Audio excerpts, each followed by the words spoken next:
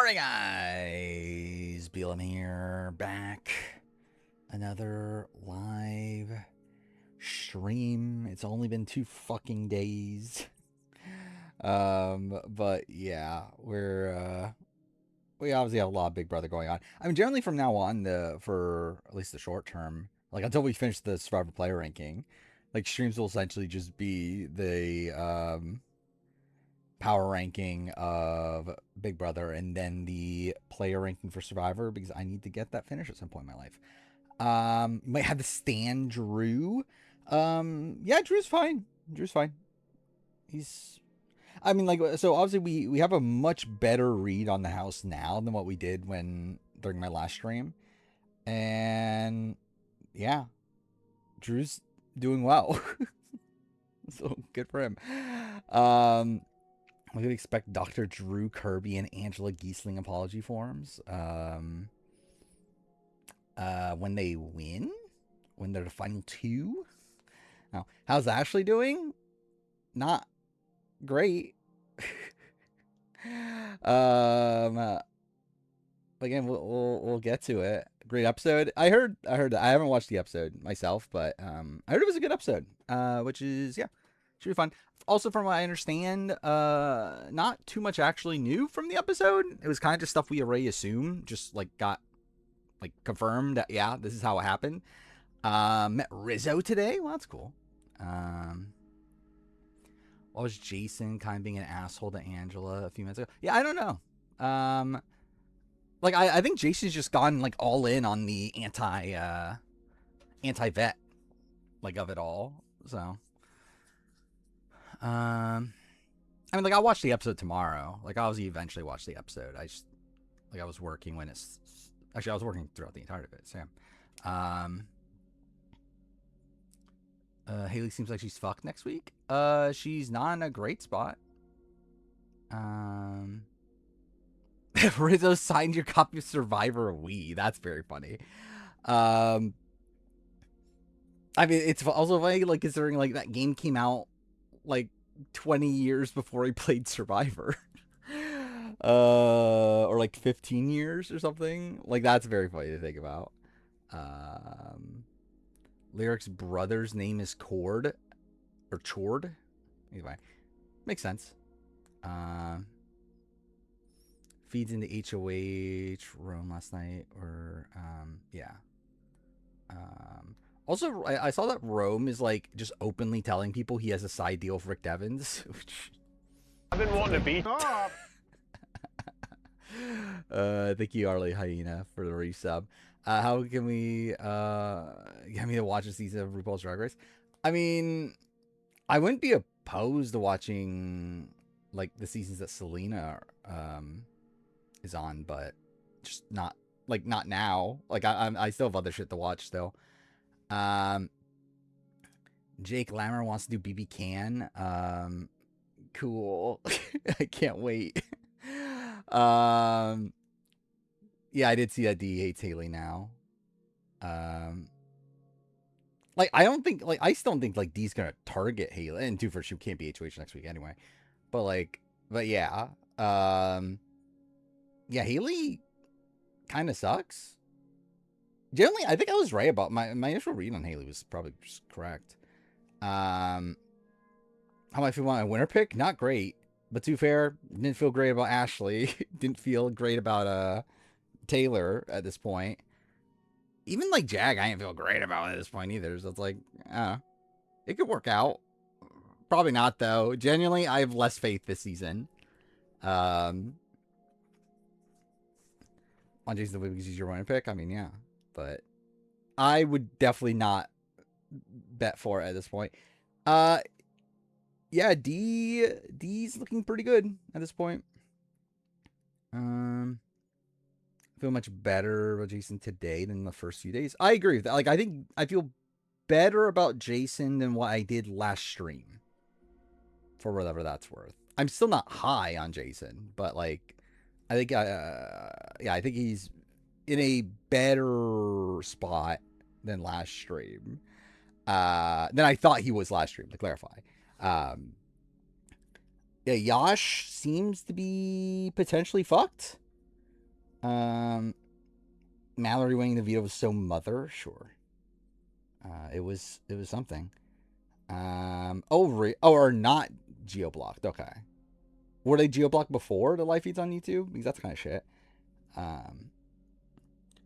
Jason's almost got the 5 clocked. Yeah. Yeah, Jason's putting in work. Like, again, Jason just seems to be, like, very anti-vet and is, like, leading the charge on that. I know that Mallory's a nerd. She's not. She's a beta and submissive fake nerd. You don't see the stream title? Now I see a beta and submissive fake nerd win the veto. And she's a fake nerd. She's not a real nerd. Real nerds don't have abs. Almost pick Mallory as your winner pick. Pick Ashley instead.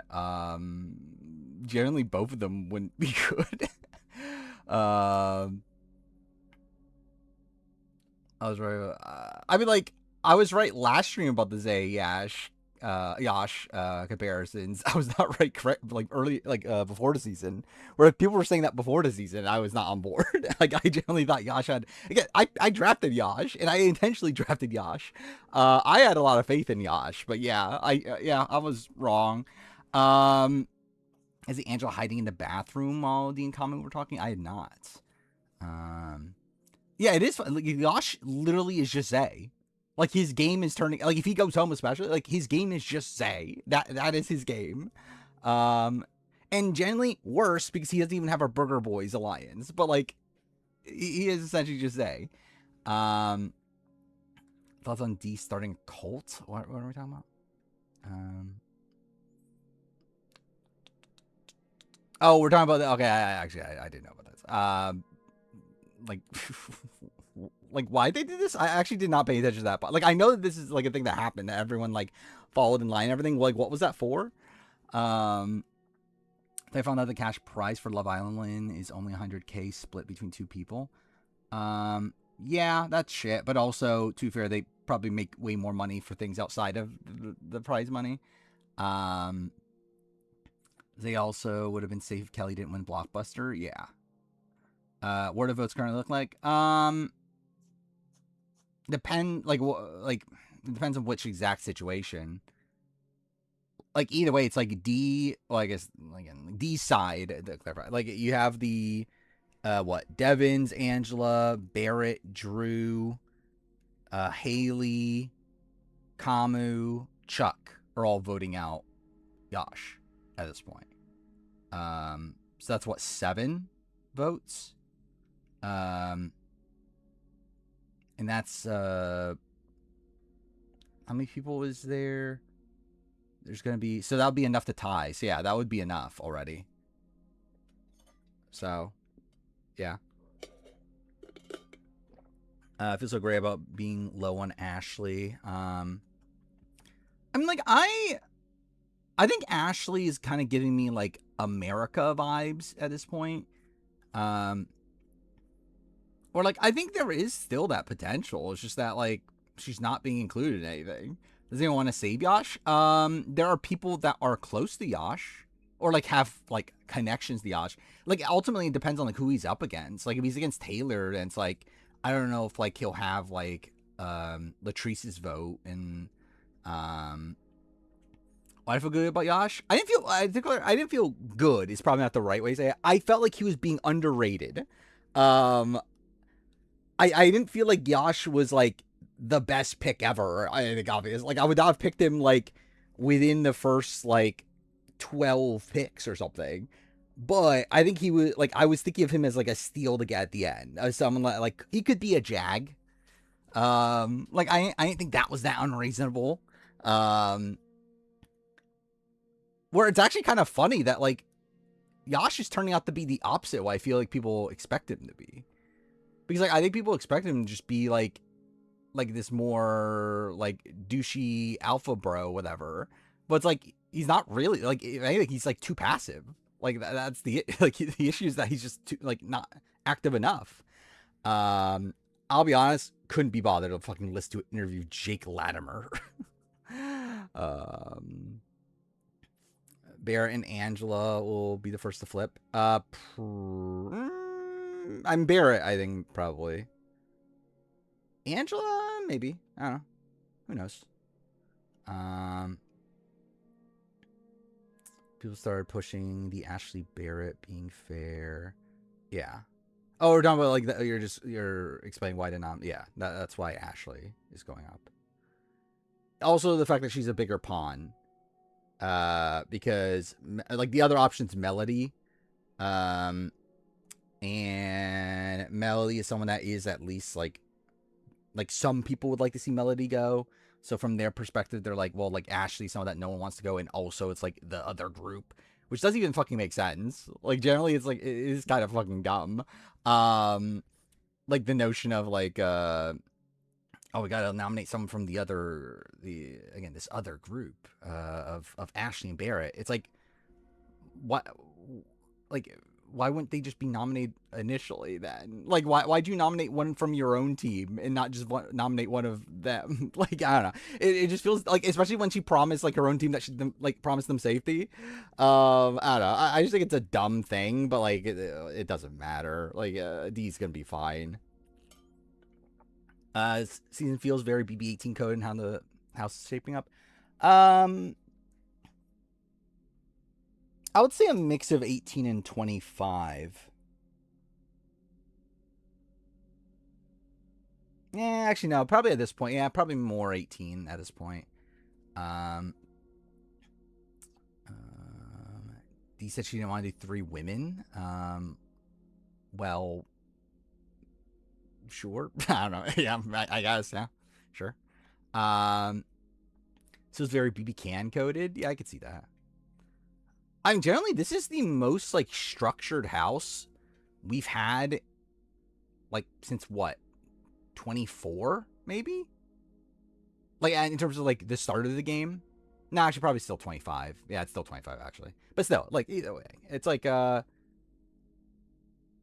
Like it's definitely like way more structured in 26 and 27. Or like here, it's like it's like more so this like the like Rome Jason side is still like a thing, but even then, I guess they're not solidified. That was kind of the issue. It's like the problem is like the other side like it just isn't solidified enough, but like they are there. While like the other side is like super solidified, but they're just like not fully loyal to. Like it's like you have like D and Devins in the center of things, and you have the red corner, and then you have the crossovers. That's what they're called, right? Like that side's like pretty solidified. And again, the what's it called? Red corner is just like a fake alliance at this point, but like still, it's like it's a solidified like side. While like the other side isn't like solidified, but like Jason's like trying to make it solidify at this point. Was it from Corey Wartenberger? Now we calling the Pentagon heavy hitters the Chop Alliance. I am. Was this I found D and Devin's generally delightful to watch on the feeds, but this shows why doing it. I mean, yeah, like, is this shocking? I mean, like, yeah, this is like it was always going to be this though. But yeah, I feel like Devins is definitely winning this fan vote, right? The first fan vote. Like I would be very surprised at this point Devins doesn't win. Based on the fact that even like D and Devins are like dominating the edit even more than Angela. Not if this is a steamroll. I don't think it'll be a steamroll. I think it could be like I think it'll. I think the first few weeks might be. I don't know if steamroll is really the right term. Like I think the first few weeks will probably be like alliance based, and then like maybe we'll get some chaos after that. But like ultimately like next HOH, like if Jason wins or if or like Mallory or like I don't know, there's definitely people that would like do some like that would definitely target like the vets or like at least that side. So it's like it's definitely not gonna be a steamroll. How much am I expecting Angela to go up on the maybe a lot, genuinely. Like Angela's been doing pretty well so far.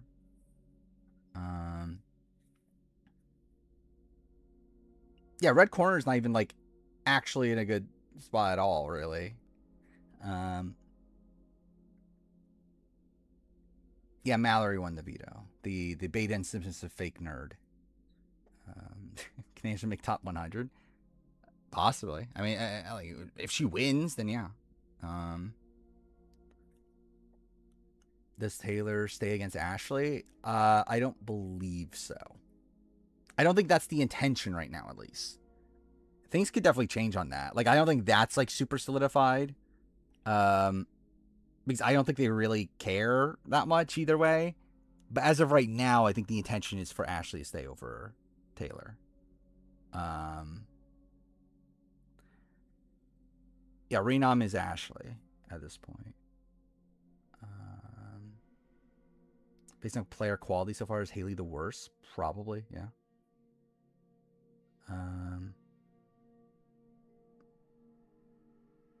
Generally trying to think them through. I think so.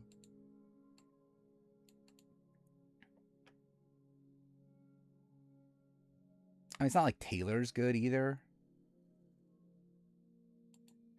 I don't know, it might be Taylor, to be honest. Like, at least Haley was able to get, like, a couple allies.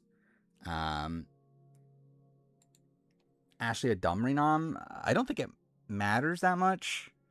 Like, it depends on who you're... Like, their intention right now is to target Yash. Like, if they're trying to get Yash out, then, like, Ashley's like, whatever. It doesn't really matter. I do think they should be considering taking out Melody.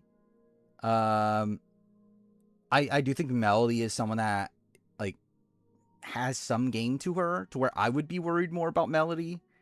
And, like, want to potentially target her, but, like, it doesn't seem like that's what their intention is. So it's like, I don't know. Shockingly like Rome. I mean, Rome is a woke king, so yeah. It is generally funny that Rome is essentially like, I was gonna say the opposite of what we thought he would be, but like he's not though. He is exactly what we thought he'd be, just like the fact that he's woke. Like outside that, he's exactly what we thought he'd be. Like he's kind of a cocky, like kind of douchey guy that got into showmance and whatever. It's just that he also like isn't bigoted seemingly, so that's good at least. Who's woker, Joey or Rome? Joey, obviously. Yeah, he's a Mamdani fan. And he hates the MAGA people in Haley and Kamu.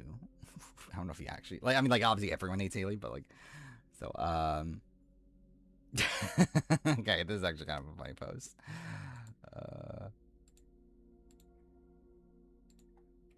This just alpha is submissive. Yeah. Who do I want to go home this week? I would probably lean Taylor. I don't feel like she's giving me much. And it doesn't feel like she has, like, much going on in the game. At least Yash is, like, trying to game at this point. Like, he's at least, like, trying to get in with, like, Rome and whatnot. Like, I don't know if, like, is Taylor really doing anything? But, like, it doesn't... Like, if Yash goes, I'm kind of like, whatever, too, though. It's, like, either way.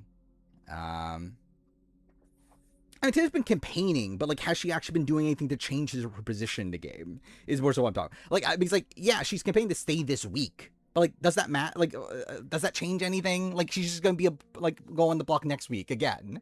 And she's going to be on the block over and over again. So, I don't know. Like, because Yash is at least, like, trying to, like, make alliances. Like, is Taylor trying to make alliances?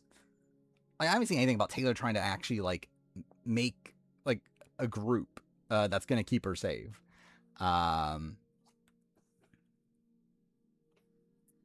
Bolsters Lala and Jason's side. Yeah. She's closer to them. Also, the upside, not saying ableist things for no reason. What did Yash say that was ableist? But yeah, generally, it's like, it doesn't matter that much to me. I don't want Ashley to go. Outside of Ashley, it's like, it doesn't really matter.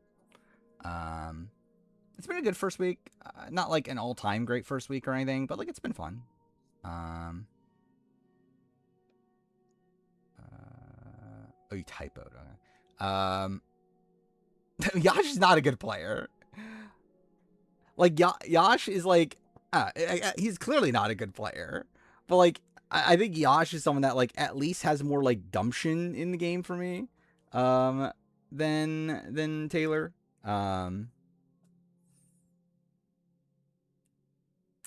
Weakest first week since BB24? I think 26's was, like, bad except for Crazy Eyes. Or I should say mid, except for Crazy Eyes.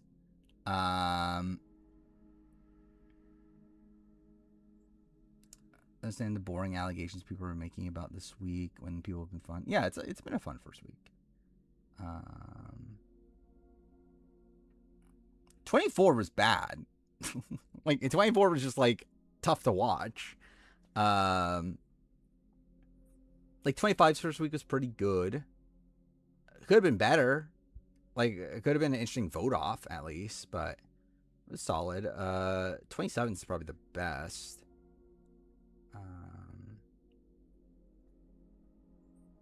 Ashley calls herself a fan, but didn't know anything about Angela and Leah. Yeah, that's kind of insane. 24, 22, and 21 were bad, or were mid to bad. 21's was pretty bad. 22. I think 22 is like, it was good at the time. I think in retrospect, it's kind of like whatever. Yeah, 22 is really good.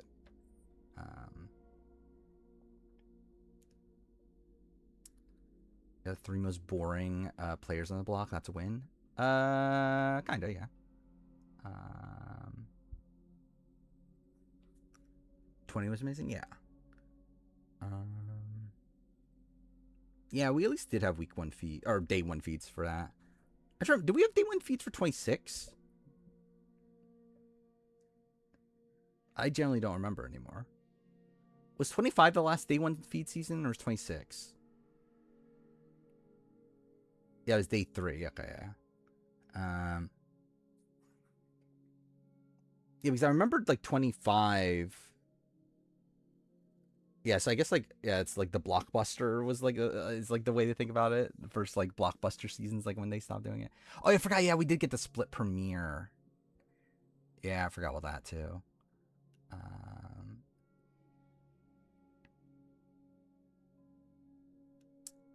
We opened feeds to Mackenzie talking shit about the HOH, yeah. And then like Matt holding court and everything. Rachel over Maggie as a player? Sure. I've seen one thing of the edit, which was very funny, of Dee saying she talked to Angela, and they cut to Angela like yelling, and they talk, and then like it cuts back to like Dee and Rick saying we like her or whatever. I know supposedly they did some fun editing stuff with Roman, with Roman Lyric. I watched the episodes as a whole. I haven't watched this episode yet because I was working when it started. I'll watch it tomorrow. I know what happened in it, but I haven't watched like the actual episode for myself.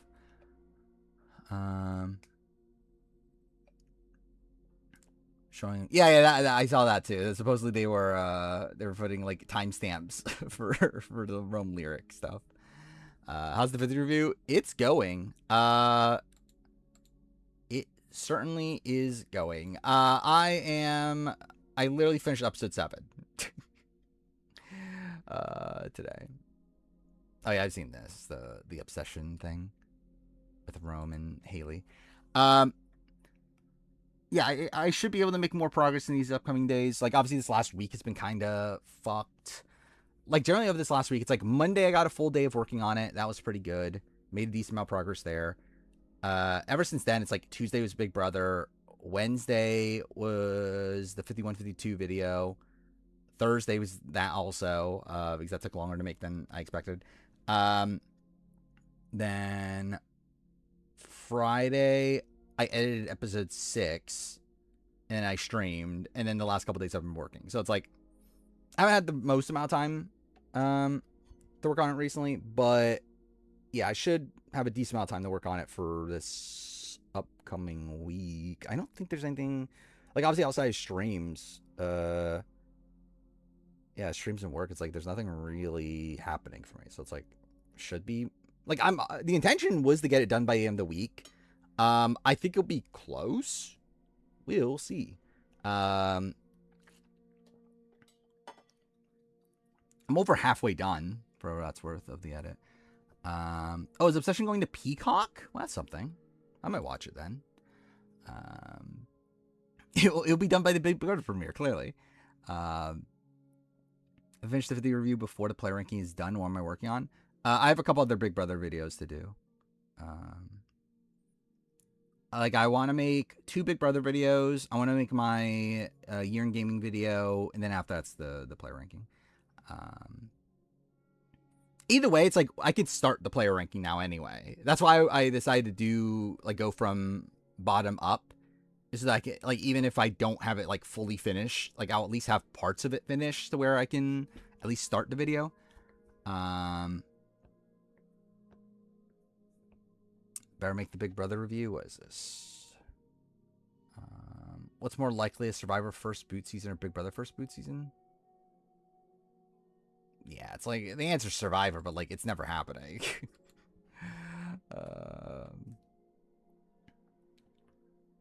Yeah, what is this? What is this clip? I don't know if I've seen this yet. Fucking idiots. Fucking idiots. Okay, I know this is during the like D saying, yeah, it was during this, yeah. Which, yeah, that'd be a fun clip. This was wild too. What is this? The personality that I'm not. Oh yeah, I think I've seen. Yeah, not the girl that everyone wants to be friends with, or they don't want their man to be friends with. Yeah, that's an insane thing to say. Give up on Big Brother All Winners. I mean, Big Brother All Winners is at least more viable than Big Brother First Boots. It would be hard to sleep with that bright ass clock behind you. You would think so. Is it lit all the time?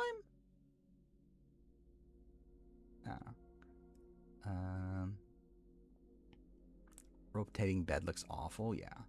I don't know if I mean, like, how would a rotating bed actually? I generally don't know. Would that actually make it that hard to sleep? I don't know.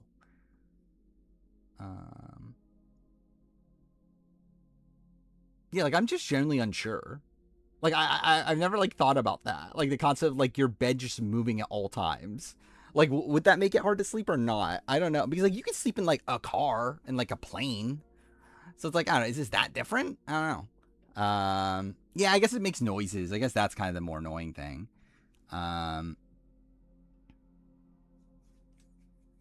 Angela and Dee just talked about how they know Drew thinks he's in a great position. I mean, I think he does think that. Speaking of that, I guess we should probably start the player ranking, because I want to have that done at some point. Not player, the power ranking I'm talking about for Big Brother. And then after that, we'll do the player ranking for Survivor, because I also need to get that done.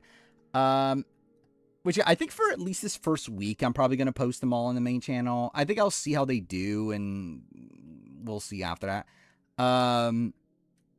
But yeah, I'll at least post all of week 1's on the main channel.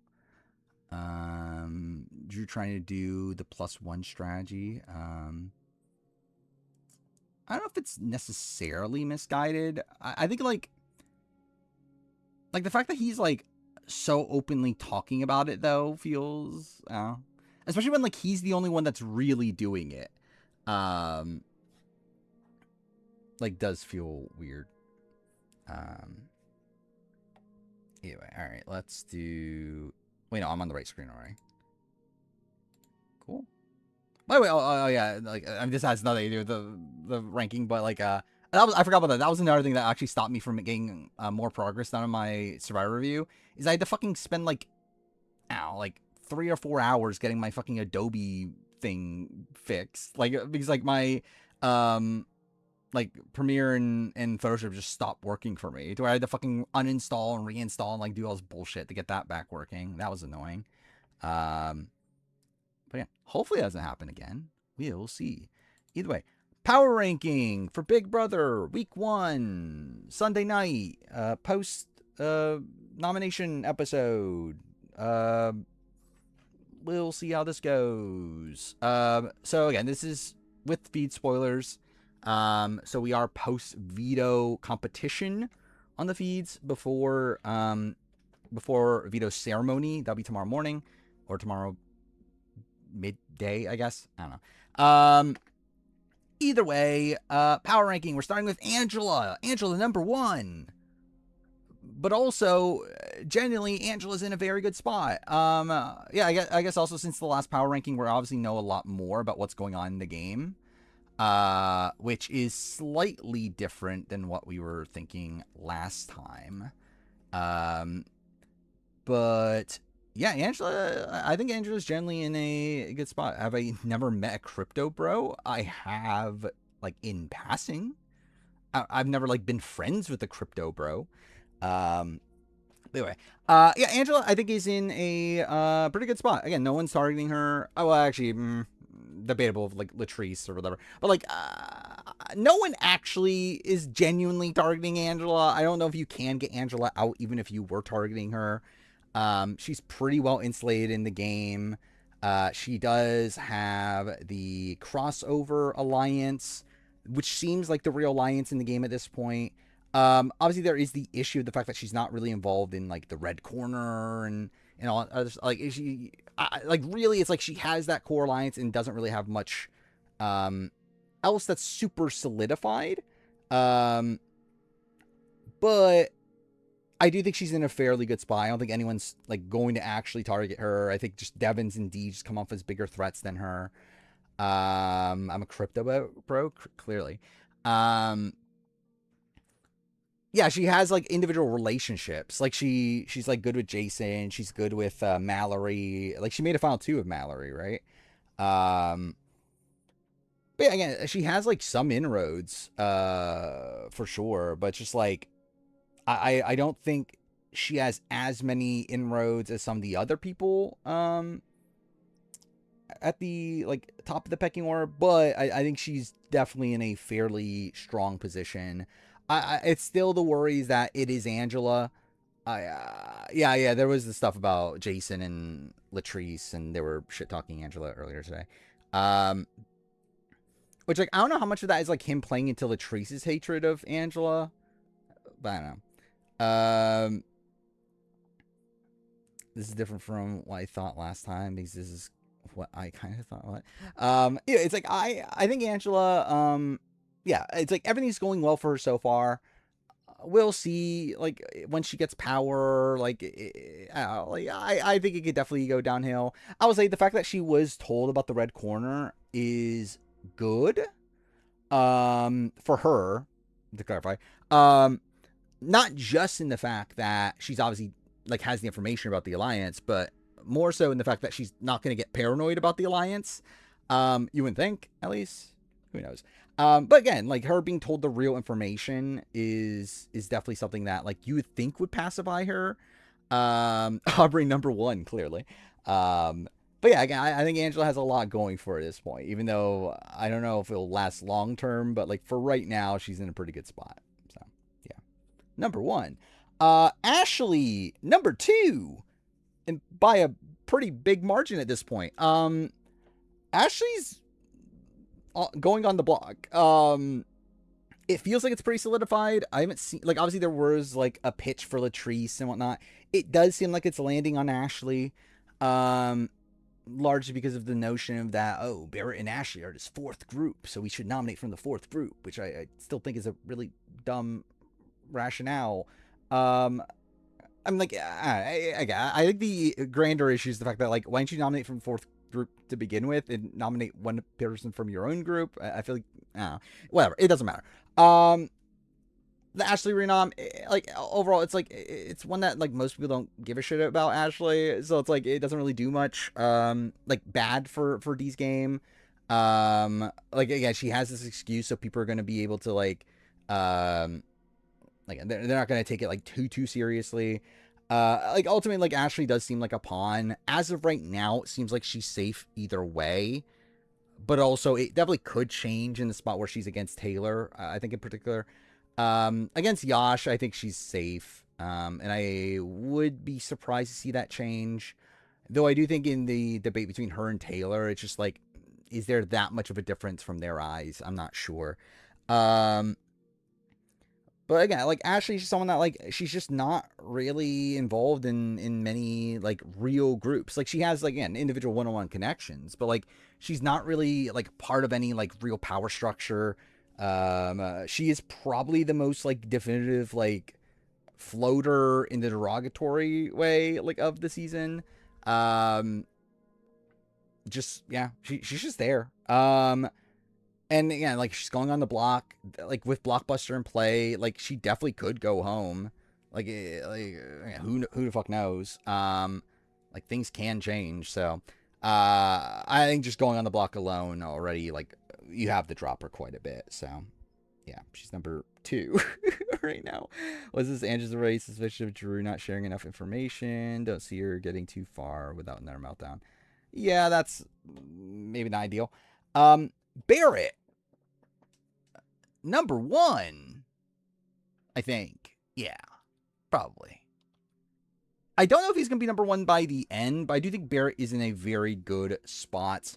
I feel like Barrett is essentially just in the Angela spot, though, but like slightly worse in the sense that he's not as well like connected to the Rick and Dee thing, or like to them that's the real core 3.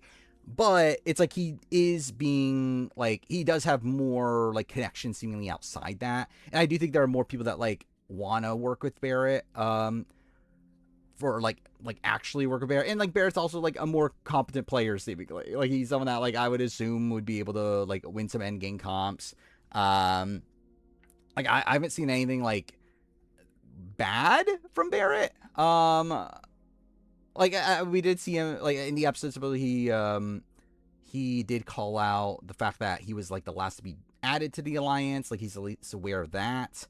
Like you would assume he's going to be oh yeah, I forgot about that. Yeah, he was added to the Jason alliance, right?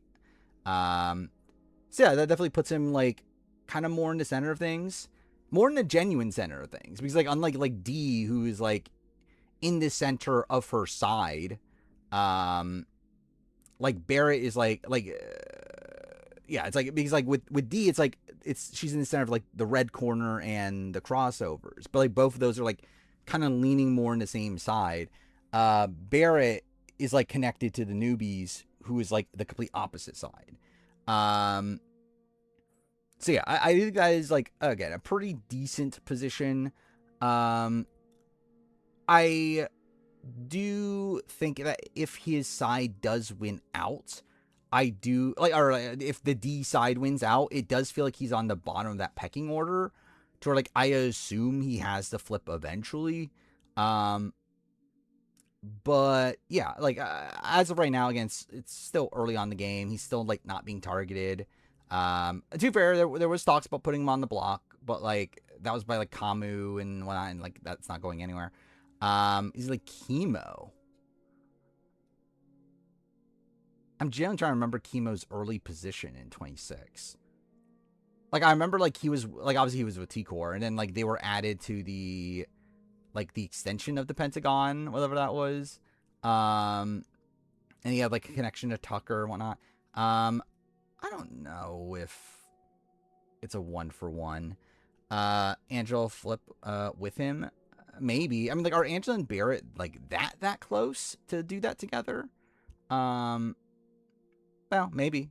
I feel like Angela, though, again, Angela has more ties to like to Dee and Devins, to where I'm not sure she's like. And again, at the end of the day, it's Angela, so it's like, who the fuck knows? But like I feel like that would have to be like a Barrett first. Like Barrett flips first, and then he pulls in Angela, more than like Angela flips on her own. And like I don't think like who the problem is that Angela's Angela, so like I can't even like rationalize Angela. Like it's not like I could talk about like sound strategy with Angela because it's fucking Angela. So again, you would think that Angela wouldn't flip until like fairly late into the game. But also it is Angela. Final 6. Yeah, I don't know if Barrett's waiting until Final 6. Angela should wait until Final 6. I don't know if Barrett is waiting until Final 6. Too biased against Angela. I mean, like, we've seen Angela though. Like, it's literally just taking what we saw from Angela already. Like, it's not really like bias in the sense that like it's not like dislike against Angela. It's literally like we've seen this from Angela already. Like, we know how she plays. But yeah, I think Barrett, he's in a good short-term position. I do think long-term, I'm not sure if he has like the ride or dies that he needs. But definitely short-term wise, he is one of the best positioned in the entire game. So, Chuck. I think Chuck's an easy 3 of the people we have so far. Chuck is not in a great spot. But he's also not like going on the block or like is on his way out anytime soon. Like there is a lot of talk about targeting that like red corner contingent, and I do feel like that contingent definitely feels like they're losing a lot of like any sense of grasp in the game, or like even like D doesn't seem to be like super into that group at this point. And even then, Chuck is like the third in that. Like it's like Kamu, and like to be fair, I believe Chuck and Kamu were the first to come together, and then Haley. But like it does feel like Kamu and Haley are much closer to each other. I know Chuck does have a final 2 with Haley. It's like that's something. But yeah, it's like ultimately Kamu and Haley are probably just shields. Genuinely, because like it's a spot where like Haley definitely will be targeted over him. I would assume Kamu would as well. Like I don't think people are threatened by Chuck. But it's also just like I don't feel like Chuck has enough like going on in the game outside of them. Like I think Chuck as a whole is just a very passive player here. Where really, yeah, like outside of his like final 2 with Haley, like does he have that many like like relationships that should last in the long term? I'm not really sure. And like I guess like he has a connection with Rome, right? Yeah, I feel like I remember that now. But like it's still a spot where like I feel like he is one of the lesser connected people in the game at this point. Again, he's not in danger this week. Actually, too far, he has safety anyway. But like so he's not in any real danger. Like I mean like he could theoretically go next week if things really turn out bad. Like let's say like the Rome lyric side, whatever, like Rome's weird, but let's say the Jason lyric side. Actually, but then Jason will target Dev. Whatever. If someone actually targets the red corner, like if someone puts the red corner, like the well, to clarify, the people, not D and Devins in the red corner. If people put up like Kamu, Chuck, and Haley, if like that's the block, like bad comp results can lead to Chuck going home. Like, so he's not, like, lock safe or anything, but, like, he still is definitely one of the less targeted people of his, like, group. Like, he is the least targeted of his, like, trio, at least, if we're including that. So it's like, yeah, it's like as of right now, obviously, like, there's not much to really say in comparison to, like, Angela and Barrett. Like, obviously, they're just, like, clearly better positioned than him. And, like, obviously, he's better positioned than someone that's, like, going home this week. Yeah, red corner is their official name. Which also has nothing to do with being MAGA, to clarify. Because I think it's like when people heard red like corner, it was like, oh, that's kind of funny because like they're obviously like that's the MAGA alliance. But like it turns out like red corner is like an MMA reference. That also just so happens to be the fact that they're also the MAGA alliance. So that's kind of funny. Either way, D.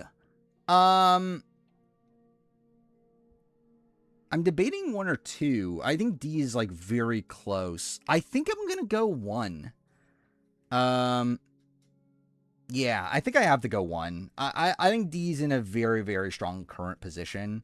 Like she really is seemingly like she has her side locked down pretty well.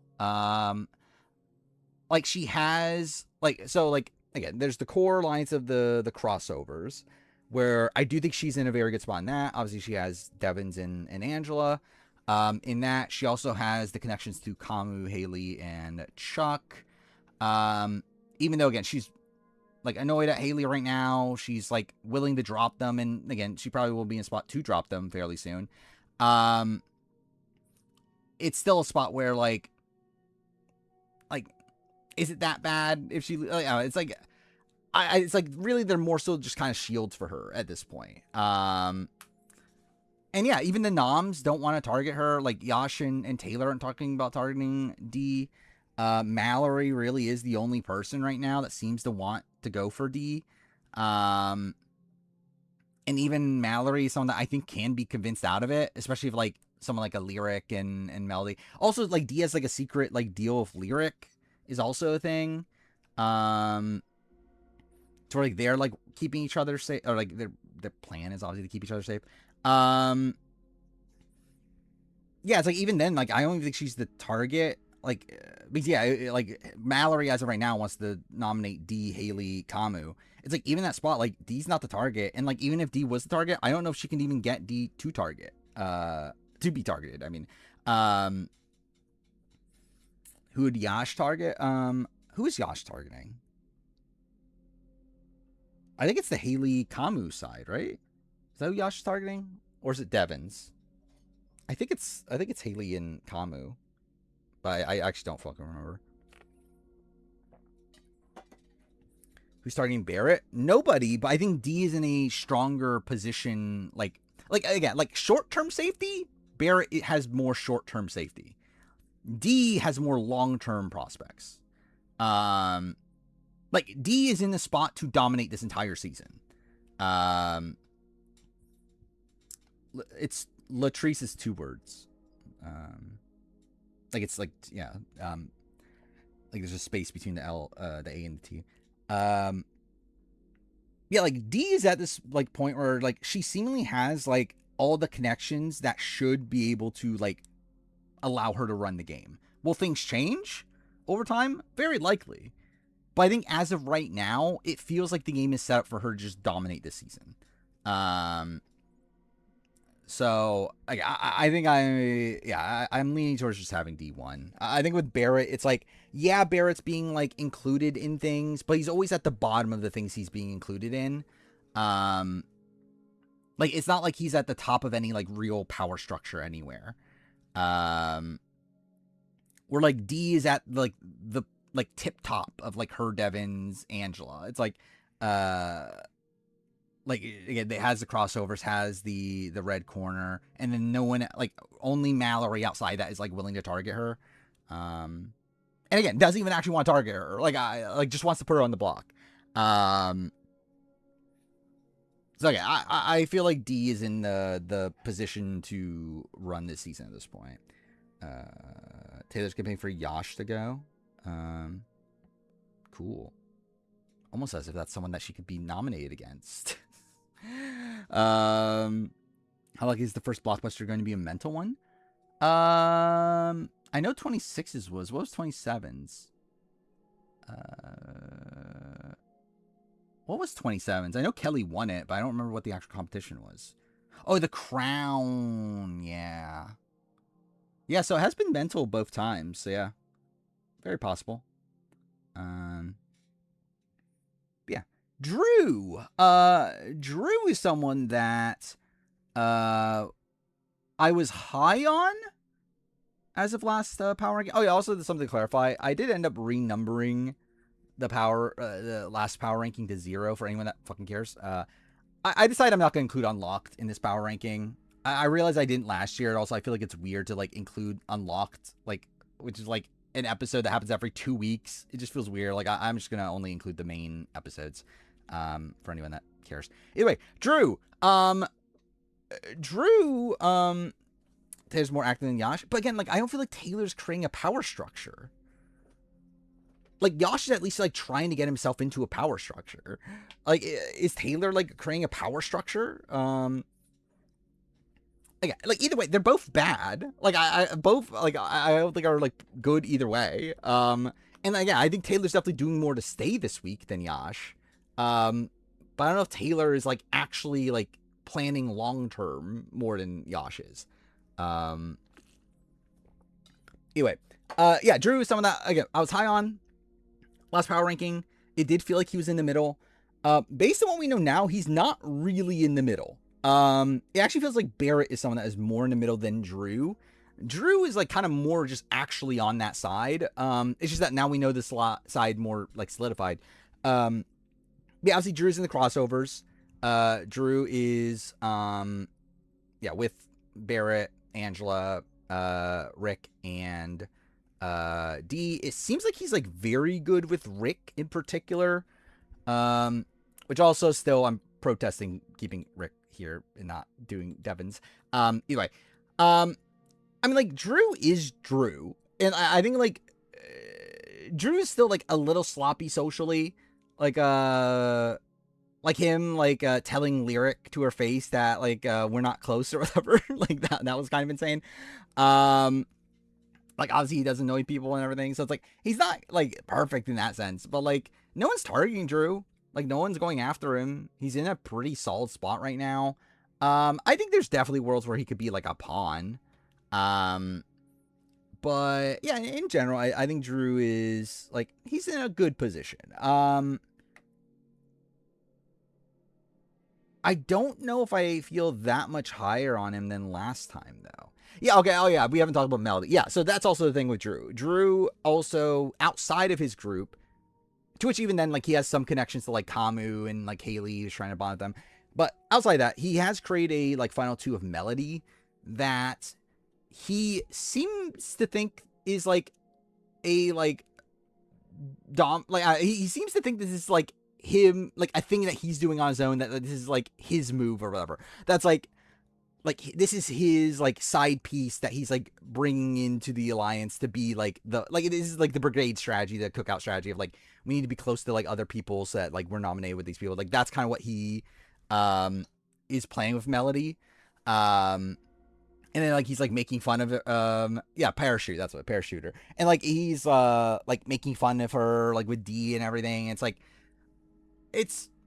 I think he thinks he has more influence on Melody than what he really does. Melody should just be his number one. Yeah. Probably. Like, I mean, I think if he could. Like, if Melody actually, like, stayed loyal to Drew, yeah. Like, obviously, like, Drew should not be going to the end of, like, Devins and D. You want Thog? What is going on there? And yeah, Melody, like, has already shown herself to not be loyal. Which we'll talk about more when we get to Melody. But, like, yeah, like, Melody's someone that, like, dropped Mallory, like, in an instant. Was that what they're calling Haley? Yeah, I haven't looked at Blue Sky for Big Brother. Oh, I forgot her last name's Thogmartin. I forgot about that. Yeah, Melody just dropped Mallory like right away, which is not ideal. I mean, like, yeah, we'll talk about the nuances of it later. But like, again, in comparison to Drew, though, like, yeah, I don't think Melody is going to be loyal to Drew in the long term. And I think it's just like a side deal that might just go nowhere. But Drew is thinking of this as like, this is his thing. This is like his move that he's making. You know, like I'm bringing Melody into this like group as like the fodder or whatever. I don't know. It's like, I think Drew's like overestimating his game, but like he's still fine though. Yeah, I'm not sure. Like, obviously, he's above Chuck. He's above Ashley. Like, that's pretty undeniable. I think I'm going to go below Angela still. Yeah, I think I'm still going to go below Angela. Again, Angela, I think is at least, like, more of the, like, more in the core of, like, her, Devins, and D. Like, Drew just still feels like kind of like a tag-along for, like, a Devins. And also, yeah, like when Drew's like only like his main other connection is like Melody, like that's not really saying much. Like at least Angela like does seem to actually have like a pretty good relationship with Mallory. that I think probably will stick. Like I feel like that probably is like her Leah of the season. So yeah, it's like I think Drew's like kind of just like a slight step below that. Haley. Okay, this is I think where we need to think about how are we doing this power ranking? If like, is this long-term potential or short-term? Long-term, she's last. Short-term, like Ashley could like some like again if like Yash wins the blockbuster, like Ashley could go home. So it's like if that's the case, then like yeah, it's like I feel like Haley is 6 then. Because it's not like Ashley's like locked in safe. But also, I think I will go 6 to clarify. I think that's how I did it in the previous seasons, if I remember right. Let me see. Yeah, I think a lot of this was short-term position. And for 26 as well. I guess there was a period where Angela was like at the bottom. I think Angela was actually going home at points. But like still, it's like, yeah, I think this will be more of a short-term position thing. So yeah, I think I will go Ashley last. Is Ashley going home good for her? For who? Are we talking about? Yeah, like Haley's in a spot where like, so where we were last stream, it felt like, okay, she's with Kamu, and like there's some people that are annoyed with her, but like she's not in like a horrible spot. Now, yeah, she's in a pretty bad spot. I think she's clearly like the worst of the people that aren't on the block. I think. Yeah, I'm pretty sure. We'll see by the end, but I'm pretty sure that's the case. Like Haley's someone that like, yeah, she still has like Kamu. And she still has Chuck. Like she still has those people. She still at least has like some friends. But I think her connection with D is definitely fading. Again, just the entire notion of the red corner is like now just kind of a joke, and it's like this.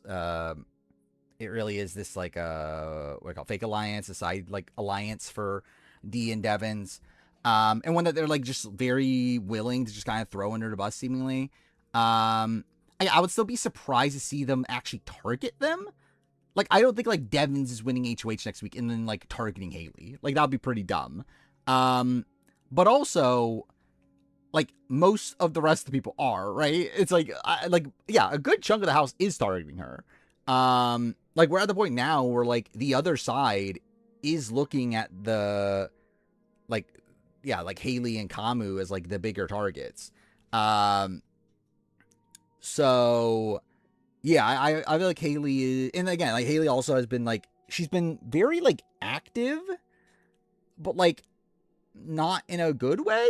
Like she's definitely getting around, but like I don't know if any of her getting around has actually been beneficial to her game. Or instead it's like she's like kind of just annoying people more than anything. Yeah, generally she is more active than I thought she'd be. Like I thought she would be like very. Like, I thought she would be, like, Lisa. And to be fair, Lisa ended up being active when she was nominated. But, like, still, it's like Lisa at the beginning was, like, very, very passive. Lisa BP26. And to be fair, she's not really, like, that at all. But, yeah, like, yeah, she's terrible socially, I think is the sum of it. She's a girl's guy. I did hear that she said that, which is funny.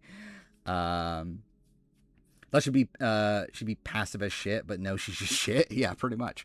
Yeah, it's like Haley definitely is a very viable boot for next week. Like, if like how many people are like gonna like actively target her? It's like I think like Yash, Taylor, Rome, Melody. Okay, am I not hitting the right key? Which key is it? Shift? No, it's not shift. Am I not? Okay, this doesn't matter, but whatever.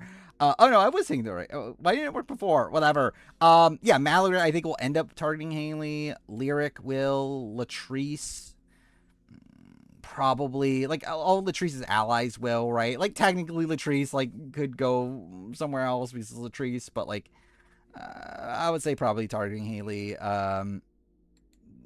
Jason again, like also same thing of like. I don't know if he's directly targeting targeting Haley, but like definitely nominating Haley. like you would think. And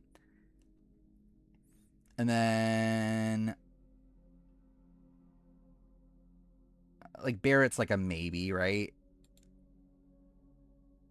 Even Angela's a maybe. Then I don't know where Ashley is, but I assume, like, I'm just gonna assume she will. But again, that's a good chunk of the house. That's what, 11 out of 17 people right now. Yeah, Jason definitely, I think, wants to target Devins. It's just a question of does he pull the trigger on that when, like, I don't know how many other people are on board. But anyway, yeah, Haley's pretty, like, I think Haley's pretty dead long term. Like, short term, she's not in the worst position. Like, obviously, like, in terms of this week and even next week, there's at least a few people that wouldn't target her. But, like, long term, though, it's like I would be surprised if she makes it past, like, week 5 at this rate. So, yeah. Jason. Jason is someone that, like, I was pretty low on last stream. Mainly because it seemed like he was, like, starting to become, like, the leader of the minority. And he's kind of still the same. It's just that side isn't necessarily the minority. Like, he's still kind of this, like, leader figure is trying to pull in these numbers. Like, he's trying to get the, like, Latrice, Lyric, Melody, kind of Mallory, not really, though, but kind of. Anyway, like, Rome, Taylor, like, Yash, if he stays, will probably be there. He was doing work with Ashley, right? I don't remember anymore. But either way, it's like he's trying to get this resistance group together. And yeah, it's not really a minority at this point. And yeah, he has clocked the like, it's weird to say majority because they're not majority, but at least like the power group in the crossovers. The question is, can he do anything about it? Which I'm not sure. Again, like his main, like I still think the main issue with Jason for me is that he's so gung ho about targeting Devins, in a spot where like, and like to be fair, Devins isn't necessarily a bad target for him, but it does feel like he's like very tunnel visioned on that, in a way that I don't think is healthy. Half his side wants to throw HOH. Yeah, that's fair. I mean, most people nowadays on Big Bear want to throw HOH because that's where we're at. But yeah, I think he is in a better position than what I thought he was last stream, even though I don't think his position is actually that different. It's more so just like more, like we have more context of like what the actual layout of the house is. Where like he's still essentially just the one running that one side or like trying to get that one side together. It's just that one side has like more legs to it than what it did last time. I still do think he's kind of dropping the ball in terms of like his relationship with Angela. I think he could have done a lot more of that. I think in general, he could have done, like, I don't know why he's making himself like the face of the anti-vet movement. Like, I think that is like my bigger qualm is more so like the direction he's taking his game. Because I think there are definitely like safer pastures to be taking. Especially like, it is kind of insane that like, the fact that he is a reality alum and like he's like so anti the reality alum, like that is very funny also. But yeah, I think he's definitely above Haley. Chuck is interesting. I think I might lean above Chuck. I think in his head he's not the figurehead. Yeah, I think that's probably the case. I think in his head he probably thinks like Rome is, but the problem is that Rome's like not even active enough at this point to be the figurehead. Don't know why Barrett wants to win that. Win what? The HOH we're talking about? Who's even targeting Jason though? No one right now. Which is why again, like I think okay, so like I think he's at least above, he's for sure above Haley. Yeah, I would say he's above Chuck. I think like I see more long-term potential for Jason than Chuck. Like Chuck is like, yeah, I think the red corner is more so this like, it's pretty doomed to fail at this point. I think Jason, even though I don't think he's solidified his group enough at this point, I think he at least has like, he's at least starting to do things, right? Like, he's at least like starting to get that group together. And even though he is doing it, no one's actually targeting him or like wanting to even nominate him. Like we have like heard like D and them talk about how like they're definitely like wary of like they're like disappointed that he's not with them and he's on the other side because they like him socially. But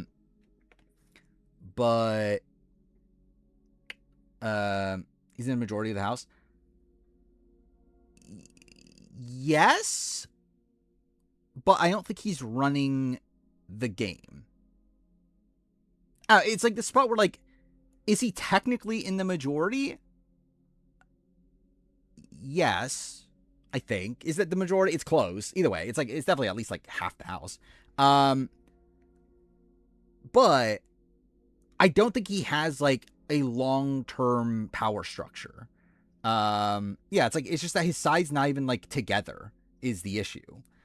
Or like D and like D, Barrett, and like they at least have an actual power structure. It's like with Jason, it's like he's still trying to create that power structure. Where again, can he make it? Can it be that by like a week from now? Yeah, definitely. But like I just don't think it's there yet. It's like I just think it's like the people that are above him in like Drew, D, Barrett, Angela, they at least like are in a actual power structure. Yeah, it's like I think HOH. That's what I'm saying. Like I think if his side wins HOH and he's able to solidify his group there, then obviously he moves up quite a bit. But I think as of right now, it's like it's just not enough. Though someone that is moving below him though definitely is Kamu. Kamu is someone that I was pretty high on last stream. I had him at 5. I did like obviously just inherently he goes down in the sense that like last time I was thinking that the red corner was like kind of more integral to the core alliance. Like I obviously still thought that D was more so playing Kamu and Haley, but I thought she had more like long-term like loyalty. Like I thought she would be playing that side a bit more. It doesn't feel like that's really the case. It feels like she's very willing to drop them if it's necessary. Also, obviously just like Kamu and Haley have become like pretty big targets at this point. To where it does feel like, again, like a lot of the House is targeting the red corner. And like, while Haley is probably the primary for a decent amount of people, like if Haley wins a competition, like Kamu definitely is in a lot of danger at that point. And the thing is, like, I don't even think Kamu is that bad of a player. Like, I don't think Kamu's done anything like that awful. Like, I think it's more so just like how the House is like laying out. It's like, is he like, again, like a broy bro that like tries to hold court and stuff like that? Yeah, but it's like I don't even think it's like he like it's not even like he's like pissing off people in like these conversations or anything. It's just that he's like so associated with like Haley and I guess Chuck, but like yeah, it's like yeah, it's like I think there definitely are issues in terms of like he's being associated with the wrong people. But I don't think he's like doing anything like actively bad. But I mean, again, he's still in like he's number 7. Like I think it's just a very easy 7. Like yeah, Ashley's going on the block. There's a world where Ashley could theoretically go home. Haley, yeah, like and then yeah, between him and Haley, it's like Haley I think is more of the primary and is more of the people that he's like that is like doing the work to piss off the other people to make them targeted. He's actively connecting himself to him. No, again, I don't think he's actively. I mean, again, like he's. I mean, again, I guess it's like active, but it's not in the way that I'm thinking of active though. It's like he's friends with Haley. That is a thing. He is having conversations with Haley, but it's not. That's not even really active because that's just him hanging out with the people who he wants to hang out with. Like it's not like a spot where like he's intentionally doing this. Like it's not like a spot where like he like his game plan is like I'm gonna hang around Haley all day, and we're gonna be like again, everyone's gonna know we're friends and everything. That's I don't know. It's like to me it doesn't really feel like active. Like it's just a thing that's happening. Yeah. I think he's in a lot of danger next week if Haley wins a competition. So he's not actively talking game with anyone else. Yeah, but he's still having a lot of conversations though. And again, like, I'm like, okay, actually, okay, how should I phrase it? He's having a lot of conversations. The problem is that almost all of them still include Haley, or like someone within his group, right? So he's still not even like branching out much, like socially, like in that light either. But like he is doing a lot of talking. This frame gave me a million chills. What, Angela with glasses on? Yeah. How in the world did Haley get cast? Yeah, couldn't tell you. Don't know. Latrice. Latrice is such a weird one to me. Like, it's like baseline, like she's definitely above Chuck. Like, I think that's about it. Latrice is someone that, like, she's not even in that bad a spot. Like, obviously, like, Haley tried to push her as a renom here. That didn't go anywhere. I think it is impressive that Latrice isn't being talked about as a nominee because, like, I do think she's actually been playing, like, kind of bad. Like, I think the thing is, like, yeah, like, in general for me, like, Latrice, I think, is playing poorly. But it's working out for her. Like, I think she's good socially to where, like, it's working out for her for now. But, like, again, like, her calling out Dean Devins, like, right away, that was really stupid. Her, like, being very anti-Angela, like, so openly is also very stupid. There was another thing that I was going to call out. I forgot what it is now. But still, it's like, I don't think Latrice is, like, a good player. Like, I have no faith in her strategic ability. But she is safe for right now.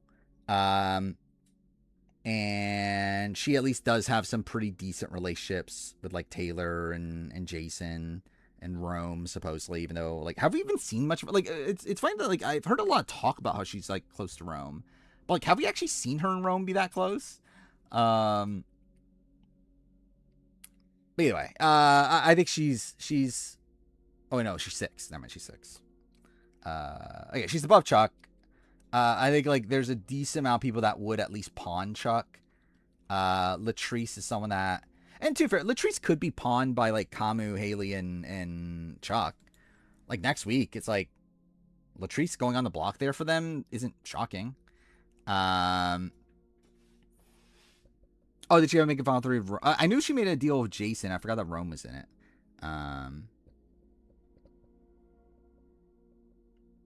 So yeah, it's like, I think, obviously, like, the odds are more in her favor than Camu, Haley, and Chuck, but yeah, she's definitely still, like, lower on the totem pole. So yeah, I think 6 is fine. Lyric. Lyric is one I'm not 100% sure on where to go with. Lyric is someone that I, like, is anyone talking about going after Lyric? Oh, is that what Mama's Angels is? Okay. I've seen the name Mama's Angels. I didn't realize that was the Rome Jason thing. Yeah, it's like she's at least better than Chuck for sure. I'm debating her versus Latrice. Like, obviously she's in that, like, grouping. Like, she's on that side. She does have a connection to D, which is pretty good. Despite being in a showmance, I don't feel like people are, like, talking about targeting them as a showmance. Seems like it, but I don't actually 100%. I mean, like, I know condoms went missing, right? Anyway, yeah, I think Lyric's, like, she's fine. Like, I don't feel like she obviously has, like, relations with Rome. She has a relationship with, like, Melody and Mallory, which I don't know where that stands now, because obviously she was, like, willing to vote out Mallory had Nom stayed the same, but, like, yeah, I'm not really sure where that is now. Yeah, it's like, I think she's pretty safe for next week. Like, I don't know who would nominate Lyric, unless it's like, and even if she is nominated, she's a pawn. I'm more so thinking about, like, long term. Like, I think I would definitely go D, Barrett, Angela above her. Drew probably also above her for now. And then yeah, Jason's like, I think I want to go above Jason. Oh,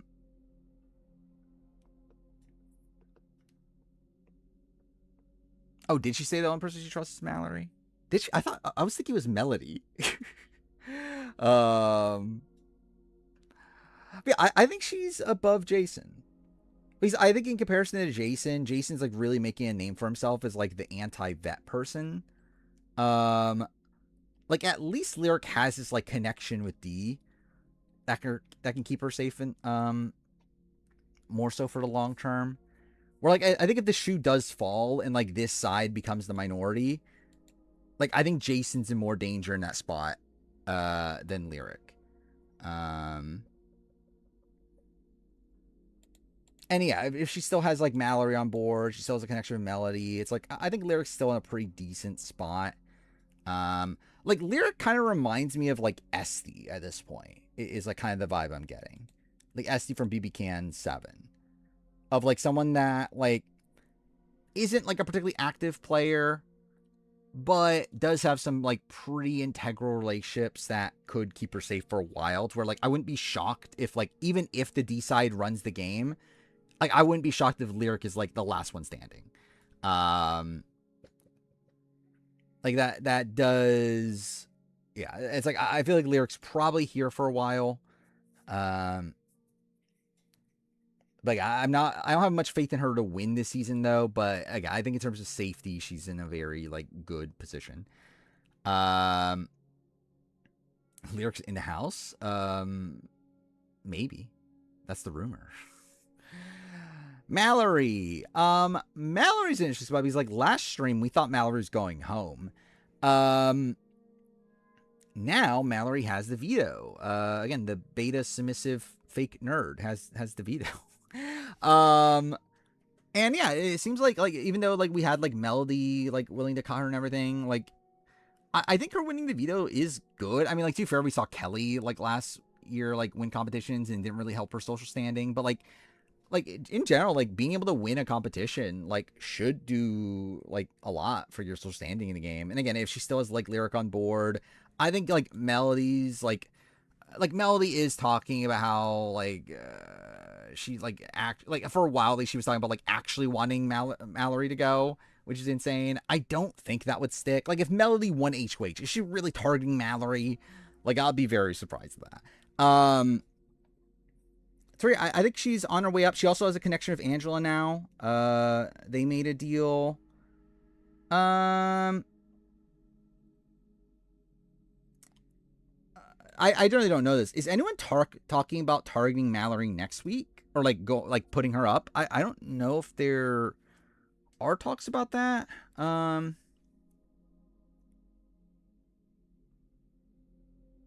yeah, I'm debating. Like I think she's definitely above Latrice. Oh, I forgot about actually. Yeah, the vote did start to flip by the time the veto happened. Right, it was going to be Yash by that point. Yeah, they could target the girl trio, I guess.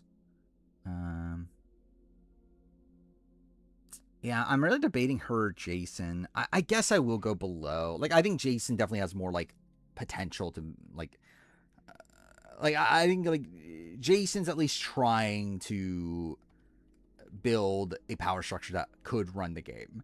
Mallory, like even in that power structure, is not even like in a good spot. By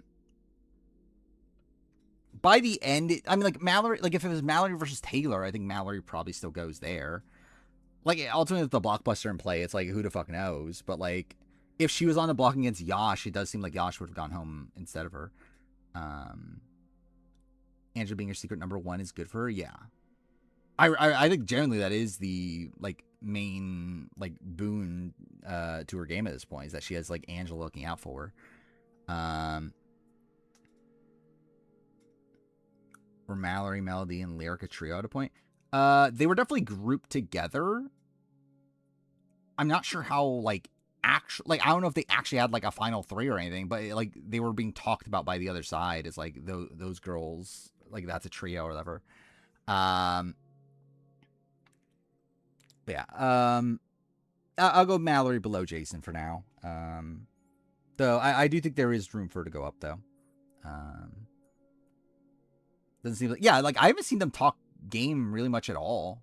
Like I've seen like, again, like Lyric talking about liking Mallory and that sort of thing, but like I haven't really seen any like game stuff with them. Yeah. Melody. Melody could have been in a really dangerous spot. Like I had her 15 last stream, and that was because like it seemed like Melody would have been the backup target had things gone wrong. Obviously at this point she's not going to block. She's safe for another week. I don't like Melody's like kind of this like thing of like I respect the fact that she is seemingly a very cutthroat player. Like she's willing to cut Mallory like at the drop of the dime. And I at least respect her for having that like gumption in the game. The problem is that I think that's a terrible move. I think being able like I think like telling other people you want to separate yourself from Mallory isn't the worst thing. I think the fact that she seemed genuine about it and actually wanted to do it and wanted to vote out Mallory, that is insane. Like, that is a terrible move. So, yeah, I don't actually feel that great about her. Like, obviously she has the connection with Drew, but, like, both of them look at it as, like, a fake deal. I don't think it'll really mean much of anything. And, like, yeah, like, obviously, like, we have, like, even the other side, like the Devins, D and them, like they know that Melody like threw Mallory under the bus like right away, and like that's obviously not a good look for her either. I generally don't know why Melody isn't the target this week. And like super Yash isn't a bad target for like D and Devins and them, but like Melody definitely could be like a very like easy target also. Like I feel like Melody is someone that like she's already shown herself to be like a very like cutthroat sort of player. It's like, why not take the shot at her? Like, Gang River also weakens, like, the other side. Probably more than Yash. She's probably, like, has more, like, one-on-one connections to the other side than Yash. So, yeah, I don't feel great about Melody. I think it's, like, her or Latrice. Chuck is just there. Should be below. Maybe. I mean, like, the problem I have with this is that I don't know who actually is the target for, like if Kamu and Haley win HOH next week, who's the actual target for them? Like, is it Rome? Is it, like, it could be Melody. Like Melody would probably be nominated at least. But yeah, like, if Melody was for sure in a lot of danger next week, if that side won, I would definitely put her below Chuck. I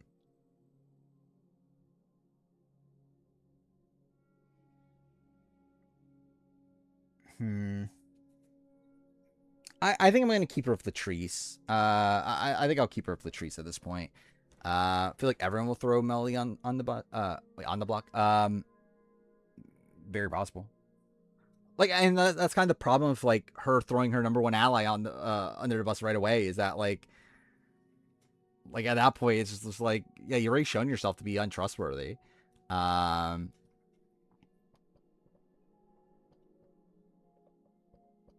fuck it. I'll go below Chuck. So yeah, I'll put it at 10. Rick Devins. Rick Devins, generally, I think Rick is playing much better than I expected him to. Like, obviously, Rick is a reality TV vet and whatever, but like, I thought he'd be so much messier than what he is, and he's still messy, to clarify. Like, I do still think like him, like how he handled the red corner situation was bad. But it hasn't backfired yet. Like, obviously, D's annoyed, but, like, is D really gonna do anything? But, yeah, like, he definitely should have handled that differently. Like, he definitely should have, like, consulted with D, and, like, they should have, like, agreed together. And, again, I think, yeah, that's what I'm saying. Like, I think telling Angela was the right move. I think blindsiding D in telling Angela is not the right move. And also, I do think telling Drew is questionable. But I think Rick is playing this season fairly well. Like, he obviously has a pretty big target on his back. Like, Jason is someone that's like so gung-ho about targeting Rick. And that's pretty bad. But I think he's been playing this like almost as well as he could have. Why is Kama still out? Kama could go home next week. Like again, if Haley wins the veto, like most of the house is willing to target that side. If Haley wins the veto or blockbuster and Kamu's still on the block, I think Kamu goes home. I imagine he told Barrett. Yeah, I think Barrett does know at this point, right? But it's like a spot where, like, yeah, at this point, just the entire alliance knows. Yeah, Rick, I think, is in a pretty good spot. I think I'm gonna go Rick above Angela. I think Angela has more short-term safety. But I think Rick has more potential to win the game. And I don't think. Okay, cool. Fuck that up. Yeah, I think Rick is in a spot now where, like, he's right again. I didn't know that either until today. Actually, I didn't realize that Rick was in the red corner. Like, I knew D was. I didn't realize Rick was. So if Rick is also in the red corner, also has his, like, the crossovers, and again, that alliance seemingly, like the crossovers in particular, seemingly being fairly loyal to each other, at least for a short term, like being, I think, the most loyal to each other, at least as of right now. Barrett is how the feeds found out about Rick Corner. Oh yeah, I forgot about that. Yeah, that is the case, isn't it? How long did Rick and Angela know they were on the season for? Like, you mean like they were told, like how, like each individually were told, like before the season? I have no clue. D, I know, was told supposedly a month ago, right? Rick is MAGA. He's not. Rick generally is Rick's like one of the most like liberal, like known liberal like Survivor players, right? But yeah, he is with the MAGA alliance.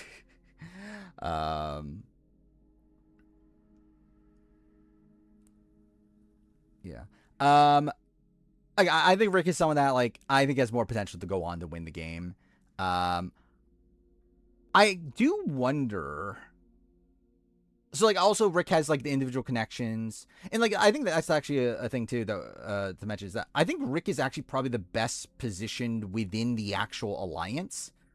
Like, if that alliance runs the table, which I don't think they will, but if the crossovers run the game, Devins is in the best spot there. Like, he has a connection to D, he has a connection to Angela, he has the connection to Drew. To where, yeah, I think that's a very good spot for Devins. Again, I don't know if it'll stick. I would be surprised if it sticks all the way to the end. But if it does, like, I think Rick would be number one by that point. But like, I think he's definitely, like, in terms of, like, D and Barrett here, more people are targeting him. Rick and Rome combo is really good. Oh yeah, also I forgot about that. Yeah, he made a side deal with Rome, which is good. The problem is that Rome is telling everyone about it. Which, if that wasn't the case, that'd be good. And to be fair, it's good either way, because, like, either way, it's like I do think Rome will stick to it. Because I think Rome's just Rome, and that's just what he does, is tell people. But, like, I think Rome's being genuine about, like, they should look out for each other. So, like, I do think I do think that's good, but oh, is that a thing? Rome implied Jason going after him. I mean, like, the problem with Big Brother, like, the problem though is that it's still week 1. Yeah, it's like I think he's doing much better than I thought he would to adapt to the longer game, but, like, it's still week 1. Like, we'll see, like, week 6 or whatever, like, how he's doing. DZHOH better or worse than Nicole's BB18? I would say pretty similar at this point. Like, I think as a whole, this is a very strong HOH for D. I still do think the nominating people from her side, from her like group after she told them that she wouldn't. Like, I still think that's bad. I'll say that. Like, I think Dee's played this HOH like very, very well. I think Jason would pressure Rome to nom Rick, but now he might not. Yeah, I think, yeah, like, obviously, who the fuck knows? But, like, I would suspect that Rome would not end up putting up Rick, even if Jason told him to. But if Vince's HOH, I wonder. Yeah, it's like, the thing is, like, it's still Rick Devens. And, like, considering he's still, like, he already did, like, something pretty sloppy in telling Angela without consulting Dee. It's like, I would not be shocked if this continues. Like, if he continues to make, like, a sloppy move here and there and it eventually catches up to him. But for now, though, he is playing pretty well. Then we got Rome.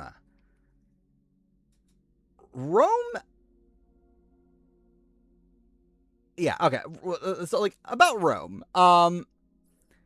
He is a big target. Like, he's a pretty big target. Like, he definitely has, like, people coming after. Like, the Kamu, Haley, like, those sort of people are definitely going after Rome. That being said, Rome's better than I thought he would be. And I think the problem is, like, Rome's not, like, okay, I don't even know how to phrase this, because, like, it's not even a spot where, like, that's active, because, like, Rome is just, like, ending up in a spot where, like, a lot of people like him and want to work with him, or, like, he has, like, Jason wanting to work with him, Latrice, he obviously has Lyric, like, he essentially, like, he is in a position to run that side, but he's just not. And I think a big problem with that is that, like, he's Rome, who is, like, too infatuated with his relationship with Lyric to, like, actually play the game. But, again, like, he's not in a terrible position within his side. The problem is that he's also the biggest target from his side. So while his side is at least, like, around, like, half the house at this point, it's still the side that, one, is in power this week, to where it's looking like he'll probably lose a number from his side following this week.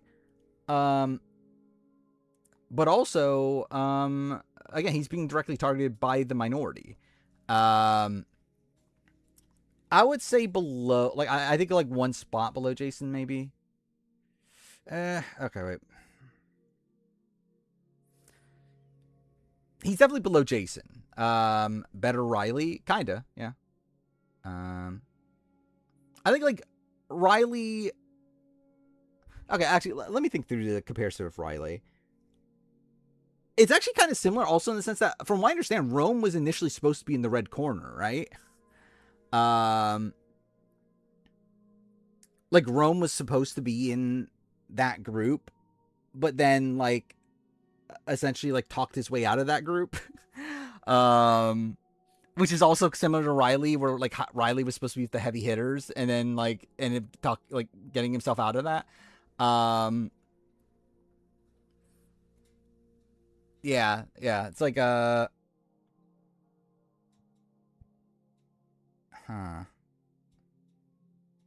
Okay, so I'll start off by putting him at 8. Because I think, like, no matter what, he feels like a worse Jason right now. And I just want to visualize this after this. Yeah,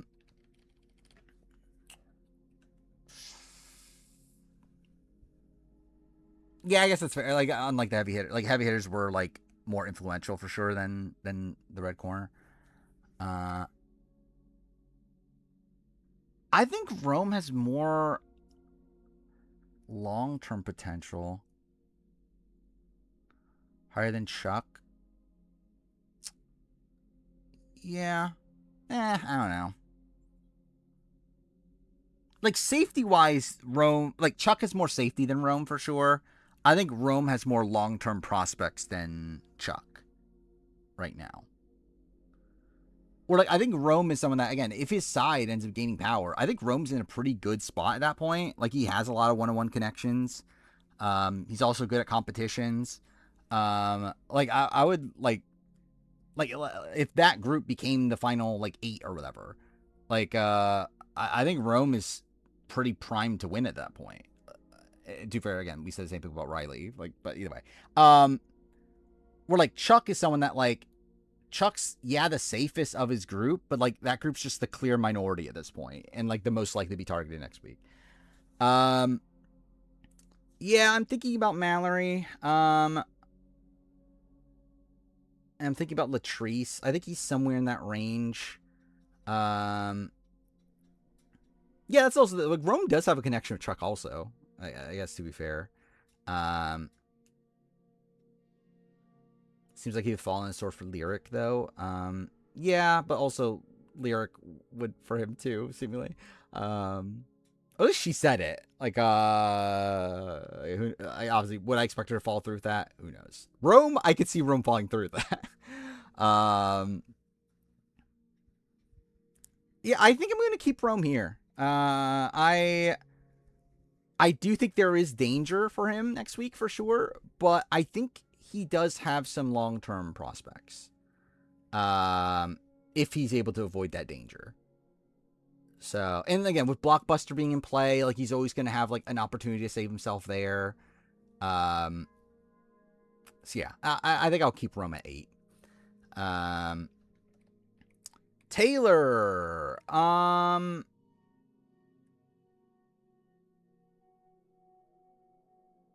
I think I have to go 15 or 16. I mean, just because there's still, yeah, it's, I mean, like, okay, like we could go through. Yash is 17, obviously. Yash is very likely going home if he doesn't win Blockbuster. So Yash is last. Like that's not hard. Taylor's one that, like, between her and Ashley, generally Taylor has more like long-term prospects than Ashley. Like, again, like the problem with Ashley is that Ashley doesn't have anybody like at this point. Like Taylor at least does have like Latrice and like has Jason. It's like there are at least like people that do want to work with Taylor. But yeah, I think as of right now, I would lean Taylor going home over Ashley, just because like I do think that like Red Corner plus crossovers would have the numbers there. But again, that could change. Like that's not even like a solidified thing, because it's not like they have that much of a vested interest in Ashley either. So again, like Taylor's definitely someone that like I think she's kind of on the edge of things. Like I could see her where she's like 15 because like she has more long term prospects than Ashley. But I think like again, we're basing the power ranking on where we are at right now, and I feel like right now I would expect her to go home over Ashley. And then again, Yash just fucked if he doesn't win Blockbuster. Is Yash most likely to win Blockbuster? I don't know. Like okay, if it's what if it's a mental comp? It's like, is Yash winning that? Maybe. I'm too fair. Maybe. I don't know. I guess it's like, are Ashley and Taylor going to do like Ashley? Actually, I kind of forgot about that. Ashley is almost for sure not winning Blockbuster, right? Like Ashley couldn't even fucking do the like couldn't get in the top 12 out of 14. So yeah, if it's physical, Yash definitely has the edge. What did Yash do to go home? I think the problem is that he didn't really do anything.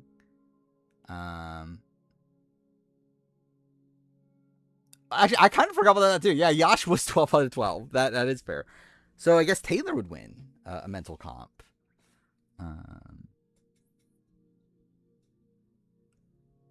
Yeah, Yash just like I think that again, like going back to that previous conversation, I think it's a thing like where when Yash is talking game, I think he's at least doing more to like try to get him into a real alliance. Like he's at least like trying to help like Jason form that side. Where like I feel like Taylor's like a lot more like self-preservation right now. Like is my vibe. Zay is better than Yash. If Yash goes home here.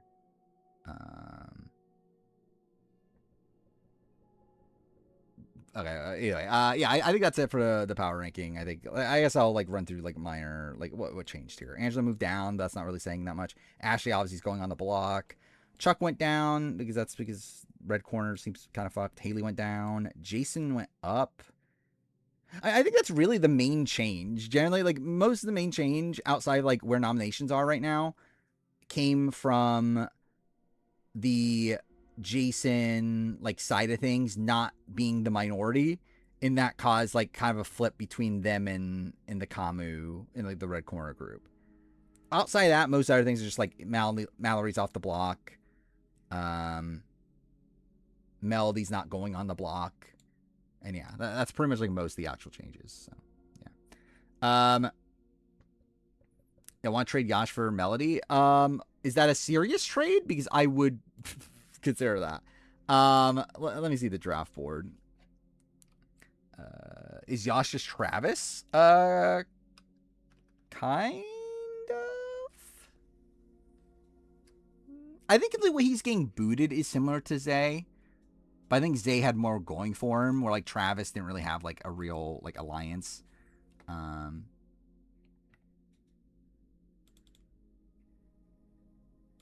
Is that? I don't think that's ever been a rule.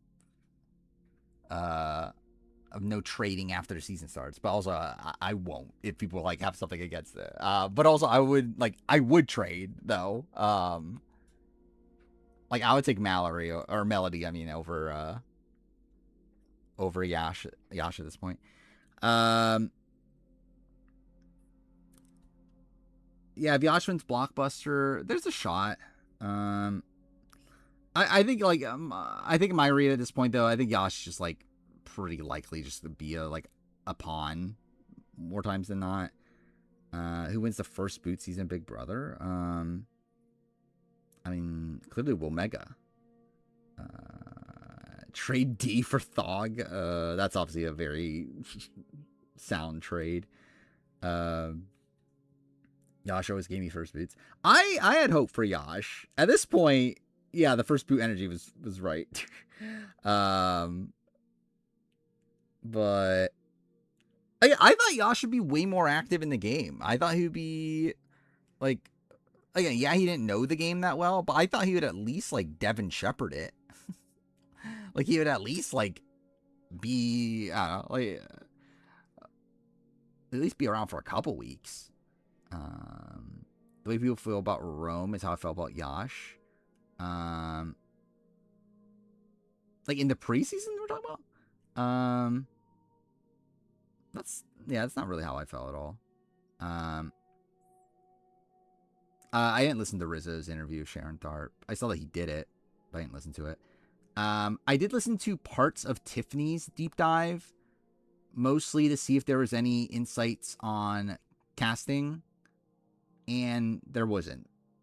So that's something. I think it's possible D nominates Melody. At this point, no. I think she's nominating Ashley. Angela and Chuck conversation. What's going on between Angela and Chuck?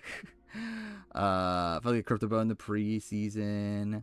I mean, I knew that. Like, I knew he was a crypto bro, but like, I thought there was at least like some. Again, like, is Rome not crypto bro-y? I feel like there were like people that I could see him bonding with. At least Yash could have a job after this, I guess. Apparently coach Rick Devens for 5 hours Big Brother. Well, that's cool. Makes sense. It is funny though how the Survivor players didn't actually have Big Brother connections to help them. Like their actual Big Brother connection was just Suri. Like outside of that, it's like all their like people that were like giving them info were were Survivor people, which is like you would think that you would have like met enough Big Brother people through these charity events, especially like Devens. Devens goes to a lot of these charity events, right? Rome is a Pokemon collector. Yeah, but he can't also be a crypto bro. Hey, I still think Rome is a Pokemon scalper. Rome is the rare pure jock that isn't a douchebag. Seemingly, yeah. Rome is the shepherd of the betas and submissives. That's how his game's playing out. Devens was too busy spending the last 6 years in Christian's DMs. How many good Big Brother players are there to ask, though? I mean, like, I think they could have, like, asked Rachel Riley. I mean, like, obviously, is Rachel the best of the best? No, but, like, I think they could have at least... Oh.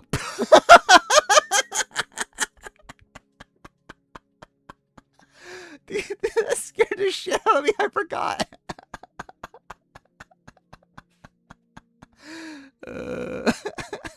Thank you, J-Bat, for the follow. Dude, I genuinely forgot I set that up. That was so loud, though. What the fuck? That was so fucking loud. No scalpers would put their cards in protectors? Fuck! Wouldn't they? Okay, there we go. they Ren for following again. Again, I still think it did what it meant to do. That was the point of it. But like also I forgot.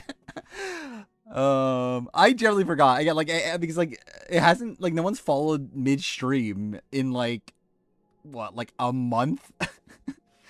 Rome is pickleball father, sure. I actually do want to see what the reaction to this is. Fuck! Okay, there. I mean, like, obviously, is Rachel the best of the best? No, but, like, I think they could have at least... Oh.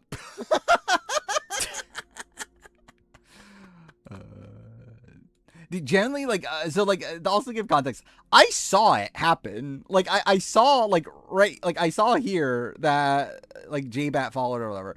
They were like, I was like, oh, that's something. And then, like, I just completely forgot about the alert part of it.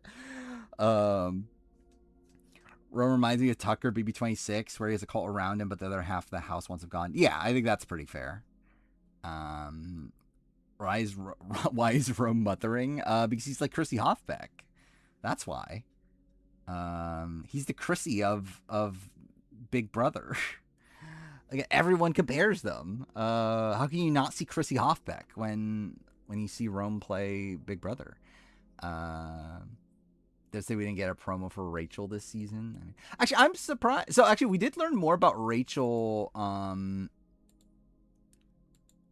So she made a final 2 with Jason. That was the person she made a final 2 with.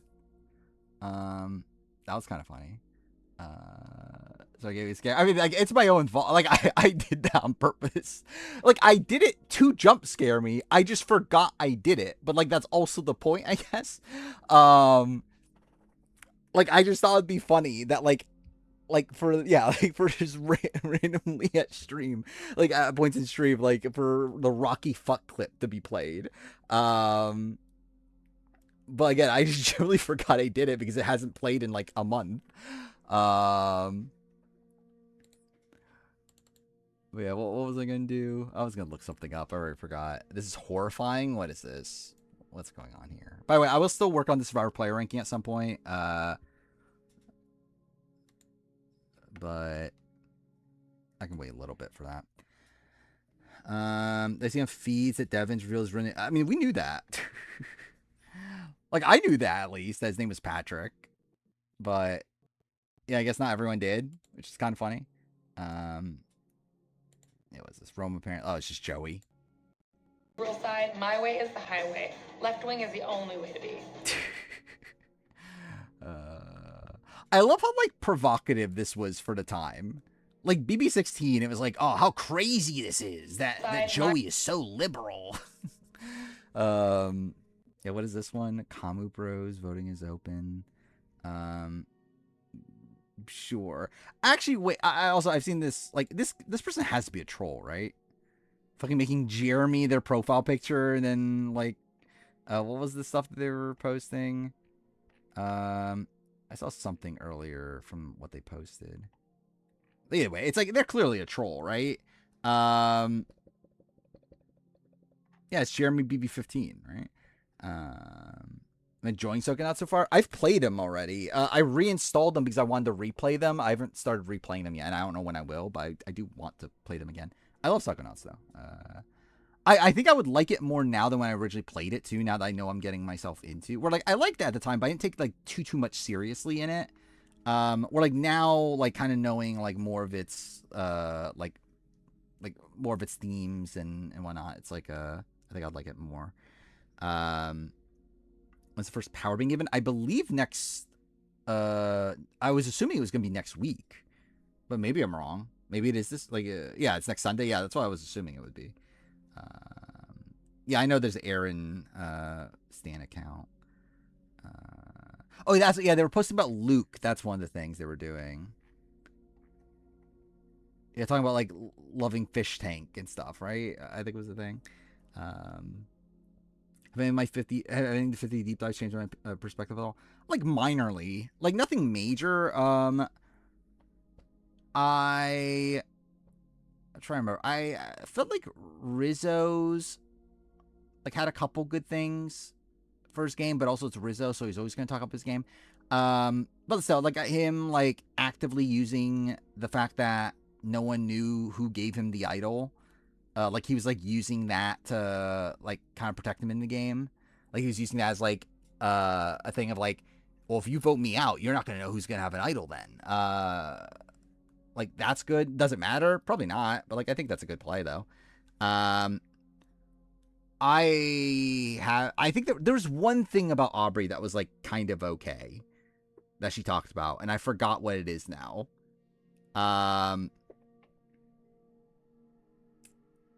Shit. There was one thing. There was one thing from Aubrey that was like that she talked about being intentional. I was like, okay, that's good. I generally don't remember what it is anymore. Maybe I'll remember it when I get to it in the review and everything. Yeah. Then Christian's not like we obviously got more of the jury insight from Christian's. His game not much new, but like jury wise, it does seem like they were definitely more pro Jonathan than Rizzo at the time. Do I think Aubrey Bracco is the best winner of all time? Clearly. That's clearly what my review of Survivor 50 is going to be. I'm definitely making a 7.5 hour video to praise Aubrey. By the way, it's less than 7 hours at this point. Or less than 7.5 hours at this point. It's probably going to be 7 hours, though. Yeah, that's also a problem with this review, by the way. The fact that it's, like, 2 hours longer than what I thought it was going to be, that's also an issue. I can't believe this video is fucking 7 hours. How am I making a 7-hour Survivor 50 review? Like, that's pretty insane. And the thing is, like, clips aren't even wasting that much time in it. Like, they're wasting some. But, like, most of the clips are literally just, like replacing me saying the quote. Like, I'm just, like, playing the quote instead. It's, even... So, I have 148 clips here. But, like, it's not that much. Like, not many of them are actual, like clips as, like, reactions to things or whatever. Like, a lot of them are just, like, me actually just playing the clip instead of, like, me reciting the line. Why is Haley so hated in the house? She's a girl's guy. Partially. What's the D clip where she's like, what are you doing, bro? That comes from the EW video. It is here. It's in the video. Yeah, this one. That's from the EW, like, who are you gonna vote out video. What are you doing, bro? You're a pick me. It's stupid. I have all those there. I just re-downloaded the EW video because, like, there's actually, like, a lot of stuff that I didn't, like, clip out individually that I used from it. So, whatever. I'm gonna get so much use out of, like, the Aubrey, like, what is this one? This is a huge wake-up call moment for me. Screw them all. I knew who my top ally is right now. Oh, that's not even the clip I thought it was. Oh, wait. Which one is it? Is it this one? Oh, no, it's this one. I think it's this one. Playing 4 times in this game, I still make kind of boneheaded moves like telling people I choked and didn't play the idol the last time. Not she makes so many boneheaded moves. It seems to have intensified the target on my back. So it's time to remove that target from my back. Tonight, my goal is to live another day and come out fighting tomorrow because I'm ready to go. My game's just heating up. Her game's just heating up. My game's just... I love, like, this is one of my favorite clips of all time. You're a bitch. You're fat. I don't even remember what I used it for. I think it was the Aubrey Genevieve feud. I'm only up to episode 7. I'm literally up to the point where she starts to say it every episode, so I'm going to get it from every episode. Sue's big moves in here, it's not in the way that you would think it is. Like, I don't actually do the, like, what will Aubrey do? Like, I don't do that, but, like, I do use one line from it, though. Is there anything else interesting here? Like, there's some new stuff here. It's just that, like, it's not anything, like, that funny. Like, a lot of it's just kind of, like, it's just, like, expositional more than anything. Use the voice memo? Probably not. What are we talking about? We're talking about the, oh, yeah, I still do have other clips, too, that I haven't used yet. What do I have? Also, you have the I'm a Psycho. I need to get to that. Love the Cuck. That'll be for Mr. Beast. Is there anything here to use? I don't remember. Well, I mean, I guess I'm past Genevieve getting eliminated, so I guess there isn't. But, like, I don't remember. Was there anything here to use? Like, don't talk to him that way. And I'm like, okay, well, he ate my UGG. How do you want me to talk to him? That's literally me and Stephanie, but with Amazon Alexa. She speaks to ChatGPT without a license and false representation. I'm gonna reheat Sophie Segretti earring nachos. This will probably be for 49 review. Segretti earring nachos. As millions of CBS viewers can attest to, Genevieve is not particularly forgettable. Oh, yeah, I think 6'7", do you know what that is? In the video either. 7. Yes. I like my reply guy. Yeah. Either way. I never use this either. I need to. I kind of forgot about it. She's obviously the problem. Wait, did I not use this? I just realized that. Oh my god, I need to post about how Joe is coming on me. I just realized I didn't use that. I'm past Joe is coming on me. That's a shame. I think I... Actually, did I? I think I used it one time. I definitely say the line a lot. The cut from the same cloth. I think I used the actual clip only once, though, and that's when it actually happens. Where is it? Dude, there's so many Christian clips. Do I not? Or is Chrissy no, Chrissy, yeah. I do, don't I? Or is it like part of another clip? It might be part of another clip. Yeah, I think it might be part of another clip. Okay, wait, where is it? Is it part of like a Jonathan clip? Is that what it is? Rooster racist. Sold it. Come on, get coach. No, it's not there either, is it? I definitely did use it. I thought I did. Wait, is it in a Tiffany clip? Wait, no. Wait. Where is it? No, I did use it. Wait, is it just not on this computer? I definitely did use it. I remember now. I definitely did use it. I think it just didn't copy over to this computer for some reason. Because, like, this is not the computer I used to edit the video and everything. This is just, like, OneDrive. But, like, for some reason, it's just not here. Like, it's in the video. I know it's in the video. It's, like, it's... Because, like, I have the Chrissy clip of, like, her... it's part of the Chrissy clip where, like, she does the confessional where she says, I don't think that's going to happen or whatever. It's like, I definitely have it. It's definitely in the video. But, yeah, it's just, like, for some reason, it's just not here on this computer. So, yeah, I don't know why.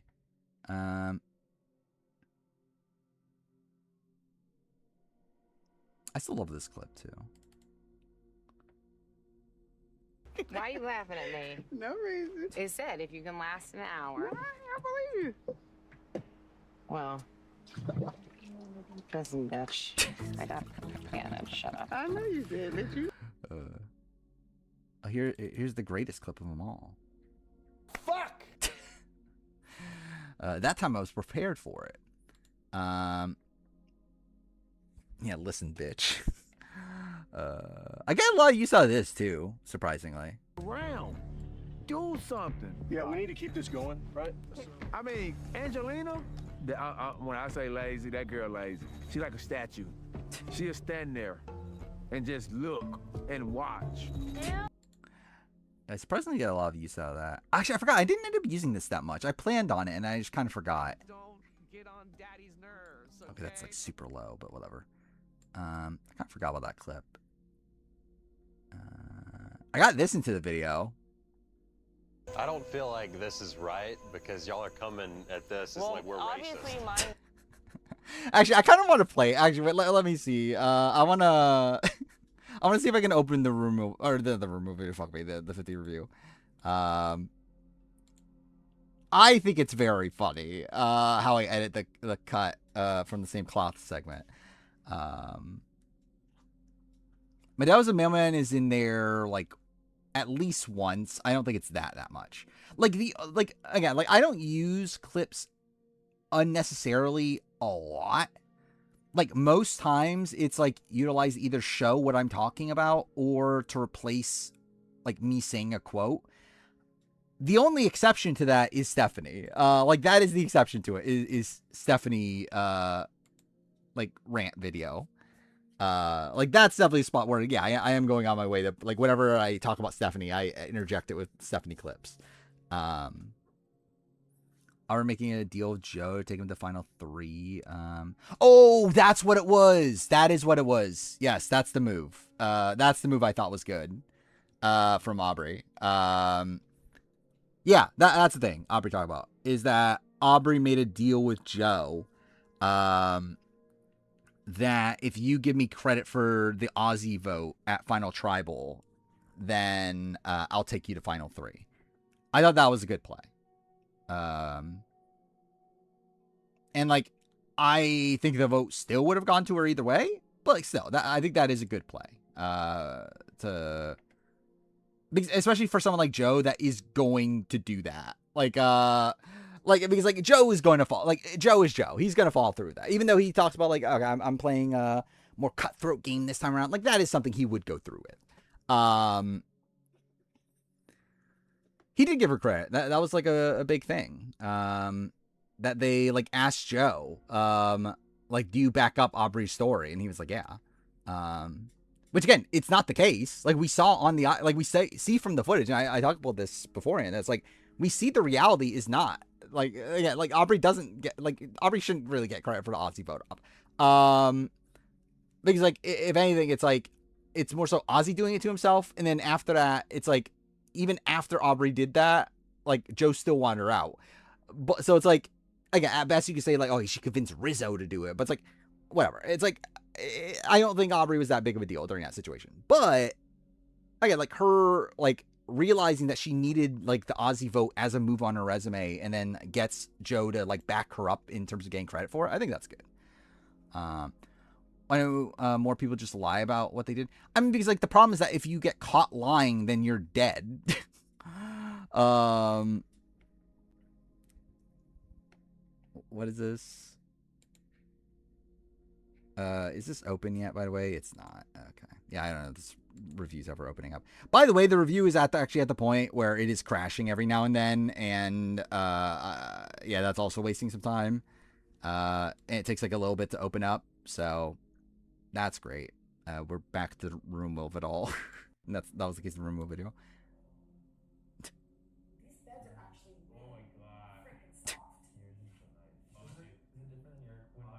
Again, King Rome.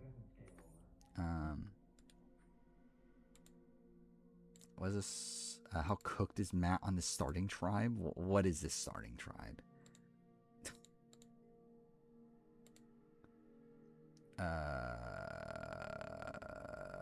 Pretty cooked. I mean, too far Rome's there, so I mean, that could help him. So that's where the missing condoms went, clearly.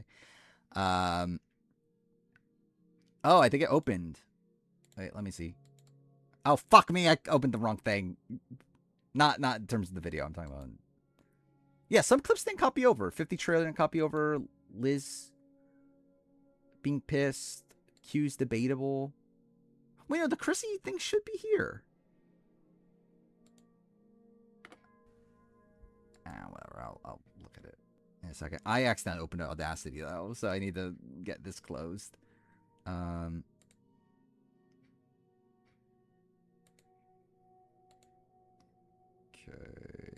what am I doing? This. It was this details room that Haley was trying to push her to put up Lola.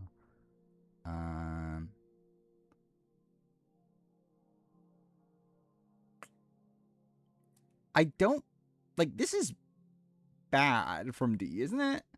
That makes sense then. The Lala. Like, I think it's like I think the fact that she's like so openly, yeah, like I think this is a bit much. Like I think like giving seeds to Rome, I think is good. I think like this in particular, I think is not ideal. But anyway, yeah, I'll close the draft thing. Oh fuck me, it has to fucking load all this shit. By the way, this is where I'm at the 50 review at this point. So right now the video is 7 hours, 26 minutes, 52 seconds, which it should get shorter to clarify. Like I would expect it to be somewhere in like the 7:10 range. But yeah, I am past the halfway point. I mean, like past the halfway point by like, so like the halfway point is here. I'm like slightly past that, but like that's obviously of the edited part. So like I'm technically like a decent chunk past the halfway point, but like it just looks like it's just barely. Yeah, I finished episode 7. So I still got 8, 9, 10, 11, 12, and then the finale. What was the racist thing? I thought this was funny. If it plays, we'll see if it plays. Where is it? Where's the is it here? Oh no, it's not here. No, that's Liz pissed. Okay, no, that's not the one I wanted. Here? Oh, I think this is it. Okay, what did I say here? Oh wait, fuck! The audio's not loaded in. God damn it! What is this clip? That's bullshit. Or no? Nobody bothers me. Nobody bothers me. Cool. All right, now it's loaded in, I think. Camilla targeting Chrissy and wanting her gone from the beginning, with Jonathan being set up as a swing. But I mean, come on, Jonathan, we know where he's going. I'm subconsciously racist. Okay, I guess I need to play that slowly, but like still. I'm subconsciously racist.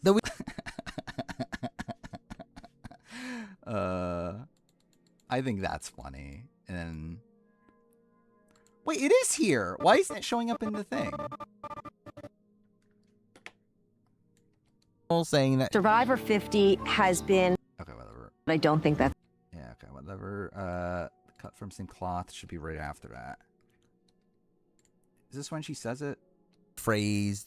Are cut from the same cloth. Which, yeah. So I did get it. Then POC on the tribe. We're racist. This being something that I instantly noted when watching the episode. That's just a weird thing to say. And Camilla's very sneaky. Yeah, I talk about that. What is this? Jordan is targeting Camilla tonight. I didn't even talk about that. The fact that like Stephanie doesn't pronounce her name correctly. That's. What is this? I don't even know what this is. You can get more than one vote at the end. Not one, not two, but. Oh, okay, yeah, okay, that's just a dumb little thing. Either way, I think the funny, like, I think the having Jonathan say that I'm racist, I think was the thing that was like really funny to me. Against the only POC on the tribe. We're racist. Is Jonathan cut from the same cloth? Oh, yeah, what's this? By the way, we're probably gonna start the player rank. Oh no, that's a different link. Okay. Player ranking in a second. But yeah, I feel like Jonathan's pretty cut from the same cloth. Was this Melody after Ashley becomes the replacement nom? Yeah, and that's Melody for you.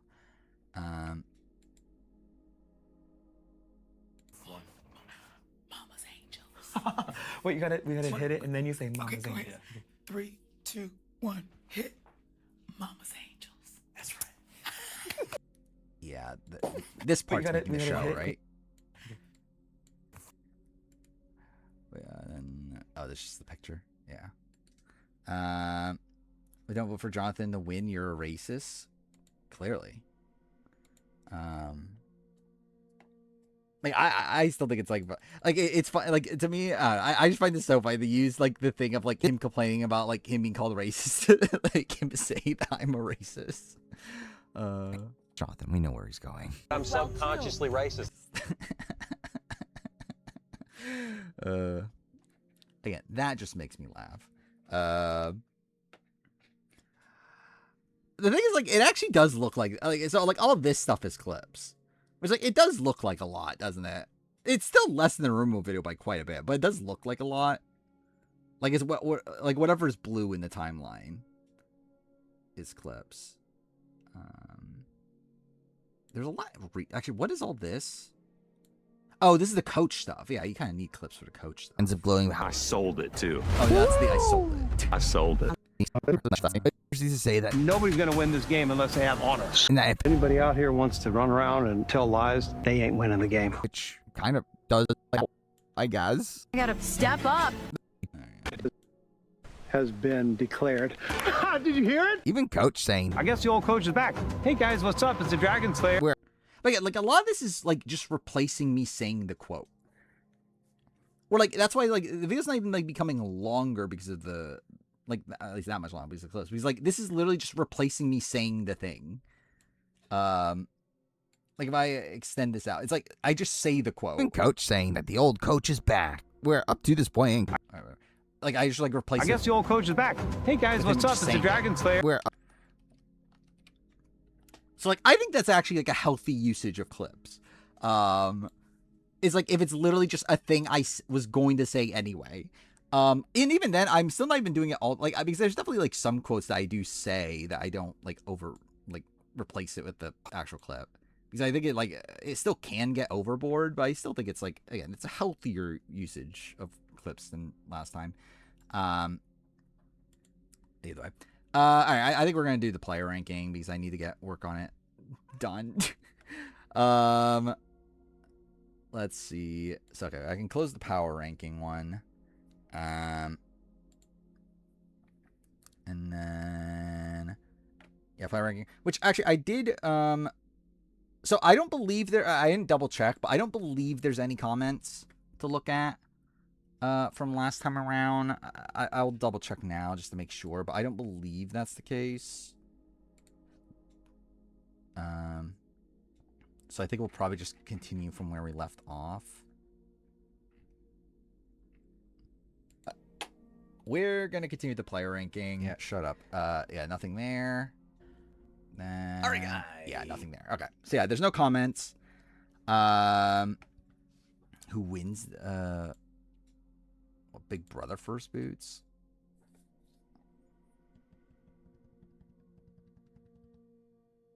Like, genuinely? I feel like, is Jody in a good spot here? I guess, like, competitions, though, is kind of the tough thing. Who's even, like, would Zay just dominate the competitions? Would be, like a Zay, Travis, Matt Hardman? Yeah, Matt Hardman's too much of a dick to win, though.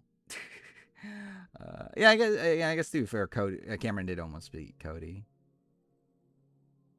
Yeah, maybe Cameron does win. Clearly wins.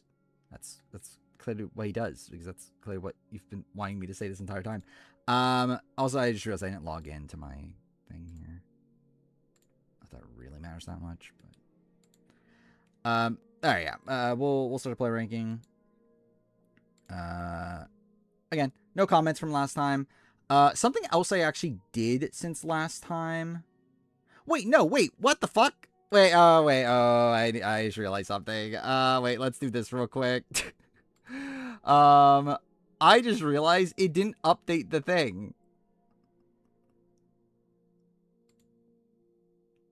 I did work on this, like, minor work on this, like, off stream.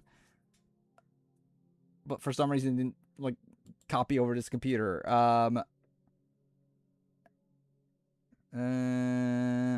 Will it update? Let's see. Gender ratio of the first boots for Big Brother. I would guess it's fairly even, but maybe not.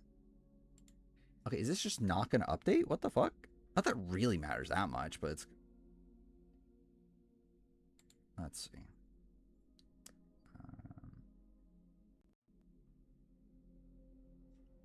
Anytime now.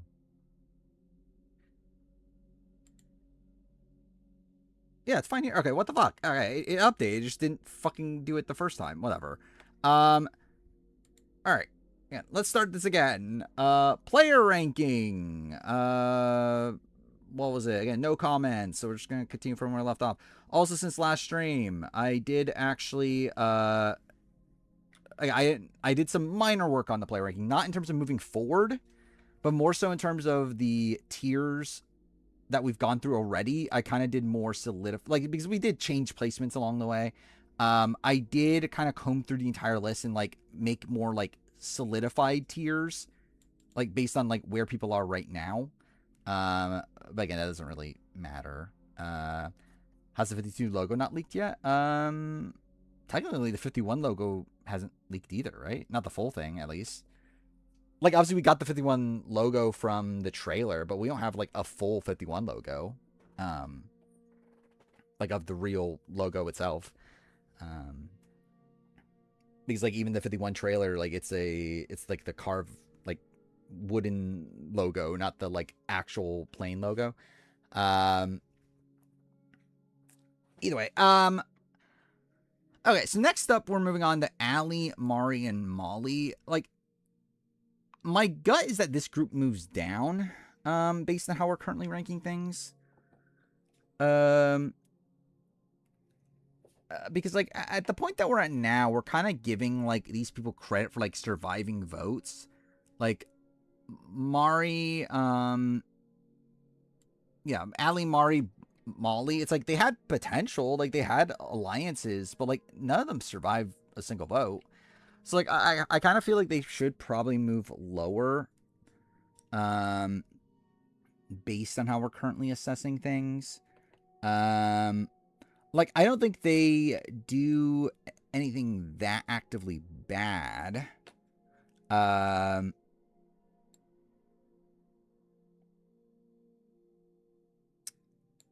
thinking, like, at least here.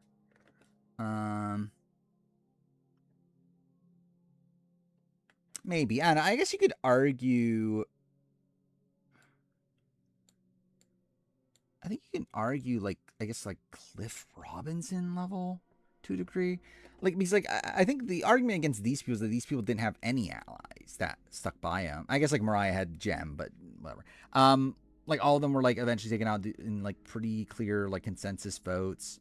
Like, Allie still had, like, what, 4 out of 6. Mari had 3 out of 10 and kind of, wait, did I say 4 out of 6? 4 out of 10, whatever. Mari had 3 out of 10, kind of 4, because like Hannah only flipped because she was told to last second. Molly had 3 out of 10. Which is, yeah, technically more than what these people had. But then again, like when we get to like Mia, it's like, isn't Mia, like Mia is that also? It's like, and I think Mia is like a worse player actively, but I think it feels a bit weird to not have them close, considering Mia is literally like she's like this in that she had a lot of alliances, but she actually survived the vote. So like I'm still willing to put her lower because of like actively bad, like some active bad play, but like yeah, it's like I think Mia probably should be like I think they still should be close to Mia. So, yeah, I think I'm going to do that. And then the order's interesting. I kind of want to go Molly or Mary, Allie, Molly. I think is my gut. Where Molly only had 3. Like, I had a alliance of 3. These two at least had a alliance of 4. That's, like, kind of stuck by them. Like, Mari did have Hannah flip on her last second, but I also feel like Mari did less bad. Like, I feel like Allie, like, again, like, was associated with, like, a group that just, like, made themselves, like, a clear 4. Like, Mari, it's like, I don't know if Mari did anything, like, that actively bad. So yeah, I think that's the grouping, and I think I'll probably put them there. And I'll fix the tiers later. Like I'll probably just do that off stream at this point. Then we have this grouping, which might also move lower. Which is kind of a problem with this part of the list, is that I think because we changed our criteria, I think a lot of people might move around, but we'll see. So, I feel like Jatia feels like she's getting too high, though. It's kind of an issue, but also it's like, practically based on the criteria, it makes sense that she's here, but also it's like, Jatia does feel like really, really bad. But I don't know. So these people, ranking them. Let's see. I think Michelle, Dan, actually no, I guess they're all kind of the same. Why have Alicia above Jatia? I'm trying to remember what the reason was. Well, it's like, I think Jatia's more, like, Jatia dumped the fucking rice.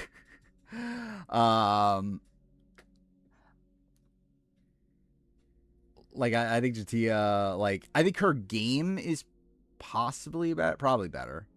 I think Alicia did less wrong to be in the spot that she was, though, in comparison to Jatia. Keep her high for the fans, sure.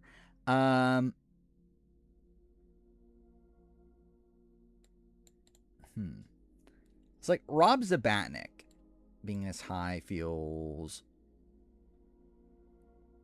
Dude, we're gonna be fucked. Yeah, like moving like up and up. It's like, yeah, I think there's probably gonna be a lot of changes here. We'll see. I guess like ranking these people. It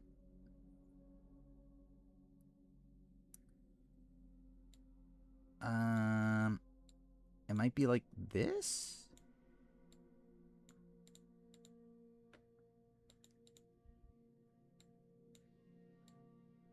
Dan Liu's like an interesting one because like I think Dan doesn't necessarily do much right. Don't know, maybe that is Dan like down there then. I don't know. Whatever. We have to figure out where I'm gonna put him anyway. It's like Rob Zabatnik, like he's definitely better than Stephanie Dill. Stephanie Dill's here.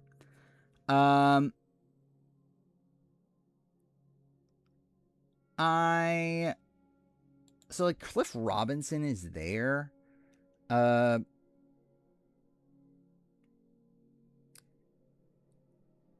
he at least survived what, 2 votes? That was on the bottom the entire time. Like I think Rob Zabatnik is worse than JD probably. Like maybe it's like this tier. But I guess like these people are at least like voting in the majority. Rob Zabatnik wasn't. Yeah, Rob Zabatnik literally never votes in the majority.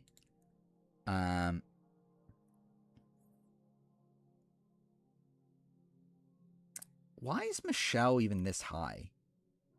Even like, yeah, it's like, yeah, I don't even know why Michelle's even this high. Let's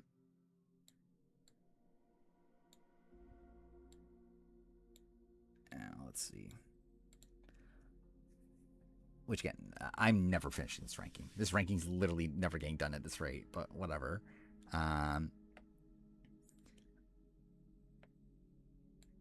Yeah, Yeah, like I think it's like the minimum is here. Like I think they're at least above there. I would say Rob is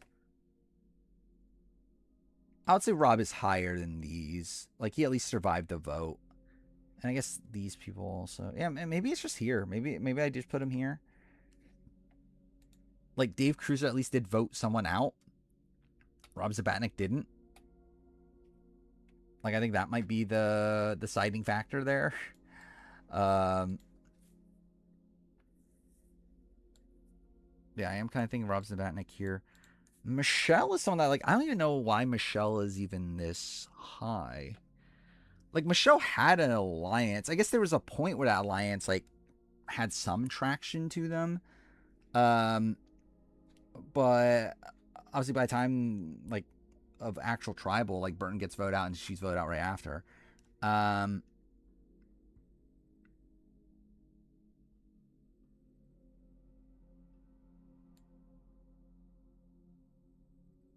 Like, I feel like she's probably closer to, like, these now. She at least survived the tribal. Oh, did you play Unhinged? How was it? It was fine. Very standard and easy. Yeah, I'll probably still play it eventually. In terms of games, I haven't played any games recently. Really, because, like, I've been streaming every other day for these last few days. So I'm just like, I don't really feel like starting a game. And like, I finished Gears of War Judgment, like, what was that, on, like, Tuesday or whatever. So I was like, I don't really want to start a game and then just, like, not be able to play it for 2 days.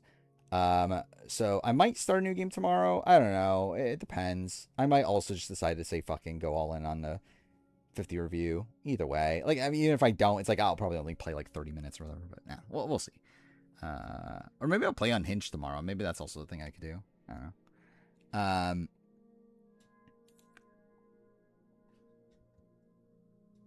Yeah, let's see. So, yeah, Michelle, I feel like Michelle is possibly too high. Like, I feel like Michelle probably is closer to, like, the hope level here.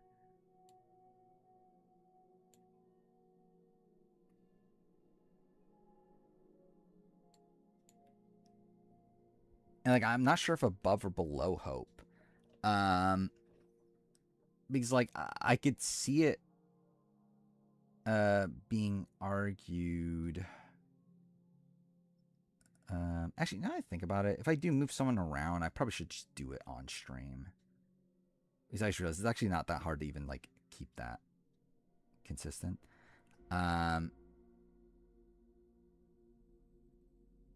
Actually, no, I couldn't be bothered at this point. I'll just do it off stream. But yeah, I should have probably just did. I probably will next stream. Keep it consistent, but whatever. But now that I've already moved this, it's like, okay, whatever. Anyway, yeah, Michelle, I'm generally trying to remember if there was, like, I guess, like, I think there could be the argument that Hope's worse. Because, like, even though Hope had an out, I think, like, the way her alliance played was worse, probably. And, like, I think there's at least, like, a point where, like, the Burton group was, like, in a decent position. Where, like, Hope's group was just on the bomb the entire time. See, I think, actually, like, her between Mia and Hope kind of makes sense.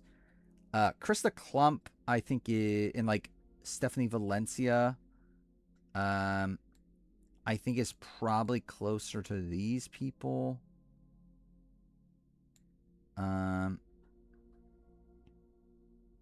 But I guess they at least survived the vote. Like, I think Stephanie Valencia is probably higher, right? Or like at least around here. Krista Klump only survived 1 vote.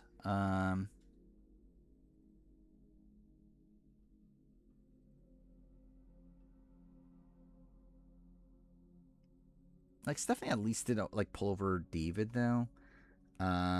Use the phone as a character's phone. Oh, that's kind of interesting, actually. So, like, it's actually a phone? Like, in the game, it's actually a phone? Like, that's kind of interesting.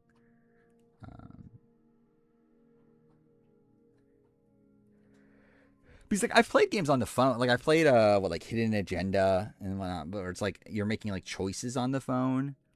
For, like, the phone to actually be, like, an in-game phone. Like, that's kind of interesting.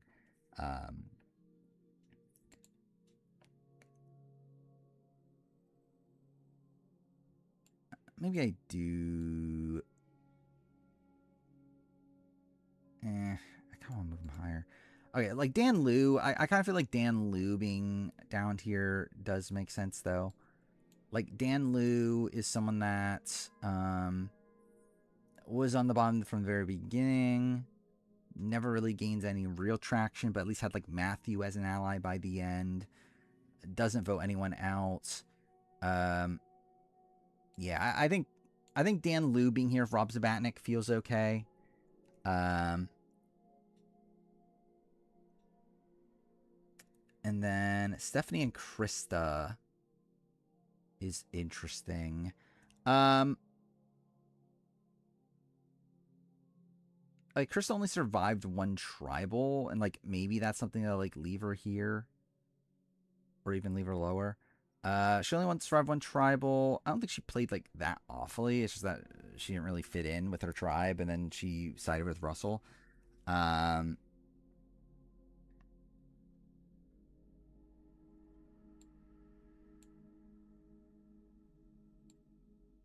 Which is kind of Dan Liu coded.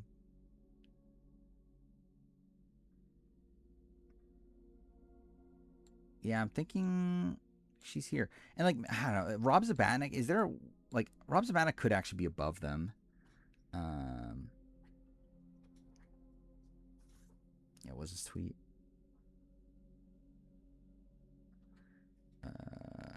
Came in not playing about Taylor. He said, I'm trying to get you as many votes as possible in Taylor being... No, you don't have to. That's kind of funny.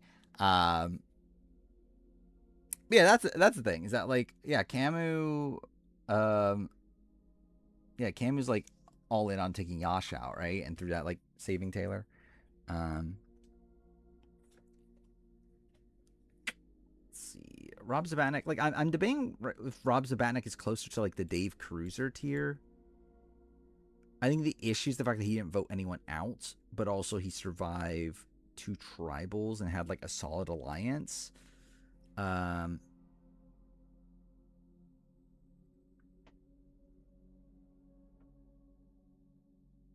been wanting to beat. Okay, that scared the shit out of me. What was that? Thank you, Sister Louie, for the resub. I forgot the alerts are turned on now because I'm keeping chat on screen. During this, but yeah. How likely do I think it is that White Locust is on BB28? I think pretty likely. Like, a twist like it, at least. If you have it on your monitor, you can scan a QR code. Okay. Yeah, maybe we'll try it out tomorrow. We'll see. Yeah, I'm thinking Stephanie's just higher. Like, I think Steph might just be above. Like, might be at the top here. But he's like, I think I gave, like, this is a tier of, like, players I don't think are that good, but they at least survived a lot of tribals. Stephanie, like, survived 3, like, she got to her 3rd tribal, and I think she actually did do some good things on her way out. So, like, while she didn't end up voting anyone out, which I think is probably the main argument against her, I think the fact that she was, like, able to, like, get into a really good alliance, like, solid alliance with Russell and Krista, like, they were all ride or dies, and then she also was able to flip over David Murphy. I think I'll put her there. Am I being an idiot again? I fucking copied instead of cut. I did. So that's fantastic. Let's do that. Props to the Jatia for being the 626th best player. Yeah. Might even go up. So we'll see. Brianna Varela and Kelly Bruno. I think they also could go lower. We'll see.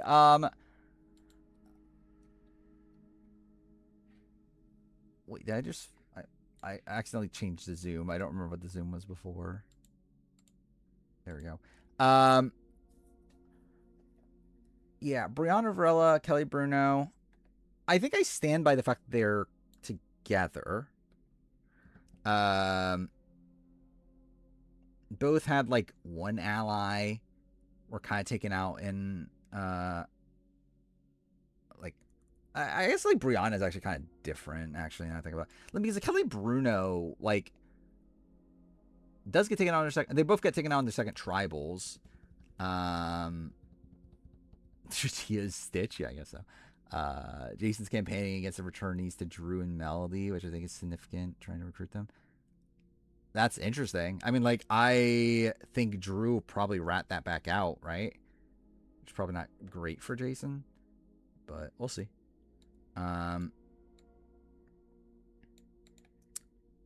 Brianna survives a tribal. Like, Brianna is like someone that I don't think there's much of an argument that she's better than Kelly Zarnecki, right? I guess, like, too, for her group was like the majority at a point, which I think would be the argument. But, like, I guess she does vote out Morgan, for what that's worth. Actually, I see some updates on my phone. Oh, it's just it's just the Mama's Angels thing. Okay. Chuck's trying to work with Angela, trying to add Haley and Kamu. That's, like, interesting. I mean, like, I don't know how effective it would be considering Angela already knows about the red corner, but, like, yeah, I mean, at least he's trying to do something.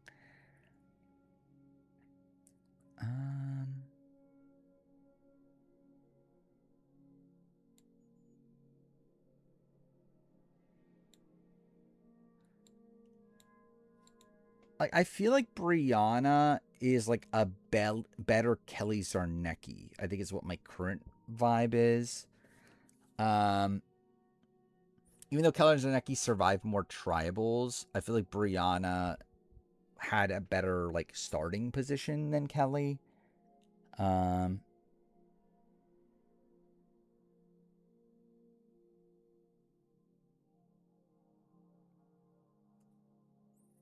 She was at least, like, initially in the majority group, and then they just, like, flipped on. Do I find Chuck to be likable? I like Chuck for the most part. Like, I mean, like, I don't, like, love Chuck. Like, I have nothing, like, actually pro Chuck. But, like, I feel like from what I've seen of him, he seems like the type of guy that, like, if I was in the game, I would probably try to work with. Like, he seems like a kind of perfect, like, #1 ally. And then he seems to be, like, kind of chill and, like, I think he'll probably be loyal. I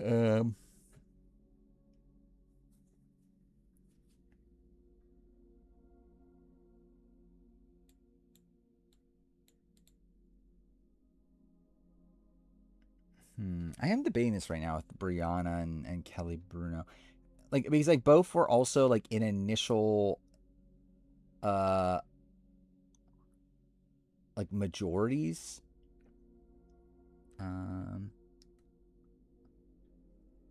But those majorities don't last. Maybe it's, like, here?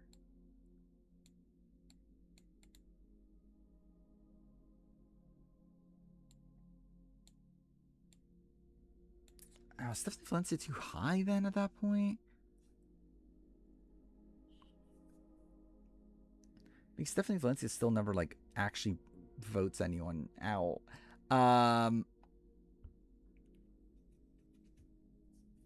ally, but either Ashley or Chuck. Yeah. I think Jason's sustained for Angelina, or Angela, I think you mean. And Rick is that they could steal fan favorite from them.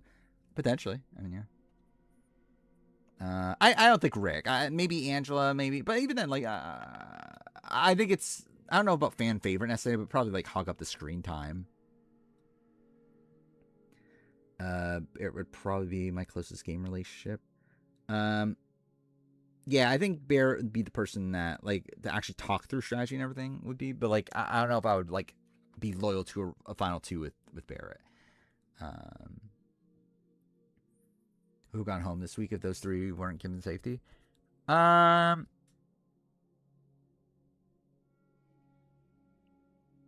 It could have been Rome. I don't know. I don't know if Dee would have taken the shot herself at Rome. Because also I feel like Rome's, like, kind of a shield to a degree.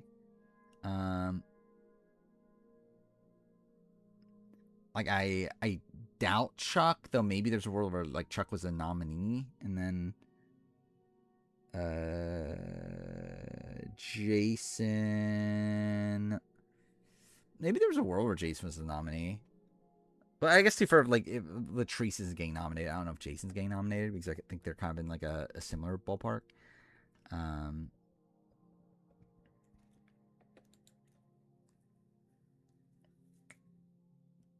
see.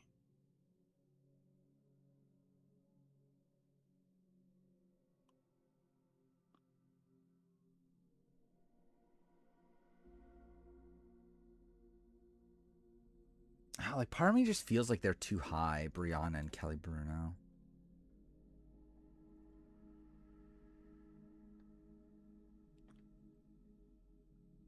He's like, is there really...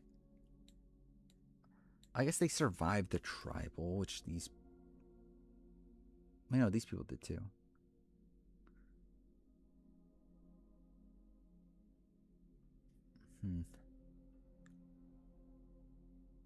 Where's the club?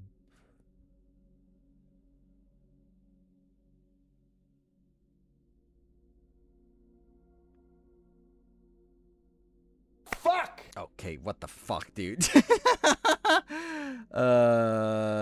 Thank you, Stony Baloney.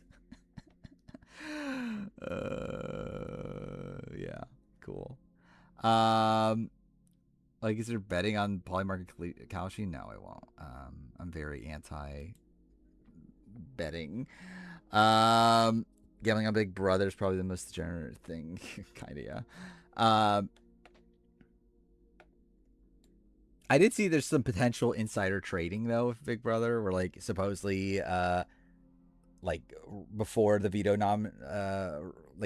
before the veto result was known, like someone bet a whole bunch of money on that Mallory's not going home. So that's something.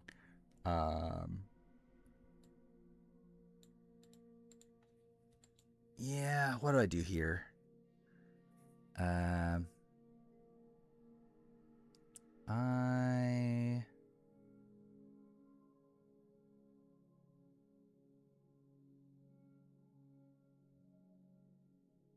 Like, they survived the tribal, but they were on the bottom of the tribal. They survived. But they at least did vote out the person. But, like, it's not like they wanted that to happen.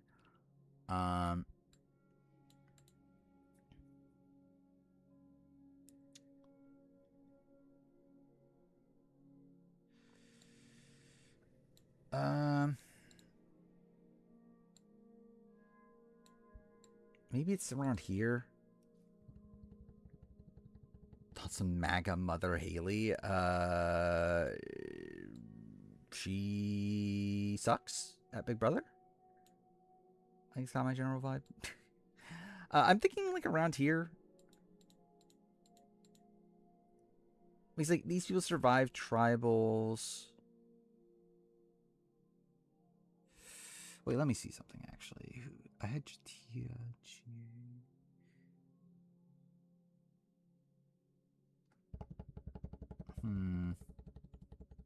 What a comp like you, Haley, yeah.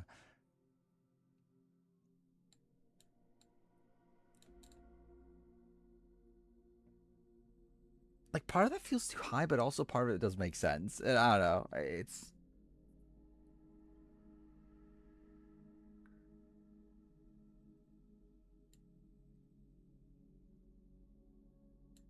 He's like, part of me is also like, are they here?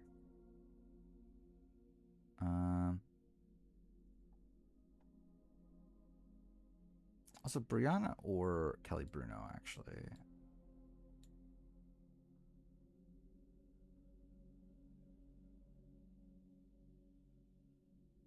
Maybe I do go here.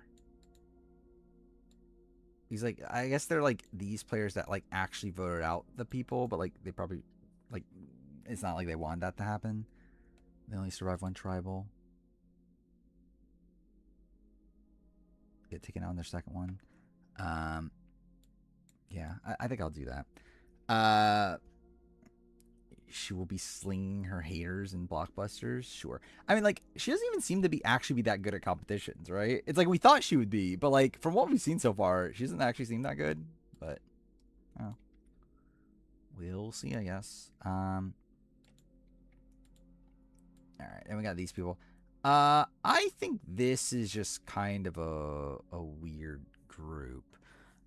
These people all survived a vote.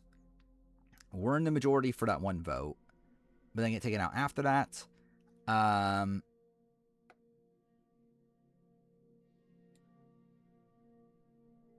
It's like, where to have Brianna and... Okay, so, like, in comparison to these people, it's similar. It's actually, like, in a way, like, maybe that, like, a tad worse, and it says that these people even have, like, ride or die allies. Looks like now fans want Rome to be their alpha, seemingly. She's warming up. She's just like Aubrey. She's like Aubrey Bracco. She's the Aubrey Bracco of Big Brother. Haley, I can't wait. That means she's gonna win. Don't know why I just hit the mic there, because I'm an idiot, I guess. Okay.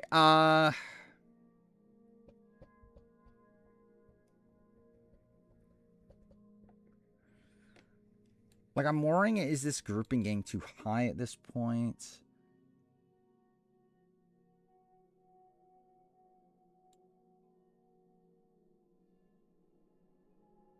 But the problem is that these people didn't really have, like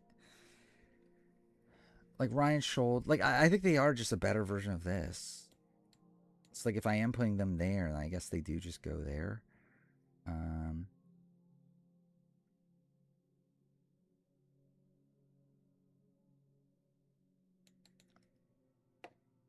Should Stephanie go down to there? I'm now thinking.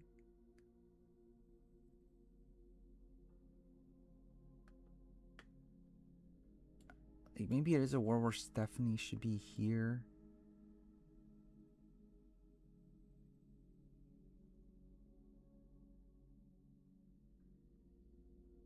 I think she did. I think I will give her credit for flipping over David. Is Haley a psycho? She's a psycho that hates Mother Reeve, clearly. Actually, she does hate women, so I mean, she does hate Mother Reeve. Rome has conquered all the betas of Twitter, clearly. Aubrey and Haley being back-to-back winners of shows but being polar opposites would be funny to you, yeah. Are they polar opposites? I think they're the exact same, clearly. But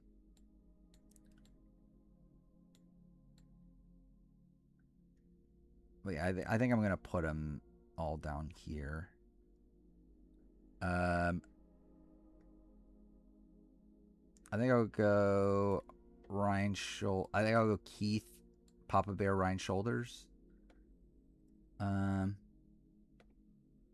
If anything, actually, I can actually, like... I kind of want to, like, put Keith here to some degree, but, like... Nah, I think I have to go below, which I think moves him below Wendy, but I think that actually does make sense. If D1 Big Brother, where because they're moving her higher in the Survivor ranking,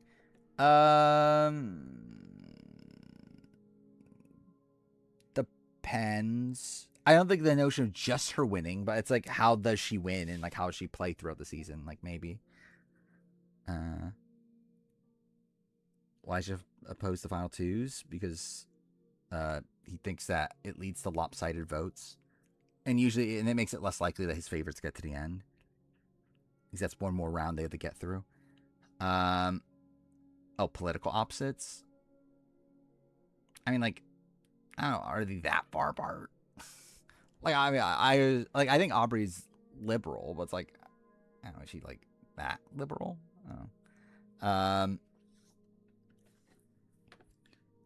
Where are we at now? We got Jim Lynch, Jimmy Johnson, Gary. This is kind of a random grouping. Which also, I feel like these people are probably too high, but we'll get to it. Yeah, Jim Lynch, Gary, Jimmy Johnson. Ranking them, like Jimmy Johnson's the worst, I would say, of those. Then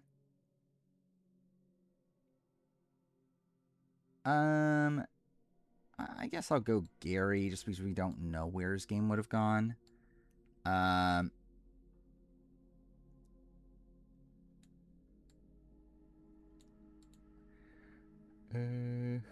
Yeah, it's like I think these are probably moving down. If I were to guess.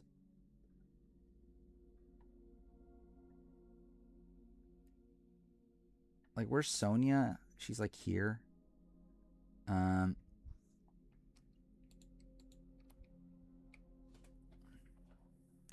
Least where's the Courtney Moon is like all the way, yeah, like that's all the way over there.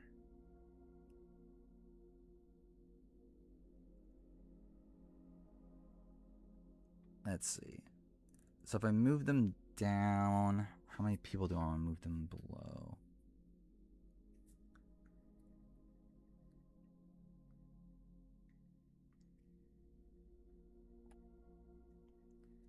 Maybe there's somewhere in like this ballpark. I think they are too high. Like, I mean, I guess credit to Jimmy Johnson. He had like a few allies, but also he quit the game.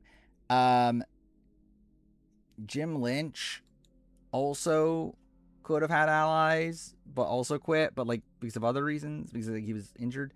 Then Gary got... No, Gary also quit technically too, right? I guess they all quit. I guess that's kind of the thing with these people. So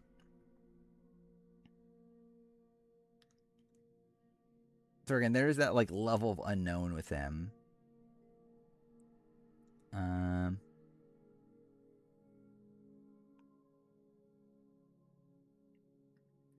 Actually, I guess I see what I was going for in terms of them being above these people at least.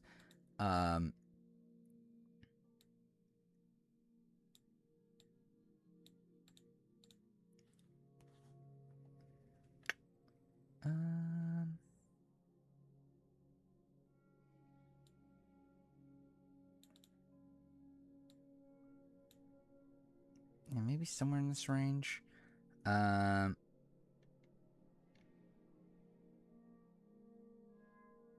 We need to add DSA, the political. I think there definitely needs. Yeah, it's like I think at this point I think probably 2 parties isn't enough in terms of like describing people's politics. Well, currently this is what the votes look like. What is this?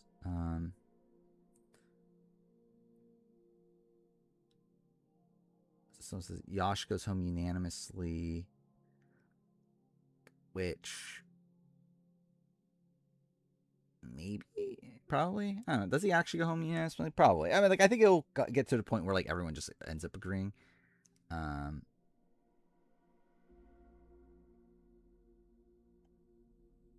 Then what? This person has Ashley going home over Taylor, which like I think it depends on like. I think it just depends ultimately, because I think with that one it really comes down to I think more so what does Dee want, and like what direction does she push, because like yeah, Kamu's trying to keep Taylor around, but like that's more so as a like anti-Yash thing, or like I don't even like, does Kamu even like, how much does Kamu even? Because like, Kamu doesn't even want Ashley on the block at all. Like Kamu and Haley want like Latrice on the block.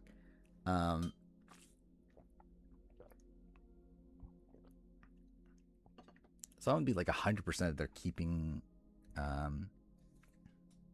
Ashley over, or keeping Taylor over Ashley.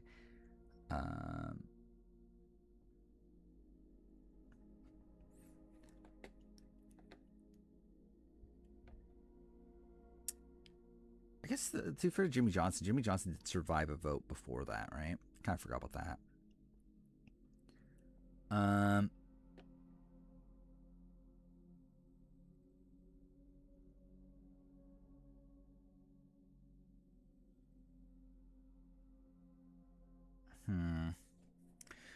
I kind of see what I was going for like him being above Kelly Bruno at least.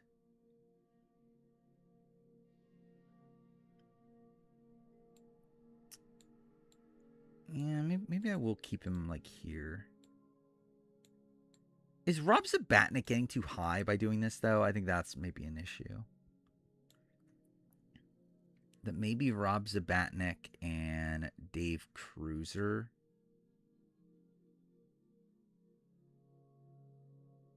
But I feel like Dave Cruiser and Kelly probably should be close.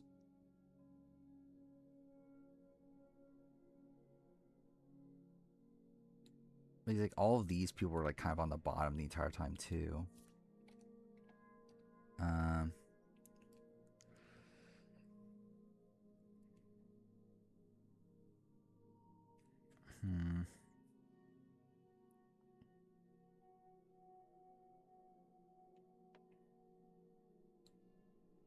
Like the problem is that they're like maybe Jimmy Johnson just isn't really the same. I'm like because like it is a spot where Jimmy at least again like did survive around the gameplay, while like these two didn't. So it's like I feel like these two I would feel more okay.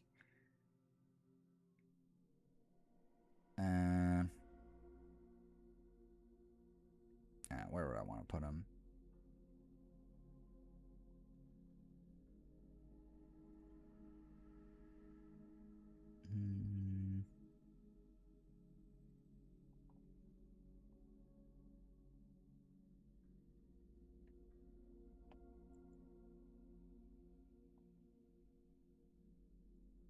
I get at least above this.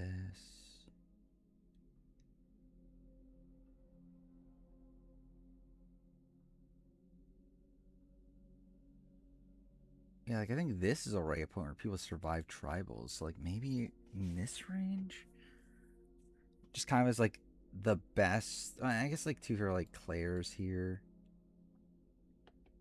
Mariah is there. So like maybe somewhere in this range makes sense for Jim Lynch and Gary, like with like Mariah and Claire.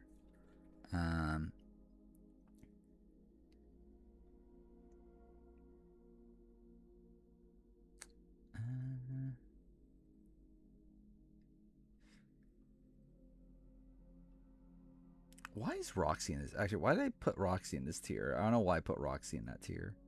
In retrospect, not connected this season at all. I'm having fun with it. Yeah, I'm not like diehard rooting for anybody. Like I would like to see like each of the returnees. I'm kind of like fine with all of them. Like I'm fine with like Barrett and Drew.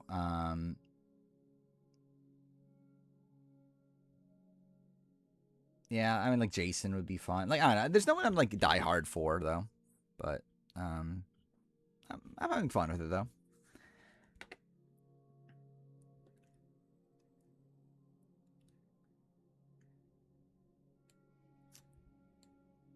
Maybe go somewhere around here for Jim Lynch and Gary.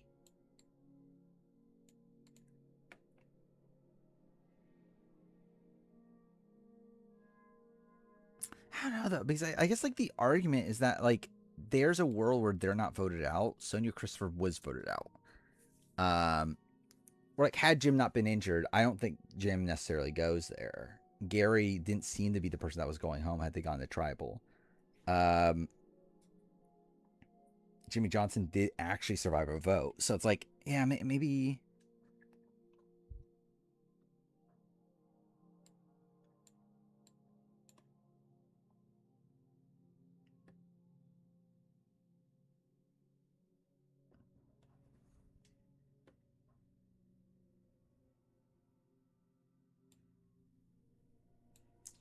do I do what I was saying before? Like maybe move these people down?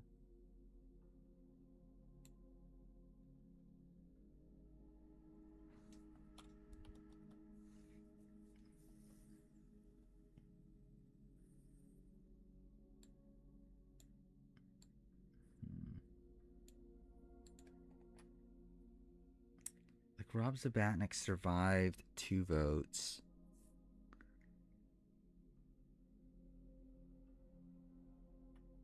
Didn't vote anyone out, though. Dave was the same thing.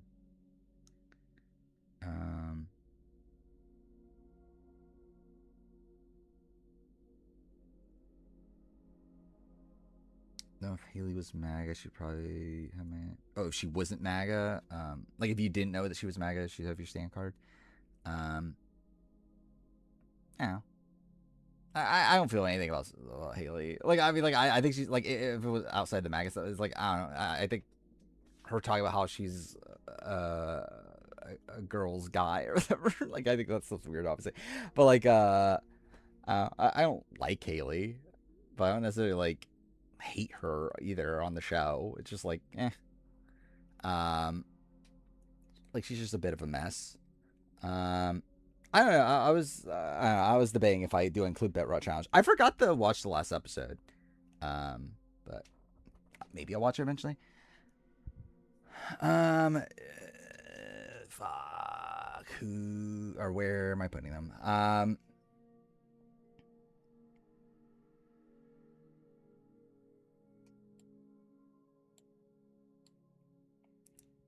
I'm kind of leaning towards this.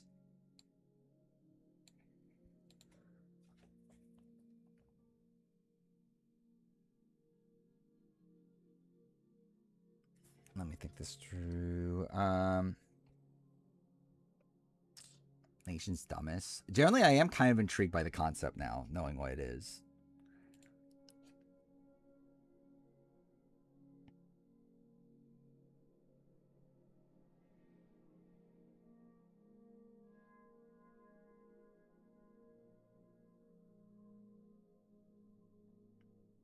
Again, the problem with these people is just the fact that, like,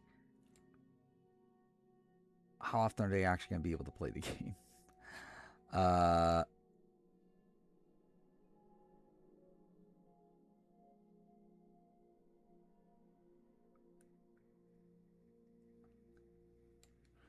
Like, part of me is like, should JD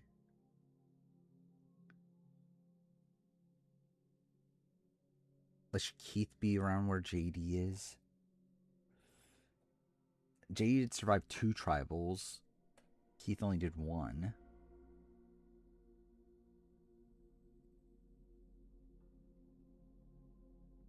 And maybe I keep this.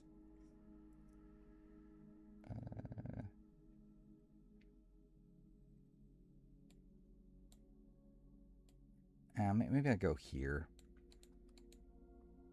Which I love how I just said that, like, should JD and Keith be, like, in the same level? Yeah, I just actually increased the gap between them. But yeah, I think it's like, this is kind of the breakout point between people that survived 2+ tribals. These are people that only survived 1.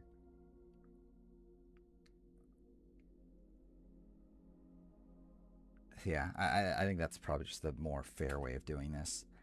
Okay, now this is kind of fucked. Like, this tier. Like, what the fuck is this tier? Well, I mean, like, I know what the fuck this tier is, but, like, also it's like, how does this work in this list? Talk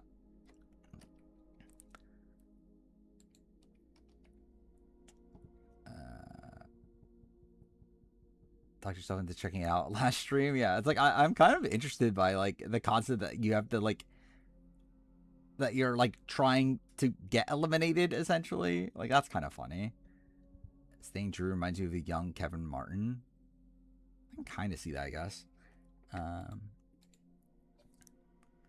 So ranking these people, these are all people that had, like, influence at one point in the game. JP had his pre-swap. Rocker. Generally, JP might be the best? I don't know. Maddie's a little bit different than these, actually.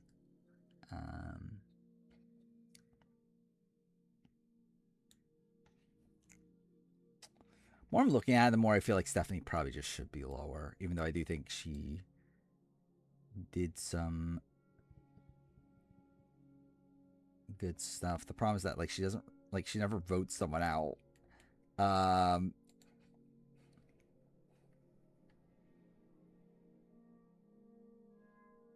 feel like maybe here.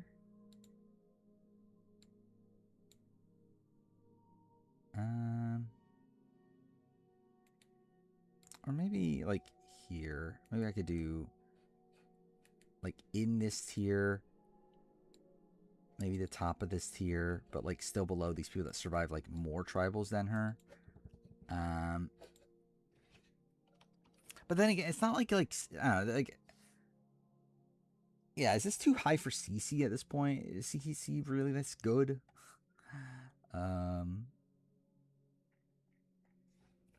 Like she survived a decent amount of tribals, but it's not like she actually did anything.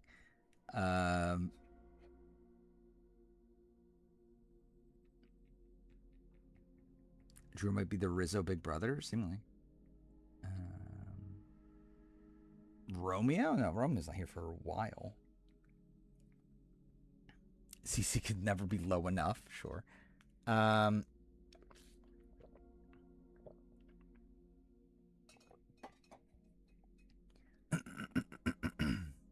see.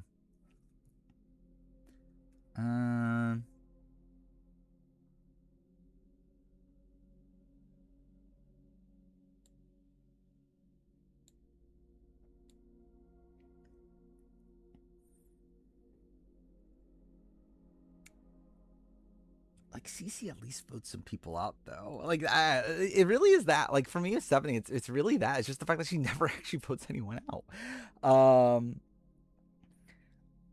Or like CC, like CC votes out Paul Wachter. CC votes out Lucy. And I guess to be fair, she's only in the majority for one of those votes technically, but like still, like I guess she goes to one more tribal than Stephanie does.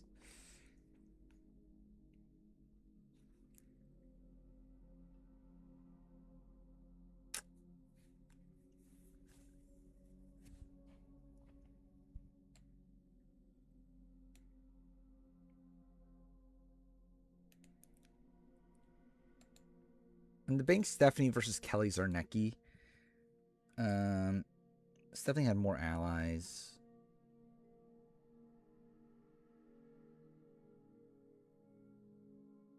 Okay, I think I'll keep Stephanie here. I think this is probably okay. Again, like this tier is just a bit fucked. Maybe I'm moving them down based on criteria now. I don't know. They all survived at least one tribal, like had influence for that one tribal. Like Maddie, like I actually think Maddie's probably just actually different in them. I think these other 5 are probably more like together. Maddie's just a bit different. Like had allies, got herself voted out of the game though. Let's just double checking. Okay, just double checking I didn't accidentally move people lower. I didn't mean to.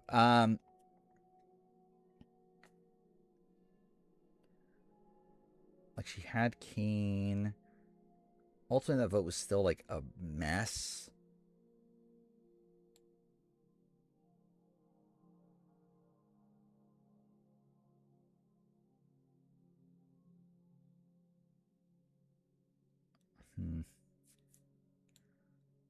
I'm kind of thinking maybe like here.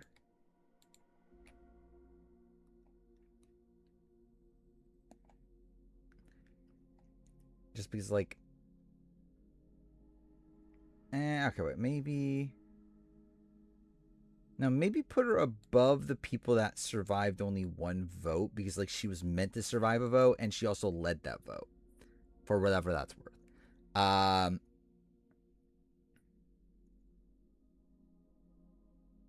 So maybe, yeah, maybe here. Or like everyone else at least survived like more than one vote.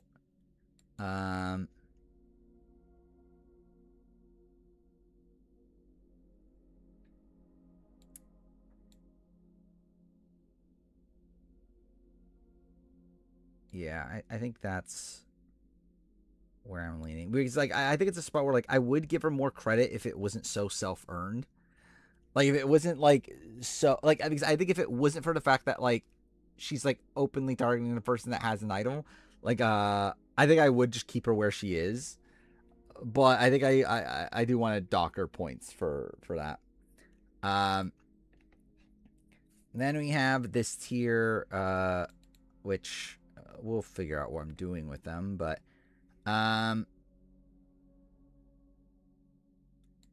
let's see. So Jimmy T survived 2 votes, right? John Rocker survived 2 votes. The rest survived only 1, I believe. JP had to get swapped out of his tribe configuration. Garrett. Actually, no. Ben Browning did survive 2 votes. Yeah, he did, didn't he? Fuck. I think Garrett's at the bottom of this. Yeah, Garrett, JP, Ben Browning, Jimmy, and then Rocker versus Jimmy T versus Ben Browning.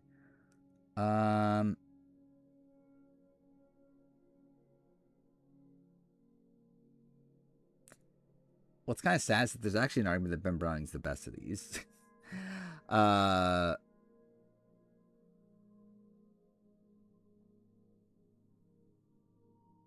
also it is Ben Browning, to where, like, I feel like I'm just gonna dock him for that. Rocker.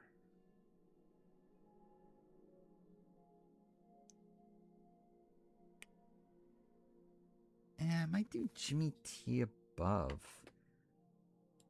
Because at least, like, Jimmy T had people sticking by him when he went home. So I could do Jimmy T, Rocker, then Ben Browning. Then JP, then Garrett. The question is, where are they on this? Like, I think they're probably, like, a tad lower, at least. Like, at least credit to them, they all controlled a single vote, at least. Actually, technically, Ben Browning controlled 2 votes. So that's something. Fuck, am I gonna have Ben Browning above it? I don't know. Like, Ben Browning, okay. It's like, the thing about Ben Browning controlled 2 votes. Like, I think of these 5 people, he had the most control, technically, of, like, leading 2 votes, got his way for those 2 votes. But also his downfall is the worst of these, where, like, his own people vote him out in a spot where, like, he's their strongest person. I see that Jason is telling Drew how he wants to target the vets. Yeah, we talked about it earlier. I think that's really bad. Where, yeah, that feels like that's going to backfire on him.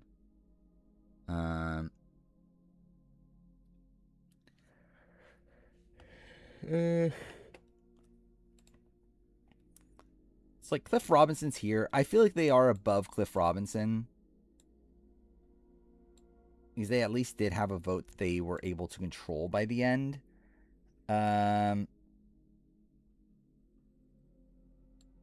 Maybe they are here, though. Maybe that is, like, kind of like where I had Maddie. Like, these people are high because they survived at least 1 vote. I mean, is Lydia getting too high at this point? This might feel a little high for Lydia.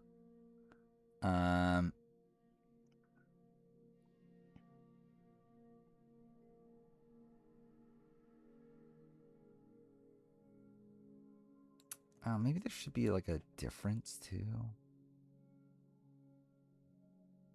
Like, maybe Garrett and JP here.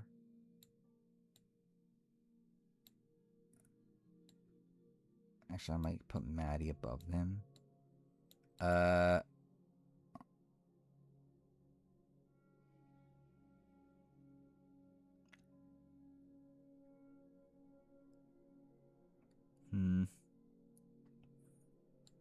I'm debating, like, these people in comparison to this.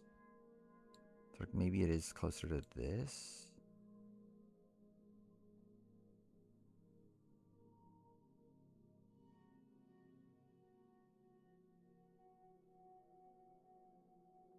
Or maybe I even mix this a bit. Um,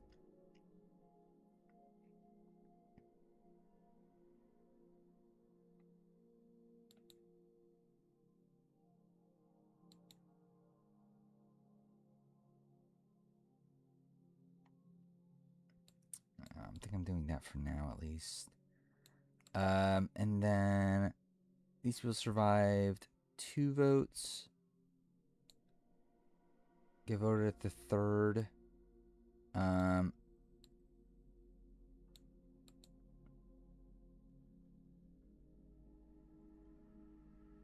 The fact that Ben Browning is going to be in part 3 is kind of funny. Slash sad.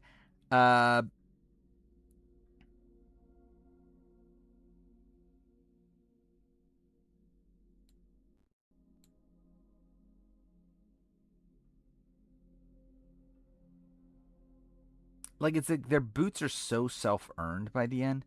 Maybe I do just go here. Like, put them towards the bottom of that. Like, JD. Okay, wait. JD. Maybe above JD.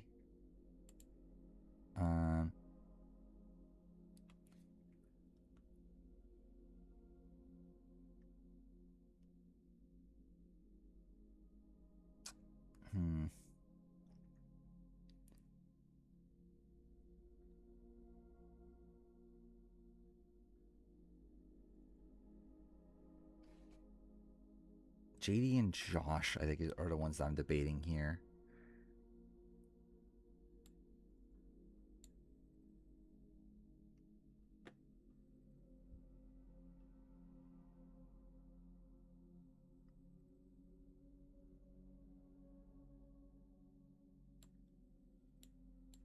I think I might go this, genuinely. Jason wants his Ava nachos. Let's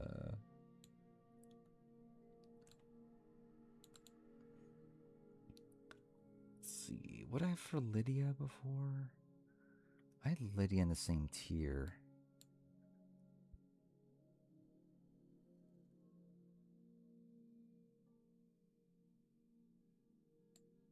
Maybe I do. Is this too high? I don't know if I want to have Ben Browning and these people so high.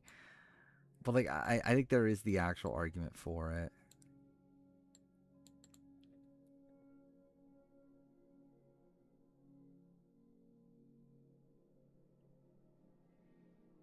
Yeah.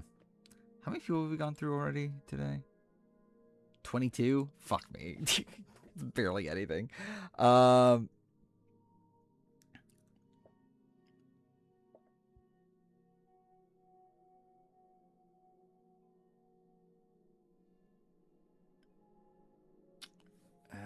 I don't know. I'm trying to, like, maybe I can argue they're bad enough to where maybe like this could be a break-off point instead.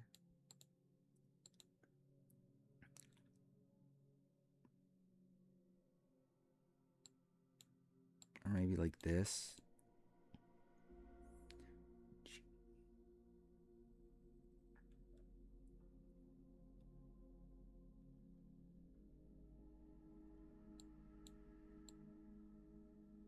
Or maybe like that.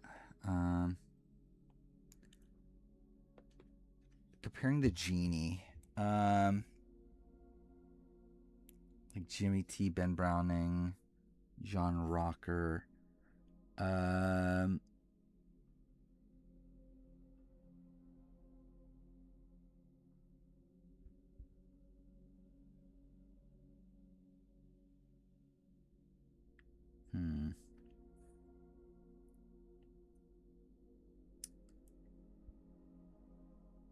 Like she only votes out one person technically, right?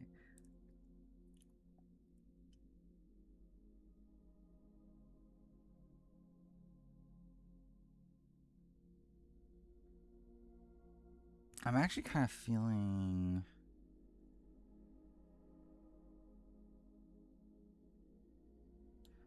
I think I moved them back. Actually, wait, where did I have them a second ago? I'm there. Okay, I think I maybe moved them here.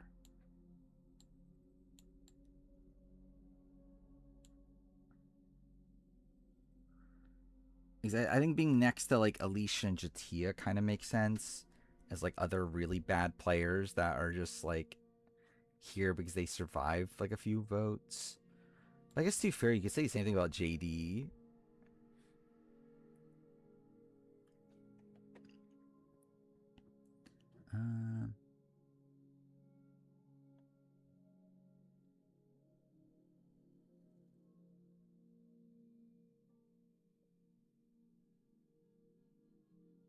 I'm debating if okay, I'm still debating Stephanie Valencia too. That's also another thing.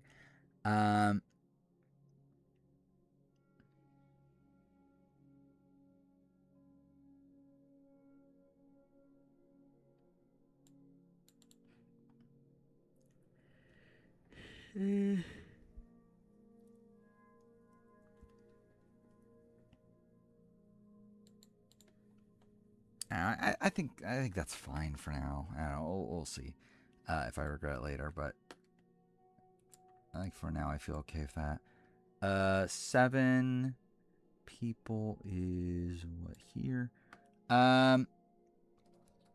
Okay, what the fuck is this tier? So this tier, these people had survived the vote, or I guess with Jessica Pete would have survived the vote, had these amount of allies, were seemingly in a majority at a point.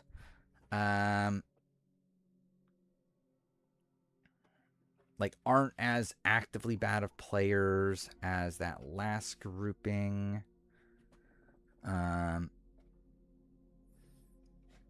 Did anyone... Okay, wait, let me piece this together. So, like, Patricia survived 1 vote, got voted out after that, but had a decent backing. Kim Mullen survived 2 votes. No, actually survived 3 votes, actually, but, like, barely. Maybe there. Max Dawson... I think it's closer to Patricia. I would say better. Yeah, actually, I think Max Dawson did some pretty good work on his way out, actually. Jen Linzetti and Figgy. Jen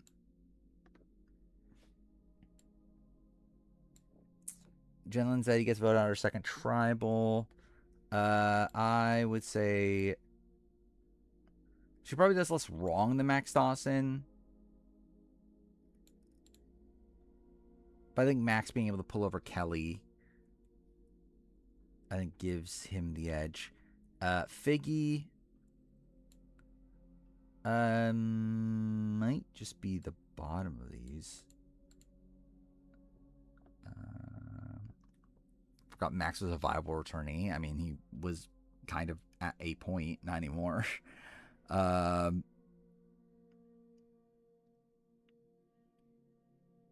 feel like Patricia was like pretty argumentative.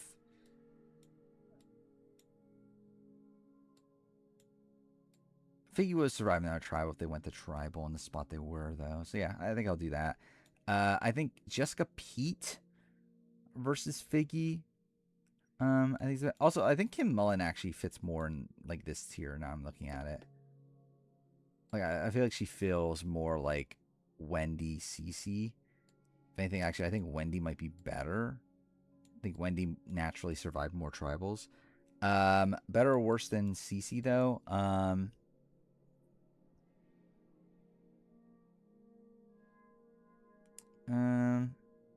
I guess I'll lean better. Not by that much, though, to be honest. Yeah, and then what? Jessica Pete and Annika. Jessica Pete, I would say, is...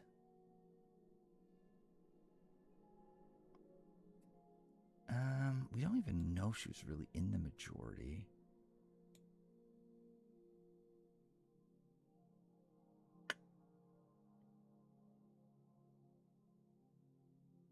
I'd say she's above Patricia. I'm not sure. Also, I don't know if Max should be that much lower than Shireen. I think he should be by some. Where's Shireen in this?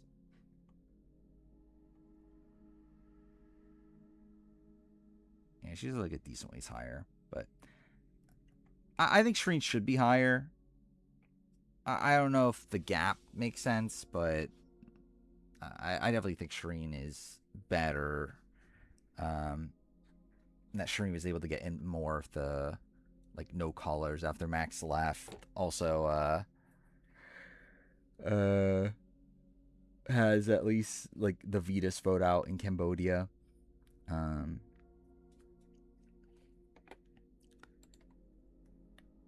Let's see. Annika, Jessica P. So Annika might just be on the bottom.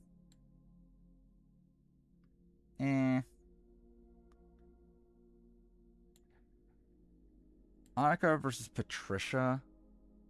Actually, even against Figgy, I guess is actually the bib. Because like Figgy, even though she survives that first vote, it's like it wasn't really because of anything Figgy did.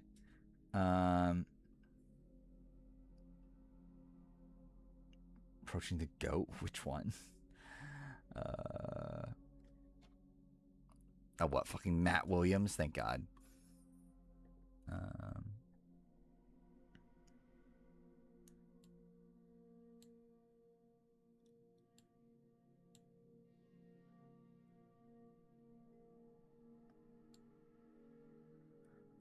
I think Jessica will go at the bottom just because like she doesn't survive a tribe one. Like, I guess though you could. She definitely would have. Pat didn't get medevaced.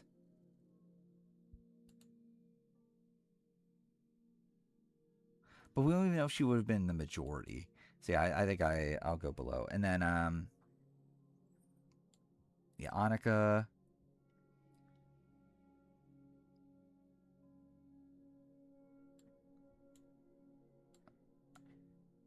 I think I'm leaning this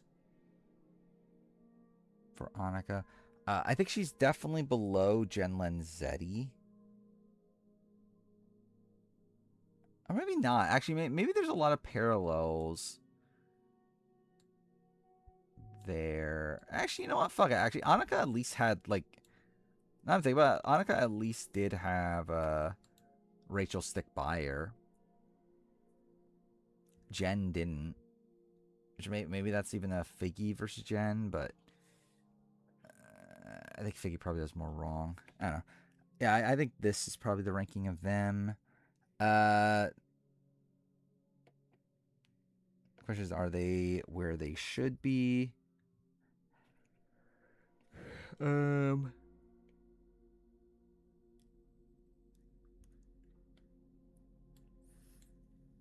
It's definitely Valencia still kind of bothering me. Just because I do feel like on paper, is she really that much better than this?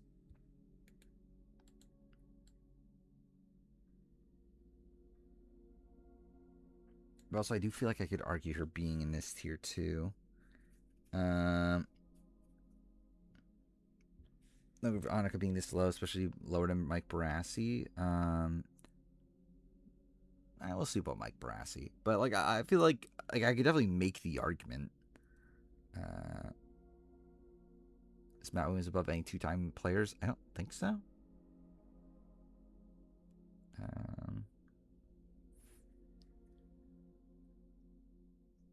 Hey, with Mike Barassi, I think it's a spot where, like, in a way, it's even impressive that he survives the first vote and, like, seemingly doesn't, like, would have survived the second vote. Annika couldn't survive the second vote of her tribe. Also, like, burned her relationship with Sam enough to where, again, she, like, I feel like she, like, lost it on her own. Where, like, Mike Barassi, if he gets voted out, it's more so just because he's, like, a physical liability.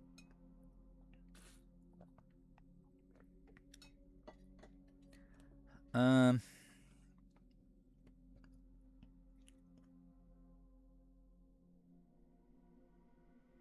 mean, technically, he's not above Francesca yet. He's like, this is the same tier, but again, we'll see.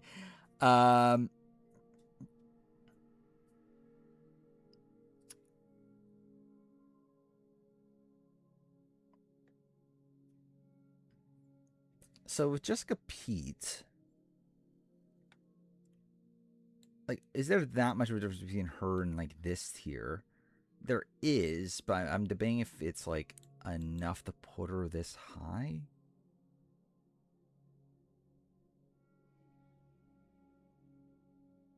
Because for all we know, she just like would have been in the bottom when Pat goes home, and then she just would have been voted out after that anyway. So it's like, I don't know if this is like too high for Jessica Pete.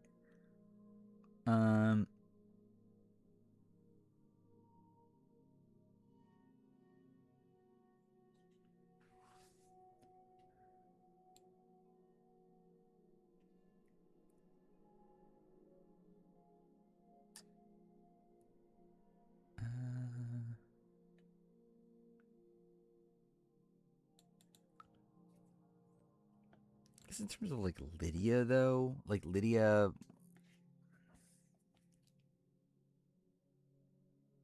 maybe Jessica Pete is like closer to the Stephanie Valencia level. I think it's actually probably a more fair comparison.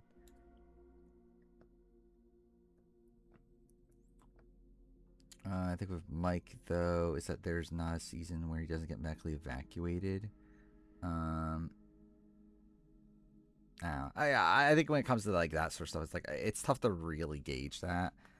Aka would have gone home if Gatsa went to his second or third tribal. Wait, wouldn't have gone home? I don't know if we know that. From what I understand, Sam's plan was always to vote on Annika. It's like, I wouldn't be shocked if Sam still, because like from what I understand, like Sam always like meant to keep around Andy as like a number for him. Like didn't want to go down to like the women and then him. So like I think Sam would have fought for Andy either way.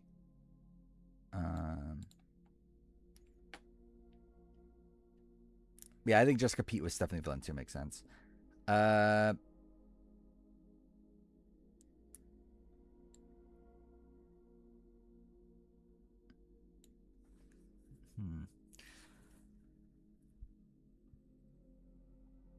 I am thinking that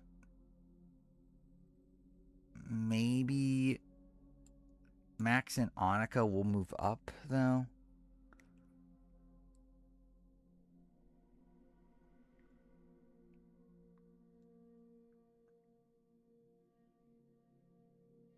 Like, in comparison to these people, like, they're voted at their second tribals, though they're voted on their second tribals in a spot where people are backing them. And they at least vote correctly at their first tribal, is what all these people are.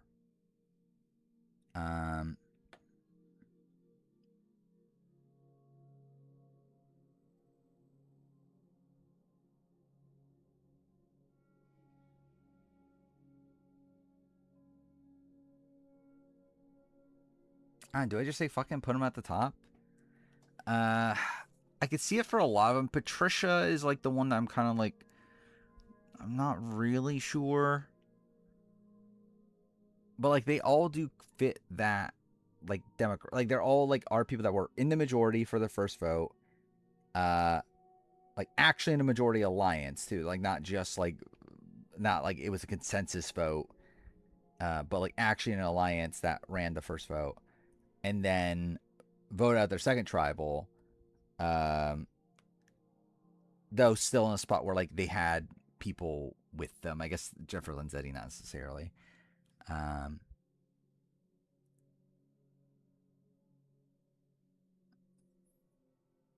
like I think if Jessica Pete is there, that's like I think they're likely here.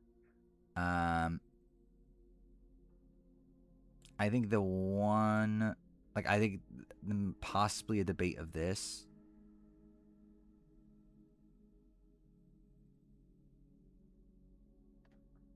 But I think I am leaning on this.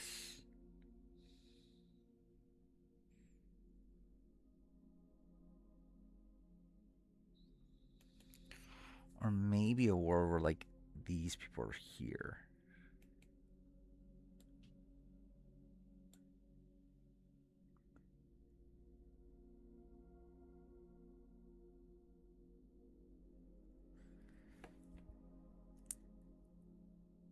Because the problem with these people is that these people never really had like a solid alliance either. Like at least these people did.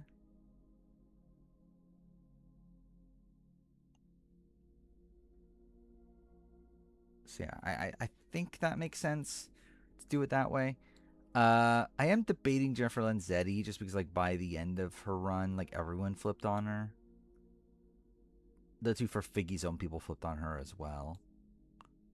Just that they weren't on the same tribe as her by that point.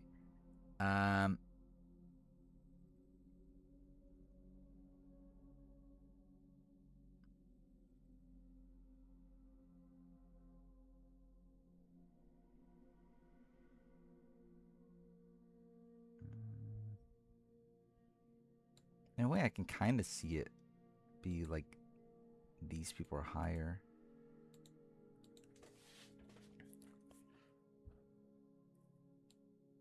Because at least these people had like allies that stuck by them. Figgy and Jen Lanzetti didn't really.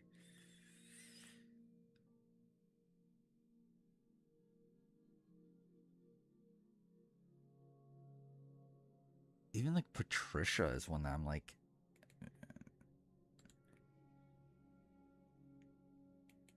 Maybe here?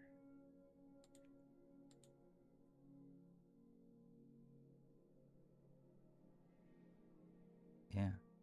I think that does make sense to do it this way. Like Patricia, like I think I'm still gonna dock her points for being like confrontational and whatnot, but like she still did have 3 people vote with her by the end. And was in the majority for that first vote.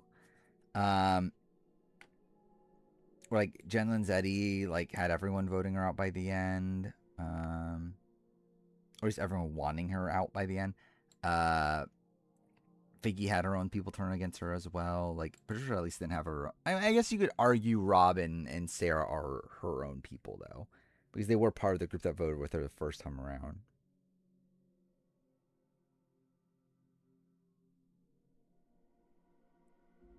Yeah, fuck it. Actually, I think I'll go with that.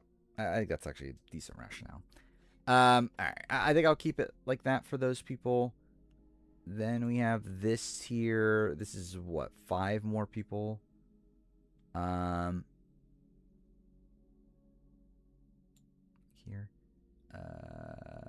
Ever watched Jurassic Park? Like the original? Yeah. Talking about like a new one? No. Yeah, I've watched the original.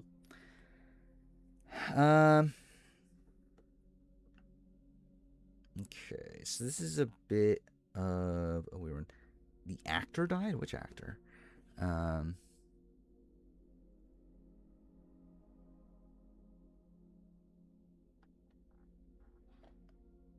Cool. Accidentally opened up the wrong thing on my phone.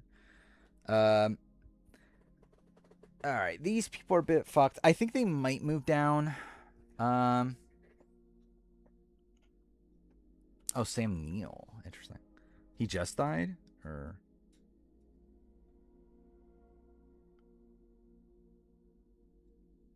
Oh, yeah, I guess he did just pass away.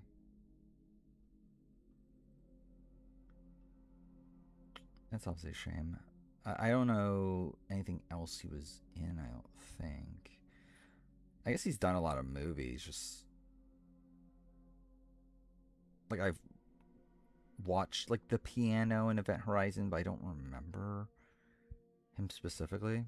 Obviously, like, yeah, I know of him from Jurassic Park for sure. What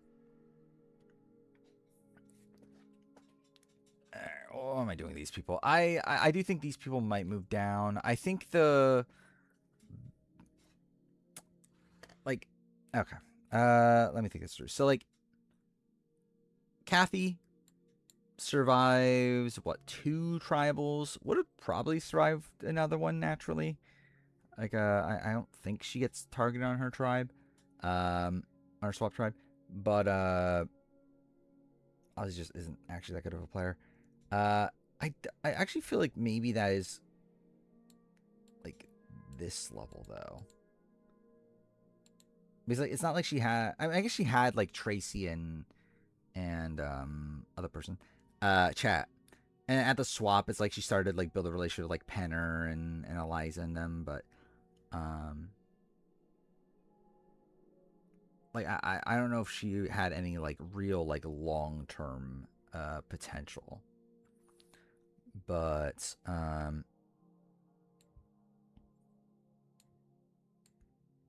yeah, I feel like Kathy being in this range kind of makes sense. Though I guess also the argument that like she had an alliance and those people didn't flip on her is like the argument for her being like here.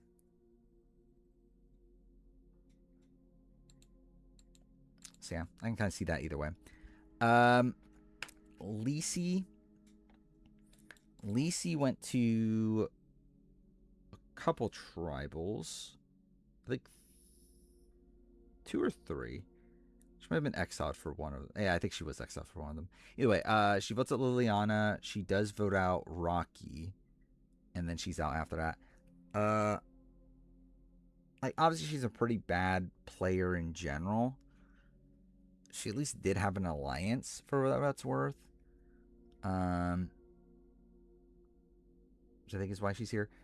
Mike Barassi, generally, yeah, maybe Mike Barassi's lower. Like, he didn't really have, like, a real alliance. He does survive. 1 vote, gets medevac, but would have survived another. Probably is voted out 3rd in that group, genuinely.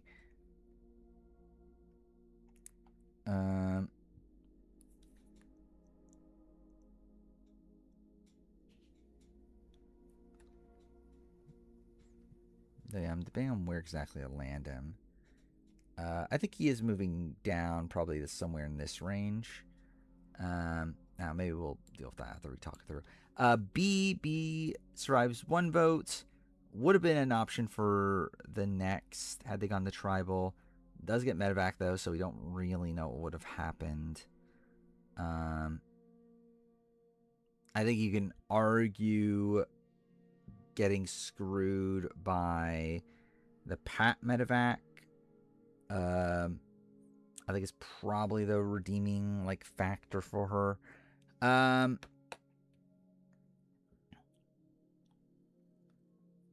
Towards like, yeah, I think it's like, I don't want to put her that high, but also I feel like it's weird to not put her higher than Jessica Pete, considering she literally survives that, and she also would have survived the other one. Yeah,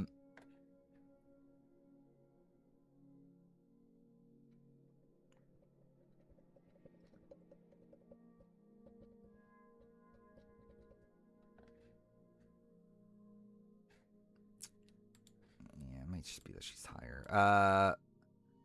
Then we got what? Brandon Donlin. Would have survived the Hannah vote, or like the first vote, gets voted after that. Does kind of self-sabotage by that point. Though I think gets a bit unlucky in how what's it called? And how Hannah quits, who's his number 1. Okay, so I think of these, I'm looking at B as possibly the top, though I think it's probably closer to like this Jessica Pete, Stephanie Valencia tier than anything. I would actually, I don't know, maybe I just go 1 spot above Jessica Pete. Like, she survives an extra round. It's just Pete. She probably was the next to go anyway. I think with Stephanie Valencia, I think at least there's the thing to call out of, like, at least she flipped over to David Murphy. At least there's that. Then we have Kathy. Yeah, okay. Mike Barassi. What do I want to do with him? So, like,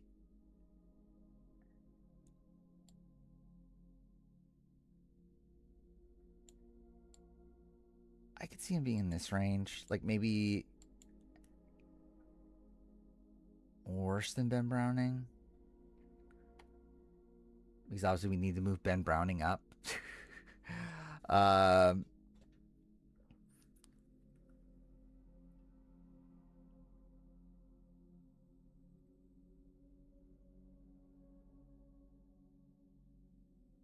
Yeah, I'm leaning that way. I think with him, it's like he survives the vote. Then gets medevaced. But I think he would have survived another.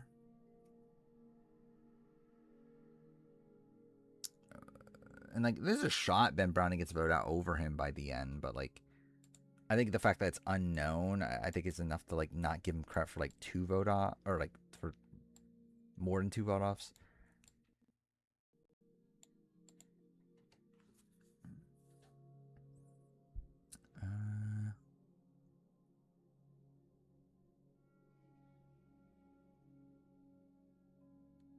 Yeah, I think attaching him to Alicia and Jatia actually probably makes more sense. To do it that way.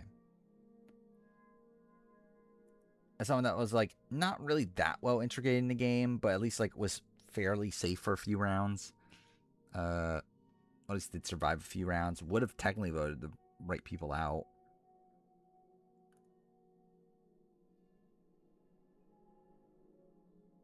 And well, we got Brandonlin, Lacey, and Kathy. See, like, Lacey at least actually did have an alliance that stuck with her for a bit. They ultimately do flip on her. But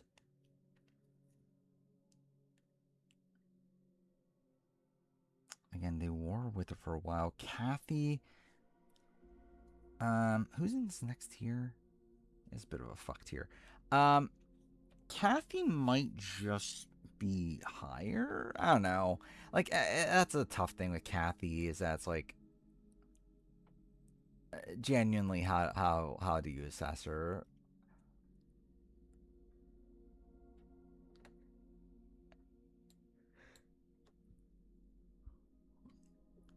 It's like, on paper, her game's like not that bad. It's like she's voting with the majority when, for the first couple votes, she has Tracy and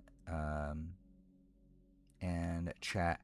She gets swapped away with them, but then is able to recover even after she swaps, to where like it's actually like kind of decent. So we're like, yeah, maybe Kathy just is the top of these, and like maybe she's like, maybe she's like with some people up here. Lisa Linares, Brandonlin. All right, Brandonlin.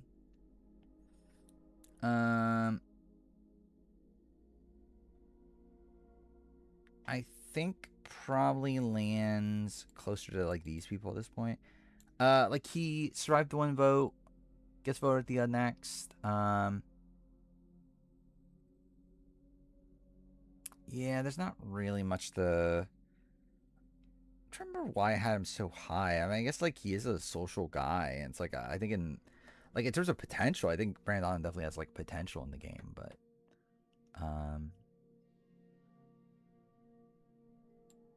ultimately, I think he's probably somewhere in this range.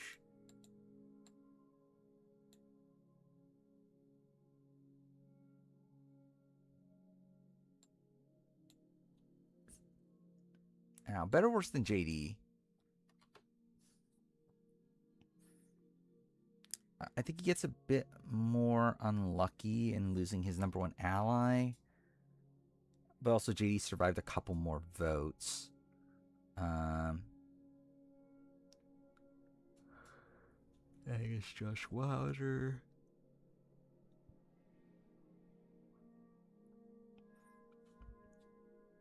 I think about, why is Josh Wilder even higher than JD? JD survived 2 votes naturally. Josh Wilder didn't.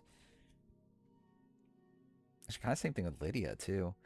Is there a world where JD's actually like higher? I guess JD's elimination is worse.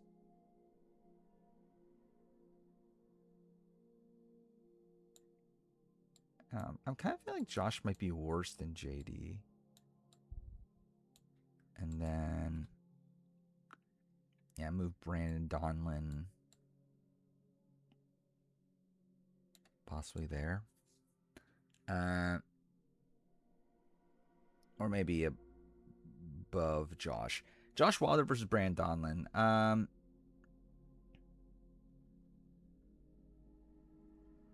I feel like I might go Brandon Donlin.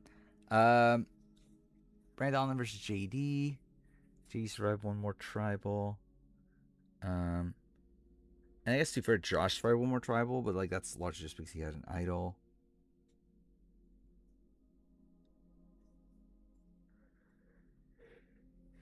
Okay, I guess Brandon versus Mike Barassi.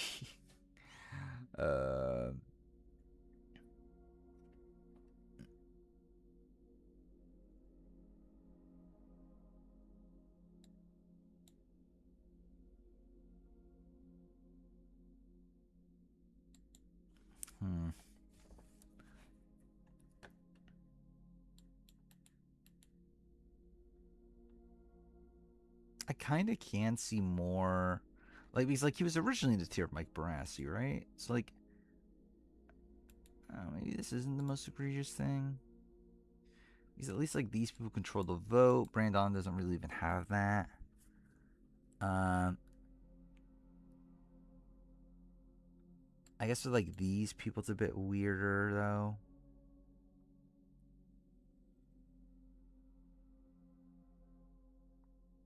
It's not like any of these people really control the vote too. Yeah, okay, maybe I'll just switch it back. I think Brandon Donlin with Josh Wilder, JD, Lydia. I don't think that's the worst thing in the world. All of them were at least on the in of one vote. Yeah,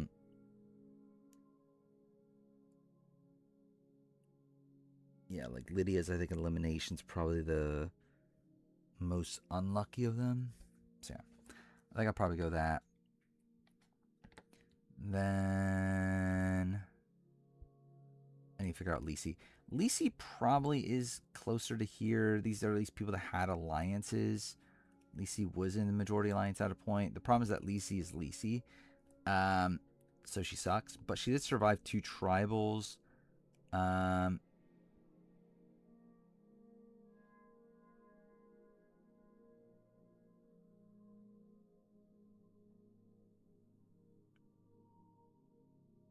I'm not sure. I'm not sure where Lisi should be.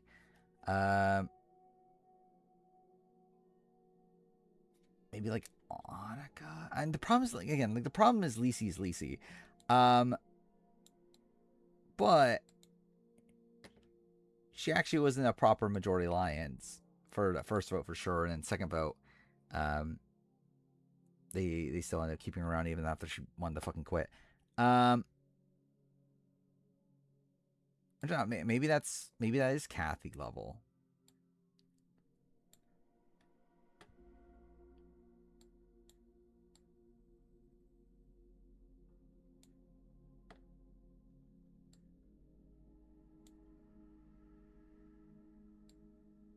Okay, I think I'll do that. Again, like I think with like Annika, Max, it's like they were only on the in for 1 vote after we're on the outs. Like at least Lisi and Kathy were in the in for multiple votes. All right, then we got Dirk and Gene. This one's a bit weirder. I'm kind of thinking moving him lower. I guess like Dirk, again, Dirk, you can argue gets screwed by production influence, though, whatever. But still, it's like he had like Sean is a solid ally. Outside of that, there's not really much to say about him, even though he is voting. I think he votes correctly his first 2 votes, right? And then gets voted as third. Gene, I believe, is also the case. Maybe no, she doesn't vote out Joanna. Never mind, she doesn't vote Joanna.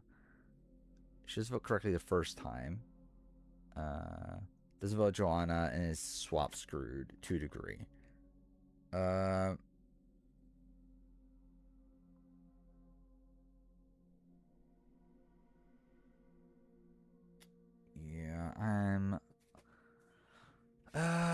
feeling like she might move a tad lower.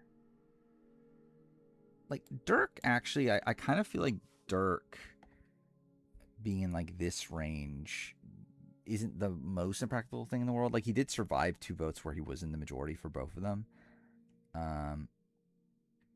It was actually like the swing during his Stacy vote. Where it's like a lot of these people only voted 1 person out, I believe. Yeah, so like Dirk being here, like probably like I don't think that's the craziest thing in the world. For Borneo, how do I factor in voting record? I still think you factor it in. Especially if it's voting correctly. Like, I think if anything, you give maybe like a little bit more grace for people that don't vote correctly. But I think for people that do vote correctly, I think it's fine.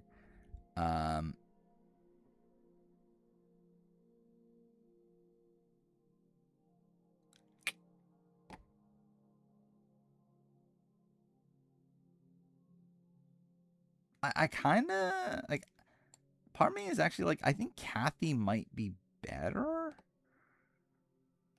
And maybe Lisi's better also. Like Lisi at least had an alliance. Dirk didn't really have a proper alliance, but he was in a swing position. But like I kind of feel like maybe it is this. Which it's kind of insane that Lisi's getting this high, but whatever. Oh, I just realized. Yeah, I'm dumb. I forgot that I made a, like, I backed this up just in case, and I just realized I never transferred it back to the original.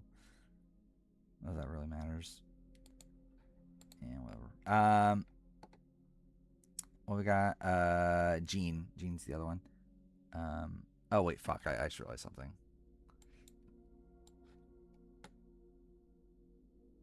Yeah, I fucked up. I need to move Dirk back here. Well, I need to do that at least, and then yeah, figure out what Gene is. I feel like Gene. Let's do this real quick. If I remember right, Gene did not vote Joanna at least.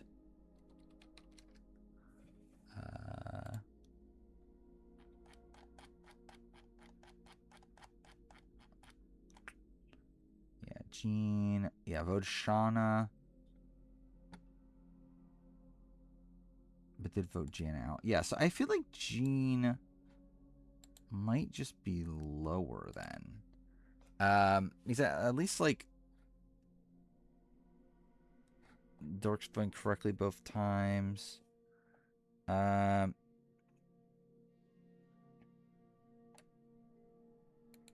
It's not like Gene is anything like impressive either.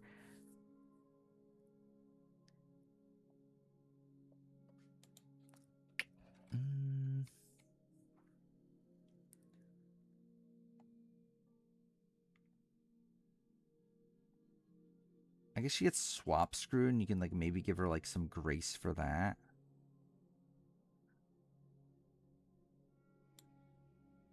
Is she that different from this tier? Like these people who survived the vote? I guess she survived 2 votes, I guess, to give her credit for, even though like the second one she didn't know what was going on.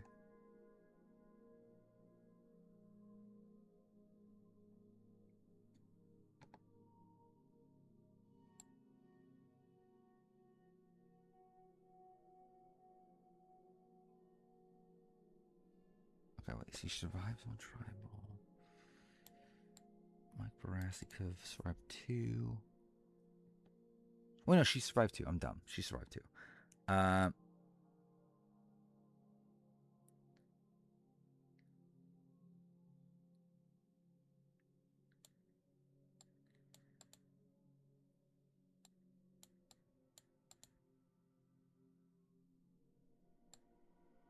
thinking somewhere in this range, maybe. I guess a lot of these people only survived 1 tribal. B could have survived 2 theoretically.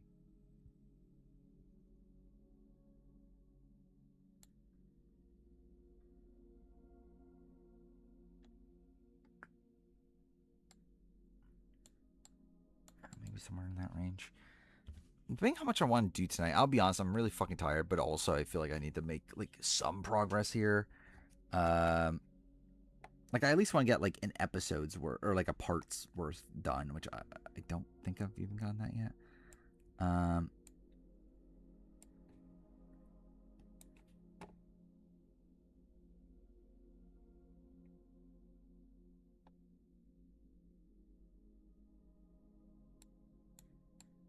Oh, maybe like this. She survives one tribal. Well, no, because like B doesn't vote anyone out.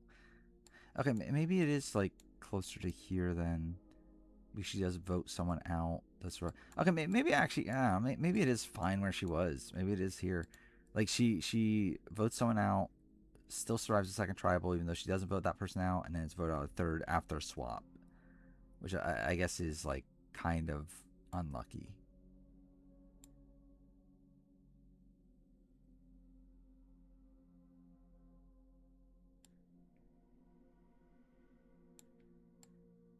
Maybe Max is better. Like Max only survives one tribe. I guess he was supposed to be voted out second though. So yeah, maybe I do go. Yeah, maybe I do keep Gene here.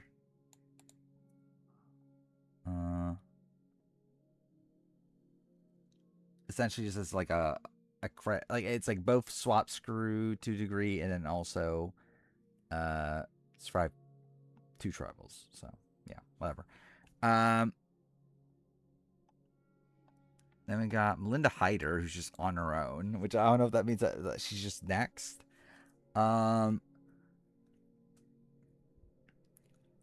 Linda is like theoretically swap screwed and survives 1 vote where she was like the lead decider. And that actually something I also want to check. I just want to check how many people we've been through so far at this point.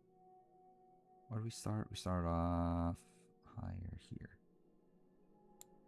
Fuck, we're only at 37 people so far. Okay, cool. What the fuck? Linda Hyder.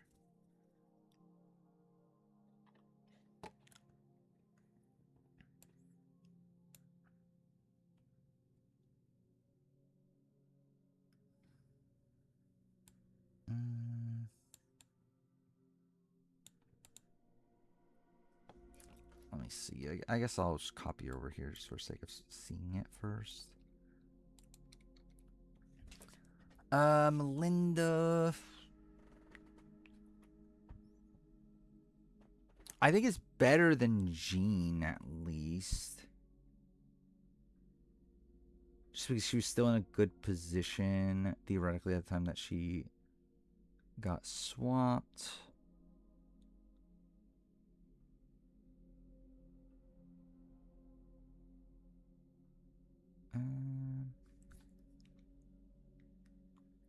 Like, Lisi's a worse player. Like, at least, like, I don't know. Like, Melinda, like... Melinda's very passive.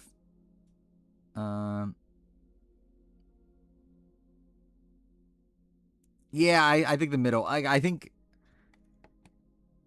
this is gonna suck, and I think the middle's gonna suck. And I think once we get to, like closer to, like, this range or so, I think it becomes better. But, yeah, I think this is gonna suck. What a shocker.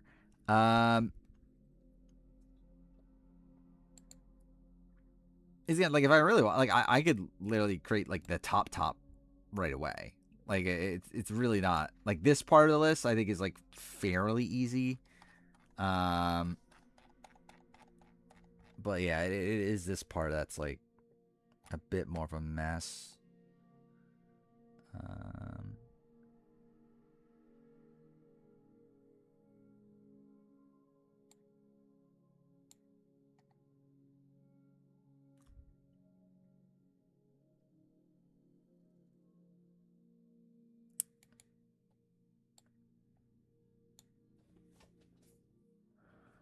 I'm actually kind of feeling like maybe she's here.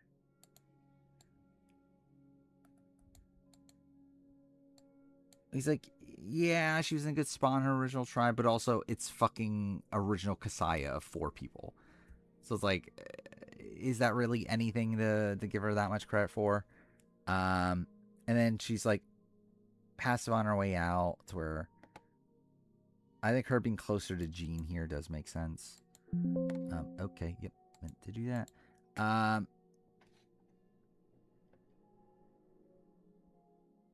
just want to look something up again. I want to look up how many people we've been through, and then see how many people we should at least get through.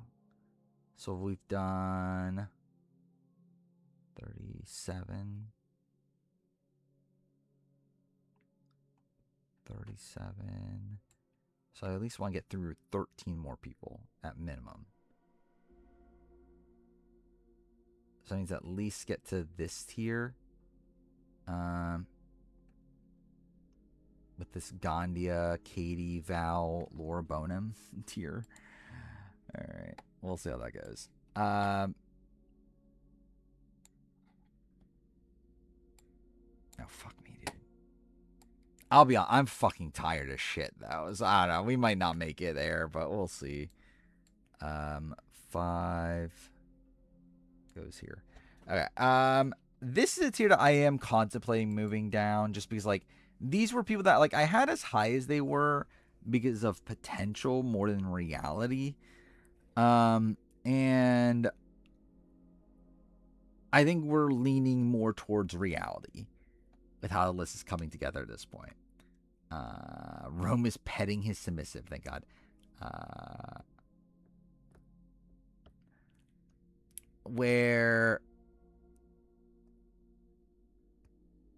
Yeah, it's like with all these people, it's like I think they all had the right idea, but they never actually execute. Like, just looking at this, so like Stacy, I don't think votes out a single person. She had the right idea of creating like an all women's alliance and like just in general like having an alliance, but doesn't really go anywhere. Mikey B, again, was trying to play, like, a Boston Rob sort of game, and I think it was the right, like, technically it probably was the, like, what he wanted to do was the right call for the fan tribe as a whole, but just, like, no one really listened to him, and, like, Joel just hated him because of, like, it being Joel. Christina and Francesca, again, targeting Boston Rob, I think was the right idea, but they couldn't get the social capital to do it. Francesca obviously comes back in his first boot again. Though I don't really fault Karamoan that much, if I'm being honest. Matt, I think, again, like, I think his attempts to switch the vote onto Nate were interesting. I think the problem comes from the fact that his initial position in the game was pretty bad. And was it even in the post swap? It's like, it's still him getting himself voted out. Does Matt stay if he didn't try to spearhead the vote against Nate? I think so, yeah. Do we live in a heart of hearts that Matt Williams is better than Cece? I mean, generally, yes, I do. Like, that's not difficult. Like, I think Matt's at least, like, more of an active player, but, like, I think in terms of resume and stuff, Matt is probably worse. Let's just see where I rank these people. I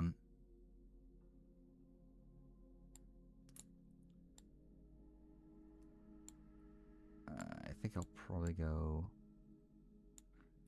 this, and then Matt is... Where's Matt in this? He might, like...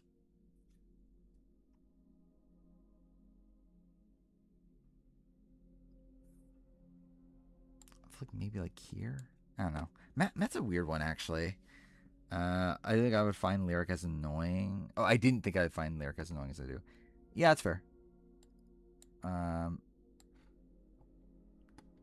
Like, definitely don't love the baby talk of it all. Okay, so I do think my gut is to move these people lower. Matt had just gotten a bit luckier with the swap. He could have had some longevity. And you can say I have a lot of people. And, like, I think the problem with Matt, for me, is more so just the fact that his early game isn't good either. It's like he started off on the bottom also. Like, where, like, if he was, like, swap screwed or whatever, like actually screwed, then, like, I would have him higher. But the problem is that, like, his starting tribe's not good either. Like, he was on the bottom of his starting tribe, too.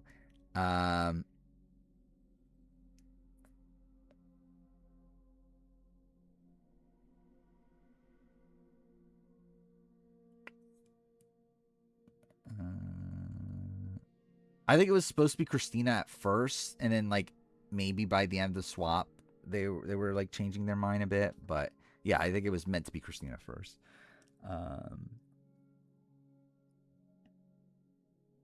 I feel like maybe they're like around here.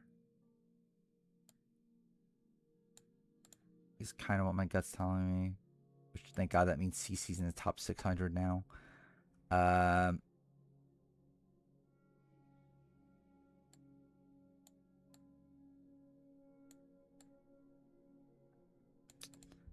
He's like, this is kind of like the people that are more, like these people. It's like there's not much to really get from like a Gary and a Jim, so I feel like them being like right above that. Maybe there's a bit more nuance to it. And Francesca obviously never survives a single vote in her entire sort of career, so that's something. I do have Maddie here, though. But I guess Maddie at least, like, controlled a vote, technically. Garrett at least controlled a vote. Like, Garrett controlled the David Sampson vote. And that's kind of the main argument, is that, like, at least these people controlled a vote. Well, not all these people, but, like, these people. These people didn't.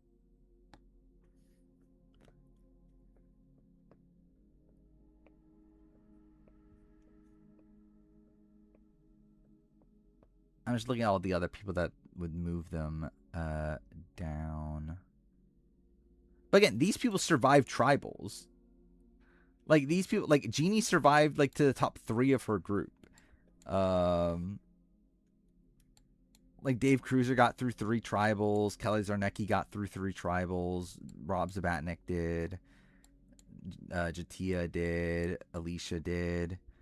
Matt's literally voted out his first tribal. Francesca gets voted out her first tribal twice. Christina gets voted out her third tribal, technically, but even then, she was pretty much dead man walking the entire time. But I don't know, maybe Christina gets higher. Mike B's second tribal, Stacy second tribal.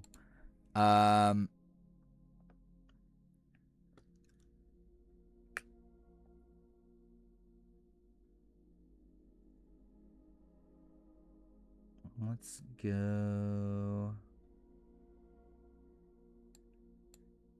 I think I am going Francesca here.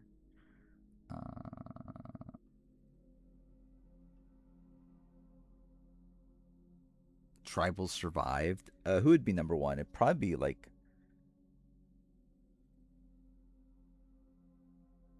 It'd probably be Parvati, right? Or maybe Suri.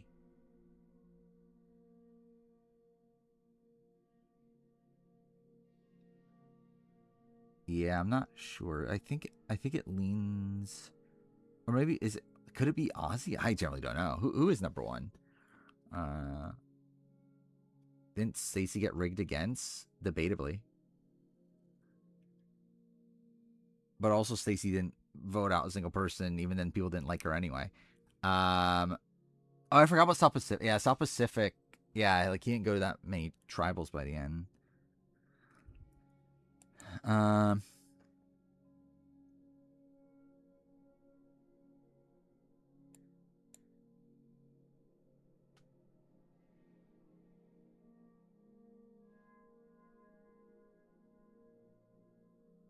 Yeah, I think I'm gonna go Matt here for sure.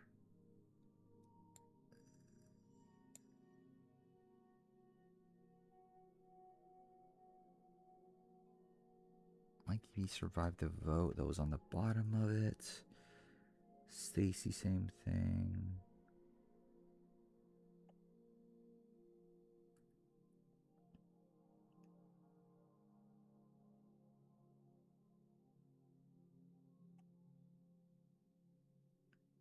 Yeah, I think I'm going them there. Christina Kell is interesting. Like, I think she's probably in the same ballpark. She had their idea of wanting to go for Rob, though couldn't really do it.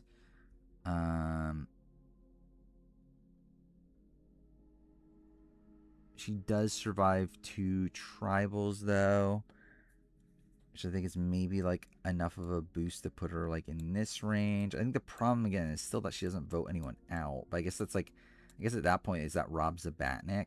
Rob Zabatnik had more of a solid alliance around her. Christina didn't. I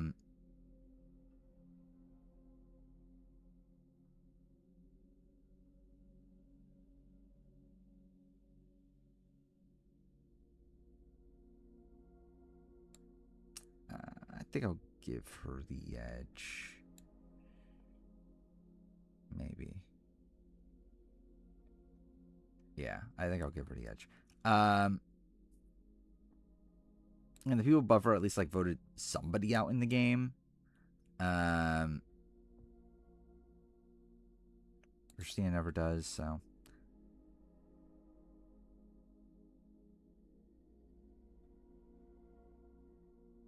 I'm debating like some of these people.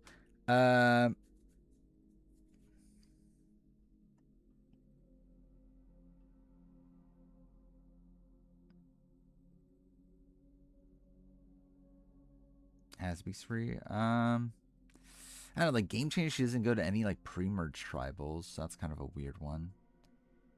She obviously is an early boot and here's villains. She does go to a decent amount of Micronesia though.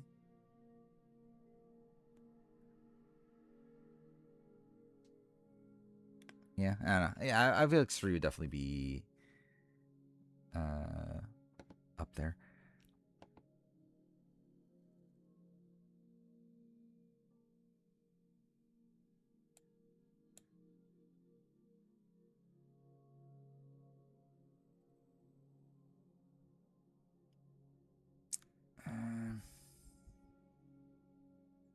Like, part of me does want to go Christina Cow higher.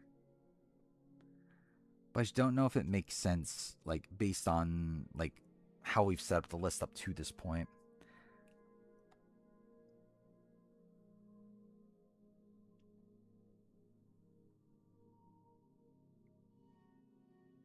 It's like, ultimately, she really only had, like, Francesca. Like, that was her only, like, real alliance in the game.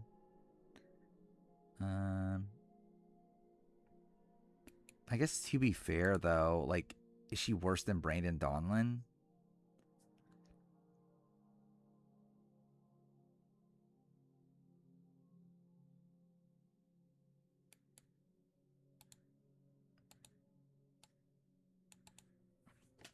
Could that be a thing? Brandon Donlin, Christina Kell.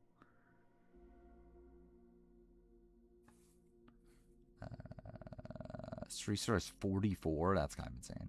I think I got Aubrey's in the top 5.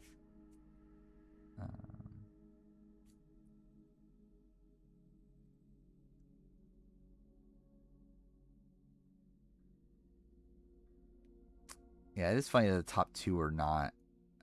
Oh, it's attended. Okay.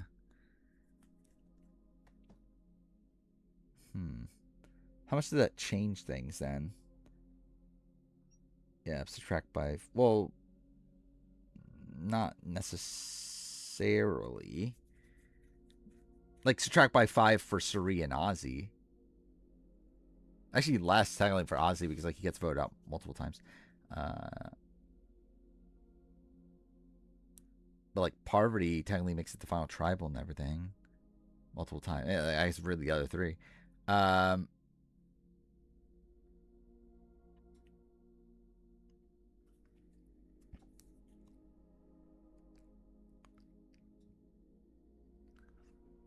Aubrey goes to tribal quite a bit, right?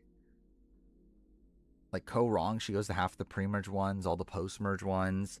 Game Changer, she goes to like a good chunk of the early ones, and then all the post-merge ones.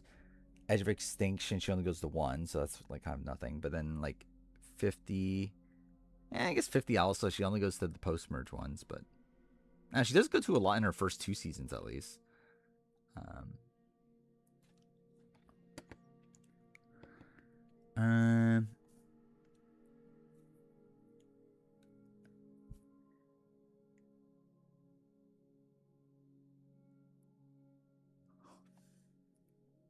I'm still double checking things just to make sure there's nothing that contradicts anything.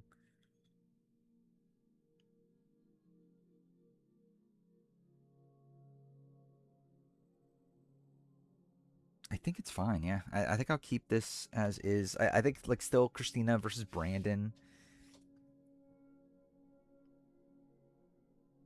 Like both had like an ally in Francesca and Hannah. That leaves first. Technically Christina survives 2 like in our tribal after that.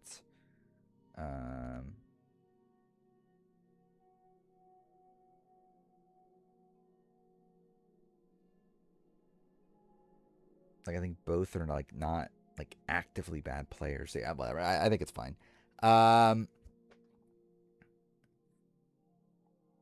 Okay, I think between now and next stream, like I'll redo the tiers of the people we've gone through so far, and maybe if there's something that contradicts it, like if I feel like something contradicts it when we do that, then we'll talk about it next stream. But at this point, I'm pretty fucking dead if I'm being honest.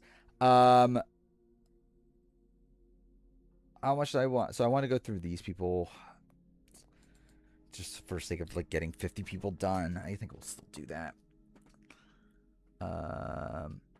Yeah, it's like there's always going to be contradictions either way with that many people, and like obviously like just the minute details of like every single person's game. Okay, well, what am I doing with these people? So like these are people that I for the most part deem somewhat screwed to a degree. Not 100% the case, but whatever. Like Erica, just get the Ben. I think we're not swap screwed, but like screwed by the opening twist. Okay,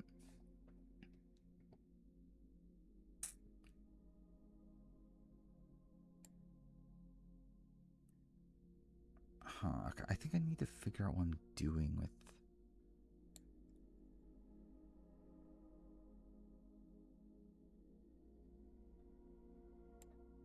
Like, I think minimum is here. Rachel.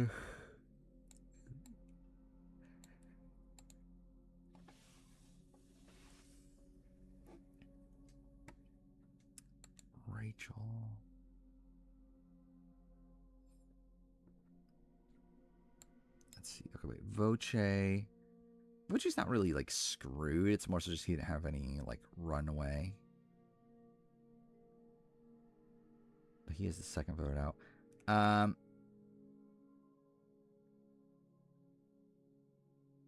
actually feel like it's more of like this tier than anything.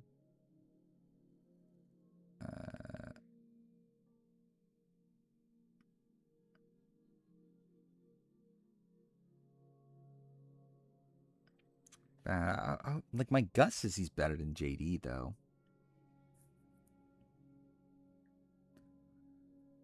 And he did have like Xander as an alliance. Does survive a vote also. Yeah, so I think it doesn't really make much sense for him to be lower than Annika.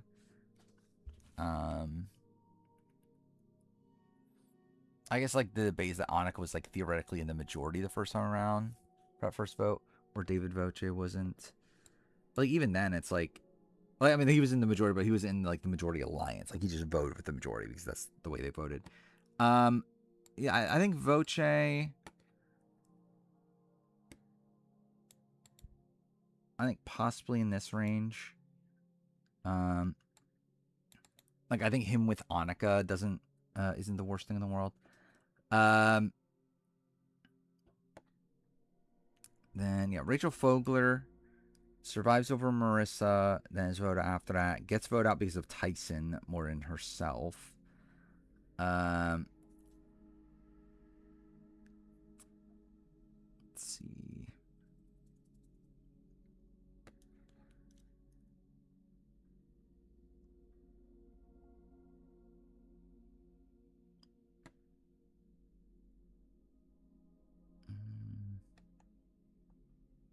How high am I going with Kathy? Could Kathy be all the way up here? I actually feel like there's an argument that she is. And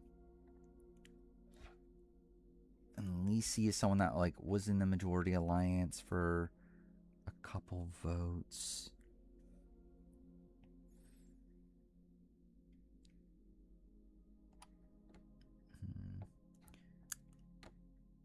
And then what? Dirk did vote 2 people out as well.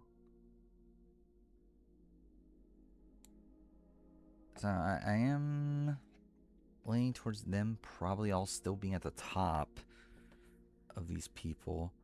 I think Jessica and Eric, I go above Melinda.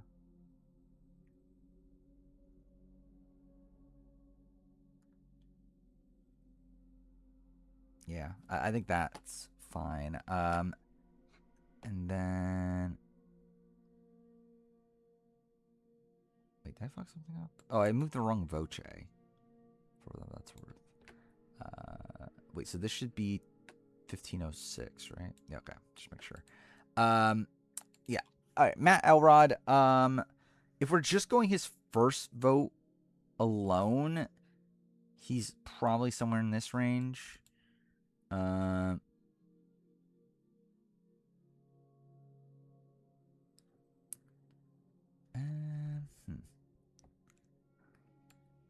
Oh wait, Matt Elrod versus Annika is not the worst thing in the world. Most streamed season of Survivor, like most streamed as in, like the most watched from streaming services, or what? Like if it's that, then like maybe like Here's Villains or something. Probably something that was like on Netflix, or we're talking about like just from Paramount Plus.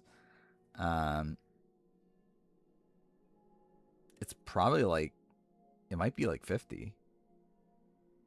I think it's probably like one of the more recent seasons. Don't know exactly which one, but yeah, I would lean like maybe 50. Like I would assume it's a spot where like more people are using Paramount Plus to rewatch or like to watch the current season, like as it's airing. Like the day after or whatever, more than like they're going back to watch old seasons. Yeah, Matt Elrod.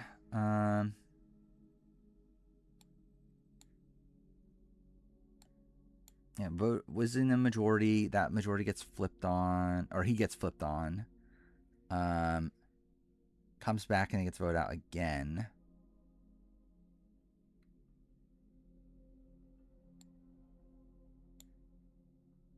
Kind of leaning towards that maybe being around here. Like these are people that at least survive more. Well, at least 2 people. Well, no, actually no.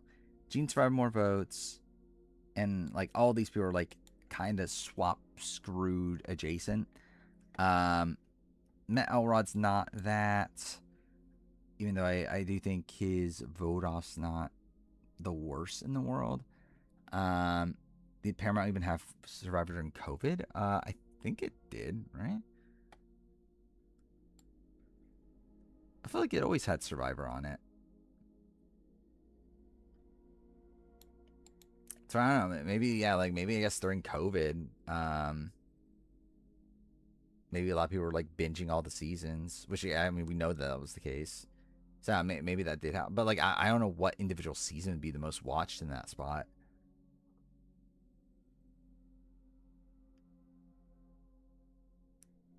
Yeah, I don't remember when it changed from CBS All Access. Like, definitely post 2018. Because I remember, oh, no, not 2018, 2016, I'm thinking of.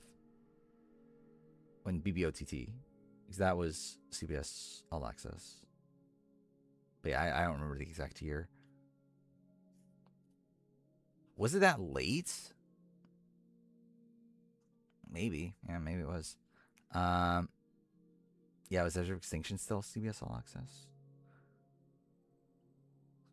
Yeah, I just generally don't remember. I remember it is later than what I thought, but I didn't even think it was still that late, at 41. But it probably is, because like again, like I remembered it being later than what I thought it was. Anyway, Rachel Fogler.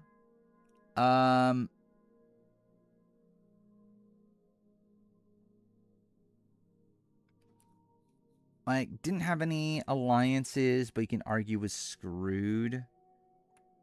But I feel like that is probably, like, that might be closer to, like, this Christina Kell, Brandon Donlin level. Just because, like, there's not really anything to praise. It's more so just, like, calling out the things that went wrong for her.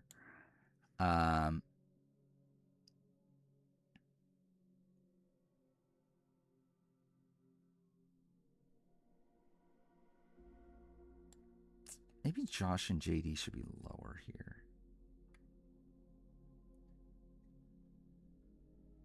But anyway, I think Rachel being in this tier kind of makes sense. But I think there's a world where these people move slightly up.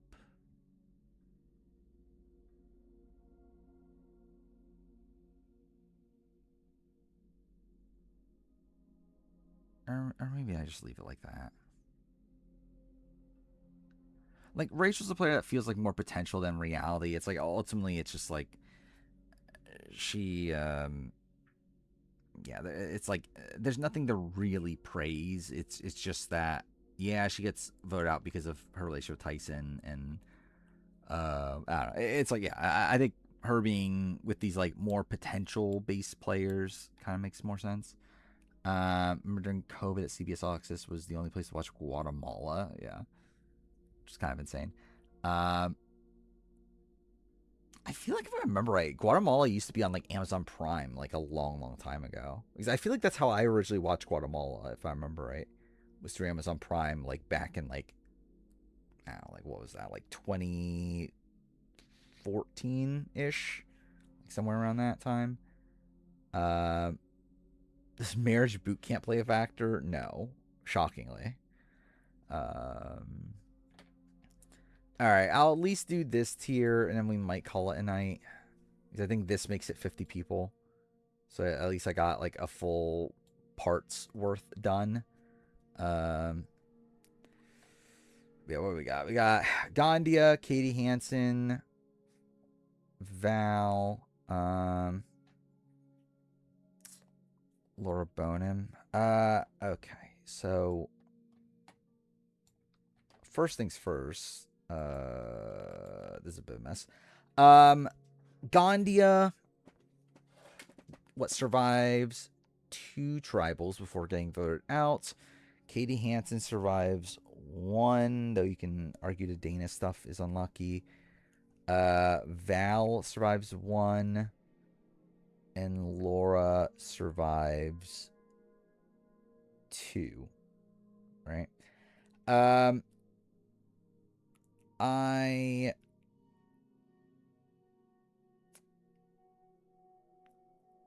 I feel like in ish. Why did I move Laura? I remember I moved Laura up quite a bit, and I don't remember what the logic necessarily was. I think it was like part of it was that it's impressive that Laura's even surviving as long as she did, because it's Laura.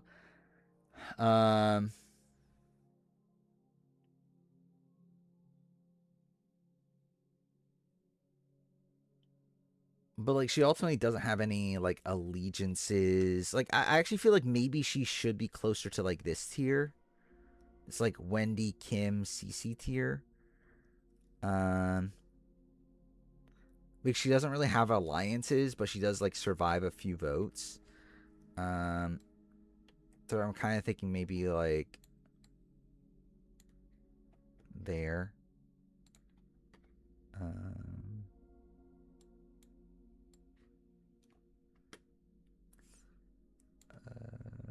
Then we got what? Val, Katie, Gandia. Again, I feel like these are players that might just move down. I don't know.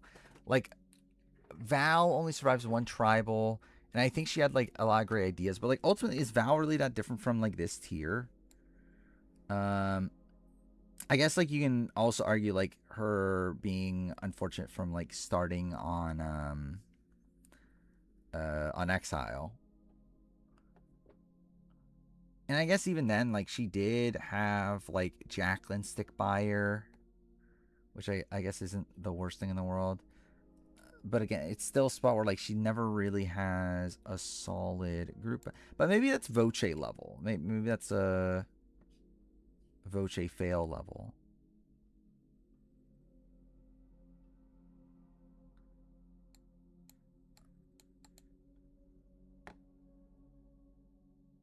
Because, like, these people, by the time they leave, they didn't have anyone siding with them. Great Ideas claimed to have 2 idols, and it worked. Like, John Rocker believed it. I think I'm going to put her here.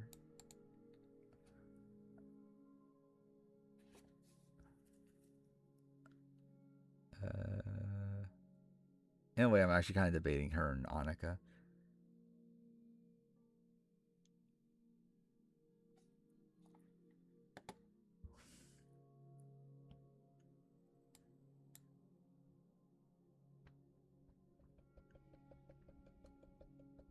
Does Jeremy make top 10? Yeah. I've always said Jeremy in top 10.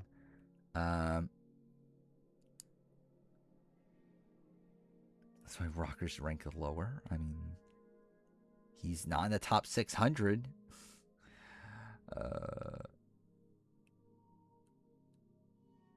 Remember Netflix only having 20 and 28? I think they shifted out seasons, right? I think at first it was like 2028, and then it was like 16 and was it 33? I forgot. Like they've had like a couple random combination of seasons. I know they had 37 at a point.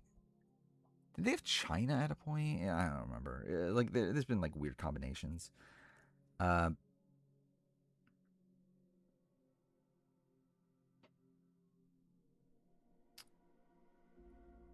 I think I'll leave her here, and I think the argument is that these people were in majority alliances. These people weren't, so yeah. Katie Hansen, I think Katie also is one that's probably moving down to around there too.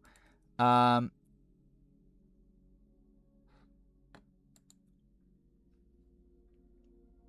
I think she literally is just in this tier.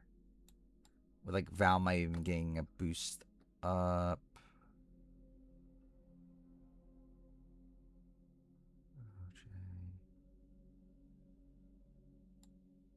Yeah, I'm thinking probably here.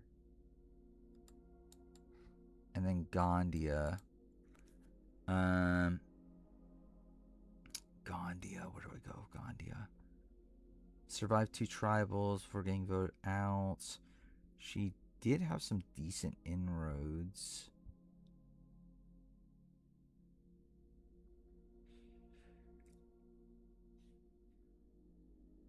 D-Win's big brother. What I move her? We were talking about that earlier. Depends on how she wins. Like, she won't move up because she's a big brother winner, but more so like if she played in a way that like fixes her mistakes from Survivor. Or Dana? Which Dana are we talking about? Oh, wait, Dana Lambert. I'm dumb. Where the fuck is Dana? I think I have her a little higher. Yeah, she's like with kind of more of the players that like we don't know what would have happened to them because they quit or whatever or got medevaced. Which that tier might shift. We'll see, but yeah, still a little higher. And yeah, Gandhi is the last person from this tier.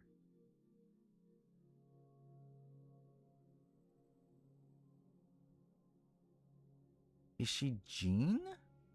Is she closer to Jean? Like, she still votes in the majority. I think she's better than Jean, right?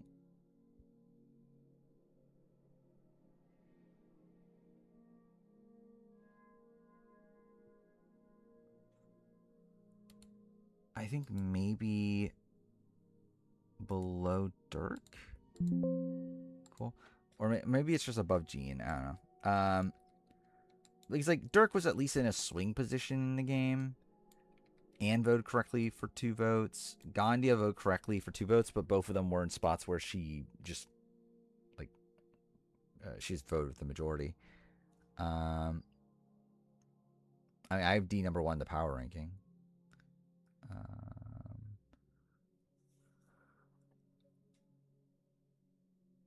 I understand how she's much higher than Katie, who to my understanding plays very similar games. Between Dana is just the unknown. Like Katie, it's like we know how her game plays out. Like she gets voted out. Dana, it's like we don't know. Like I would think that Dana would survive over Katie, but we generally just don't know. Like it's like that. Like literally, she's just in a tier of people that we just don't know. Like that's literally what this tier is. It's just like, yeah, these are all people that like left the game due to weird circumstances. Do I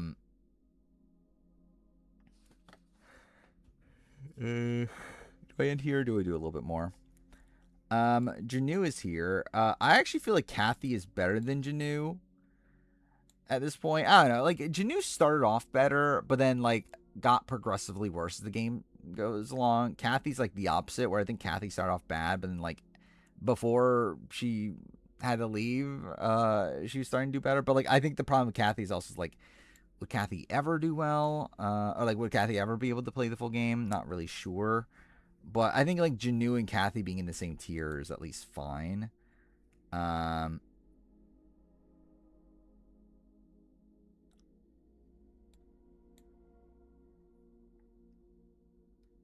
am looking at Lisi though as one that's like a bit weird, but she was in the majority group initially.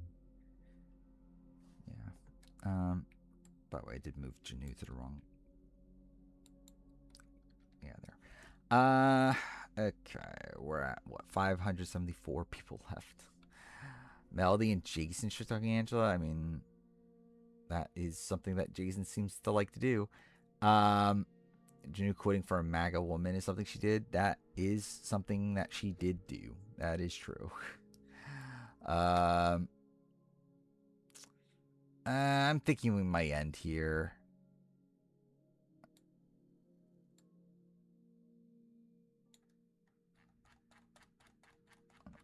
Let me see how many people we've gone through.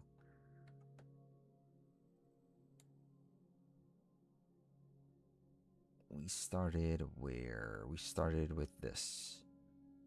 We're at 52 people. Yeah, I think I'll just take that. Ideally, I would have gotten more done, but I'm fucking tired as shit. Next stream, I might start earlier again. Considering it's Wednesday, so I can. So yeah, I might start earlier, and then we'll do the again. It'll be the same thing, power ranking and then player ranking, but hopefully I can get more of the player ranking done. It's still the part that I underestimate with it though is that like it obviously just is draining, or like even though I have more time, it's like I'm still gonna be fucking dead for like the back half of it. But I guess it's like it's better to like have more time to do it, even if I am like pretty like fried. But whatever. So yeah, and I'll be back on Wednesday. Stephanie L. Eliza could be fun to cast on Survivor Rivals. That'll never happen, but it would be interesting at least. Yeah, I'll be back on Wednesday. We will have the Wednesday episode of Big Brother. What else did I want to watch? Was there anything else? I'm going to watch Bedrock Challenge, I guess. Amazing Race Canada, that's something. Yeah, nothing too exciting going on show-wise. Like, obviously, I'll watch the episode from today also, but yeah, just like, we'll see everything that happens Big Brother-wise. We'll do a new power ranking. We'll continue working on the Survivor player ranking, and yeah, hopefully I'll be getting a lot done on the Survivor review. We'll see. Like, I have nothing going on tomorrow. Actually, maybe I do for like an hour, but not much of tomorrow. Tuesday I work from home, so it's like I should be able to get at least more done on that day than a day that I don't work from home. And then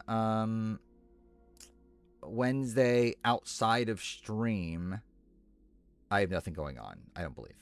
So I'm hoping to get a decent amount of progress done the Survivor review in that time. Like, I would like to at least be through, maybe through episode 10. We'll see. Again, the goal would be to be done in about a week, but again, we'll also see. But anyway, that's it. Again, I'll be back on Wednesday, but till then, see you guys next time.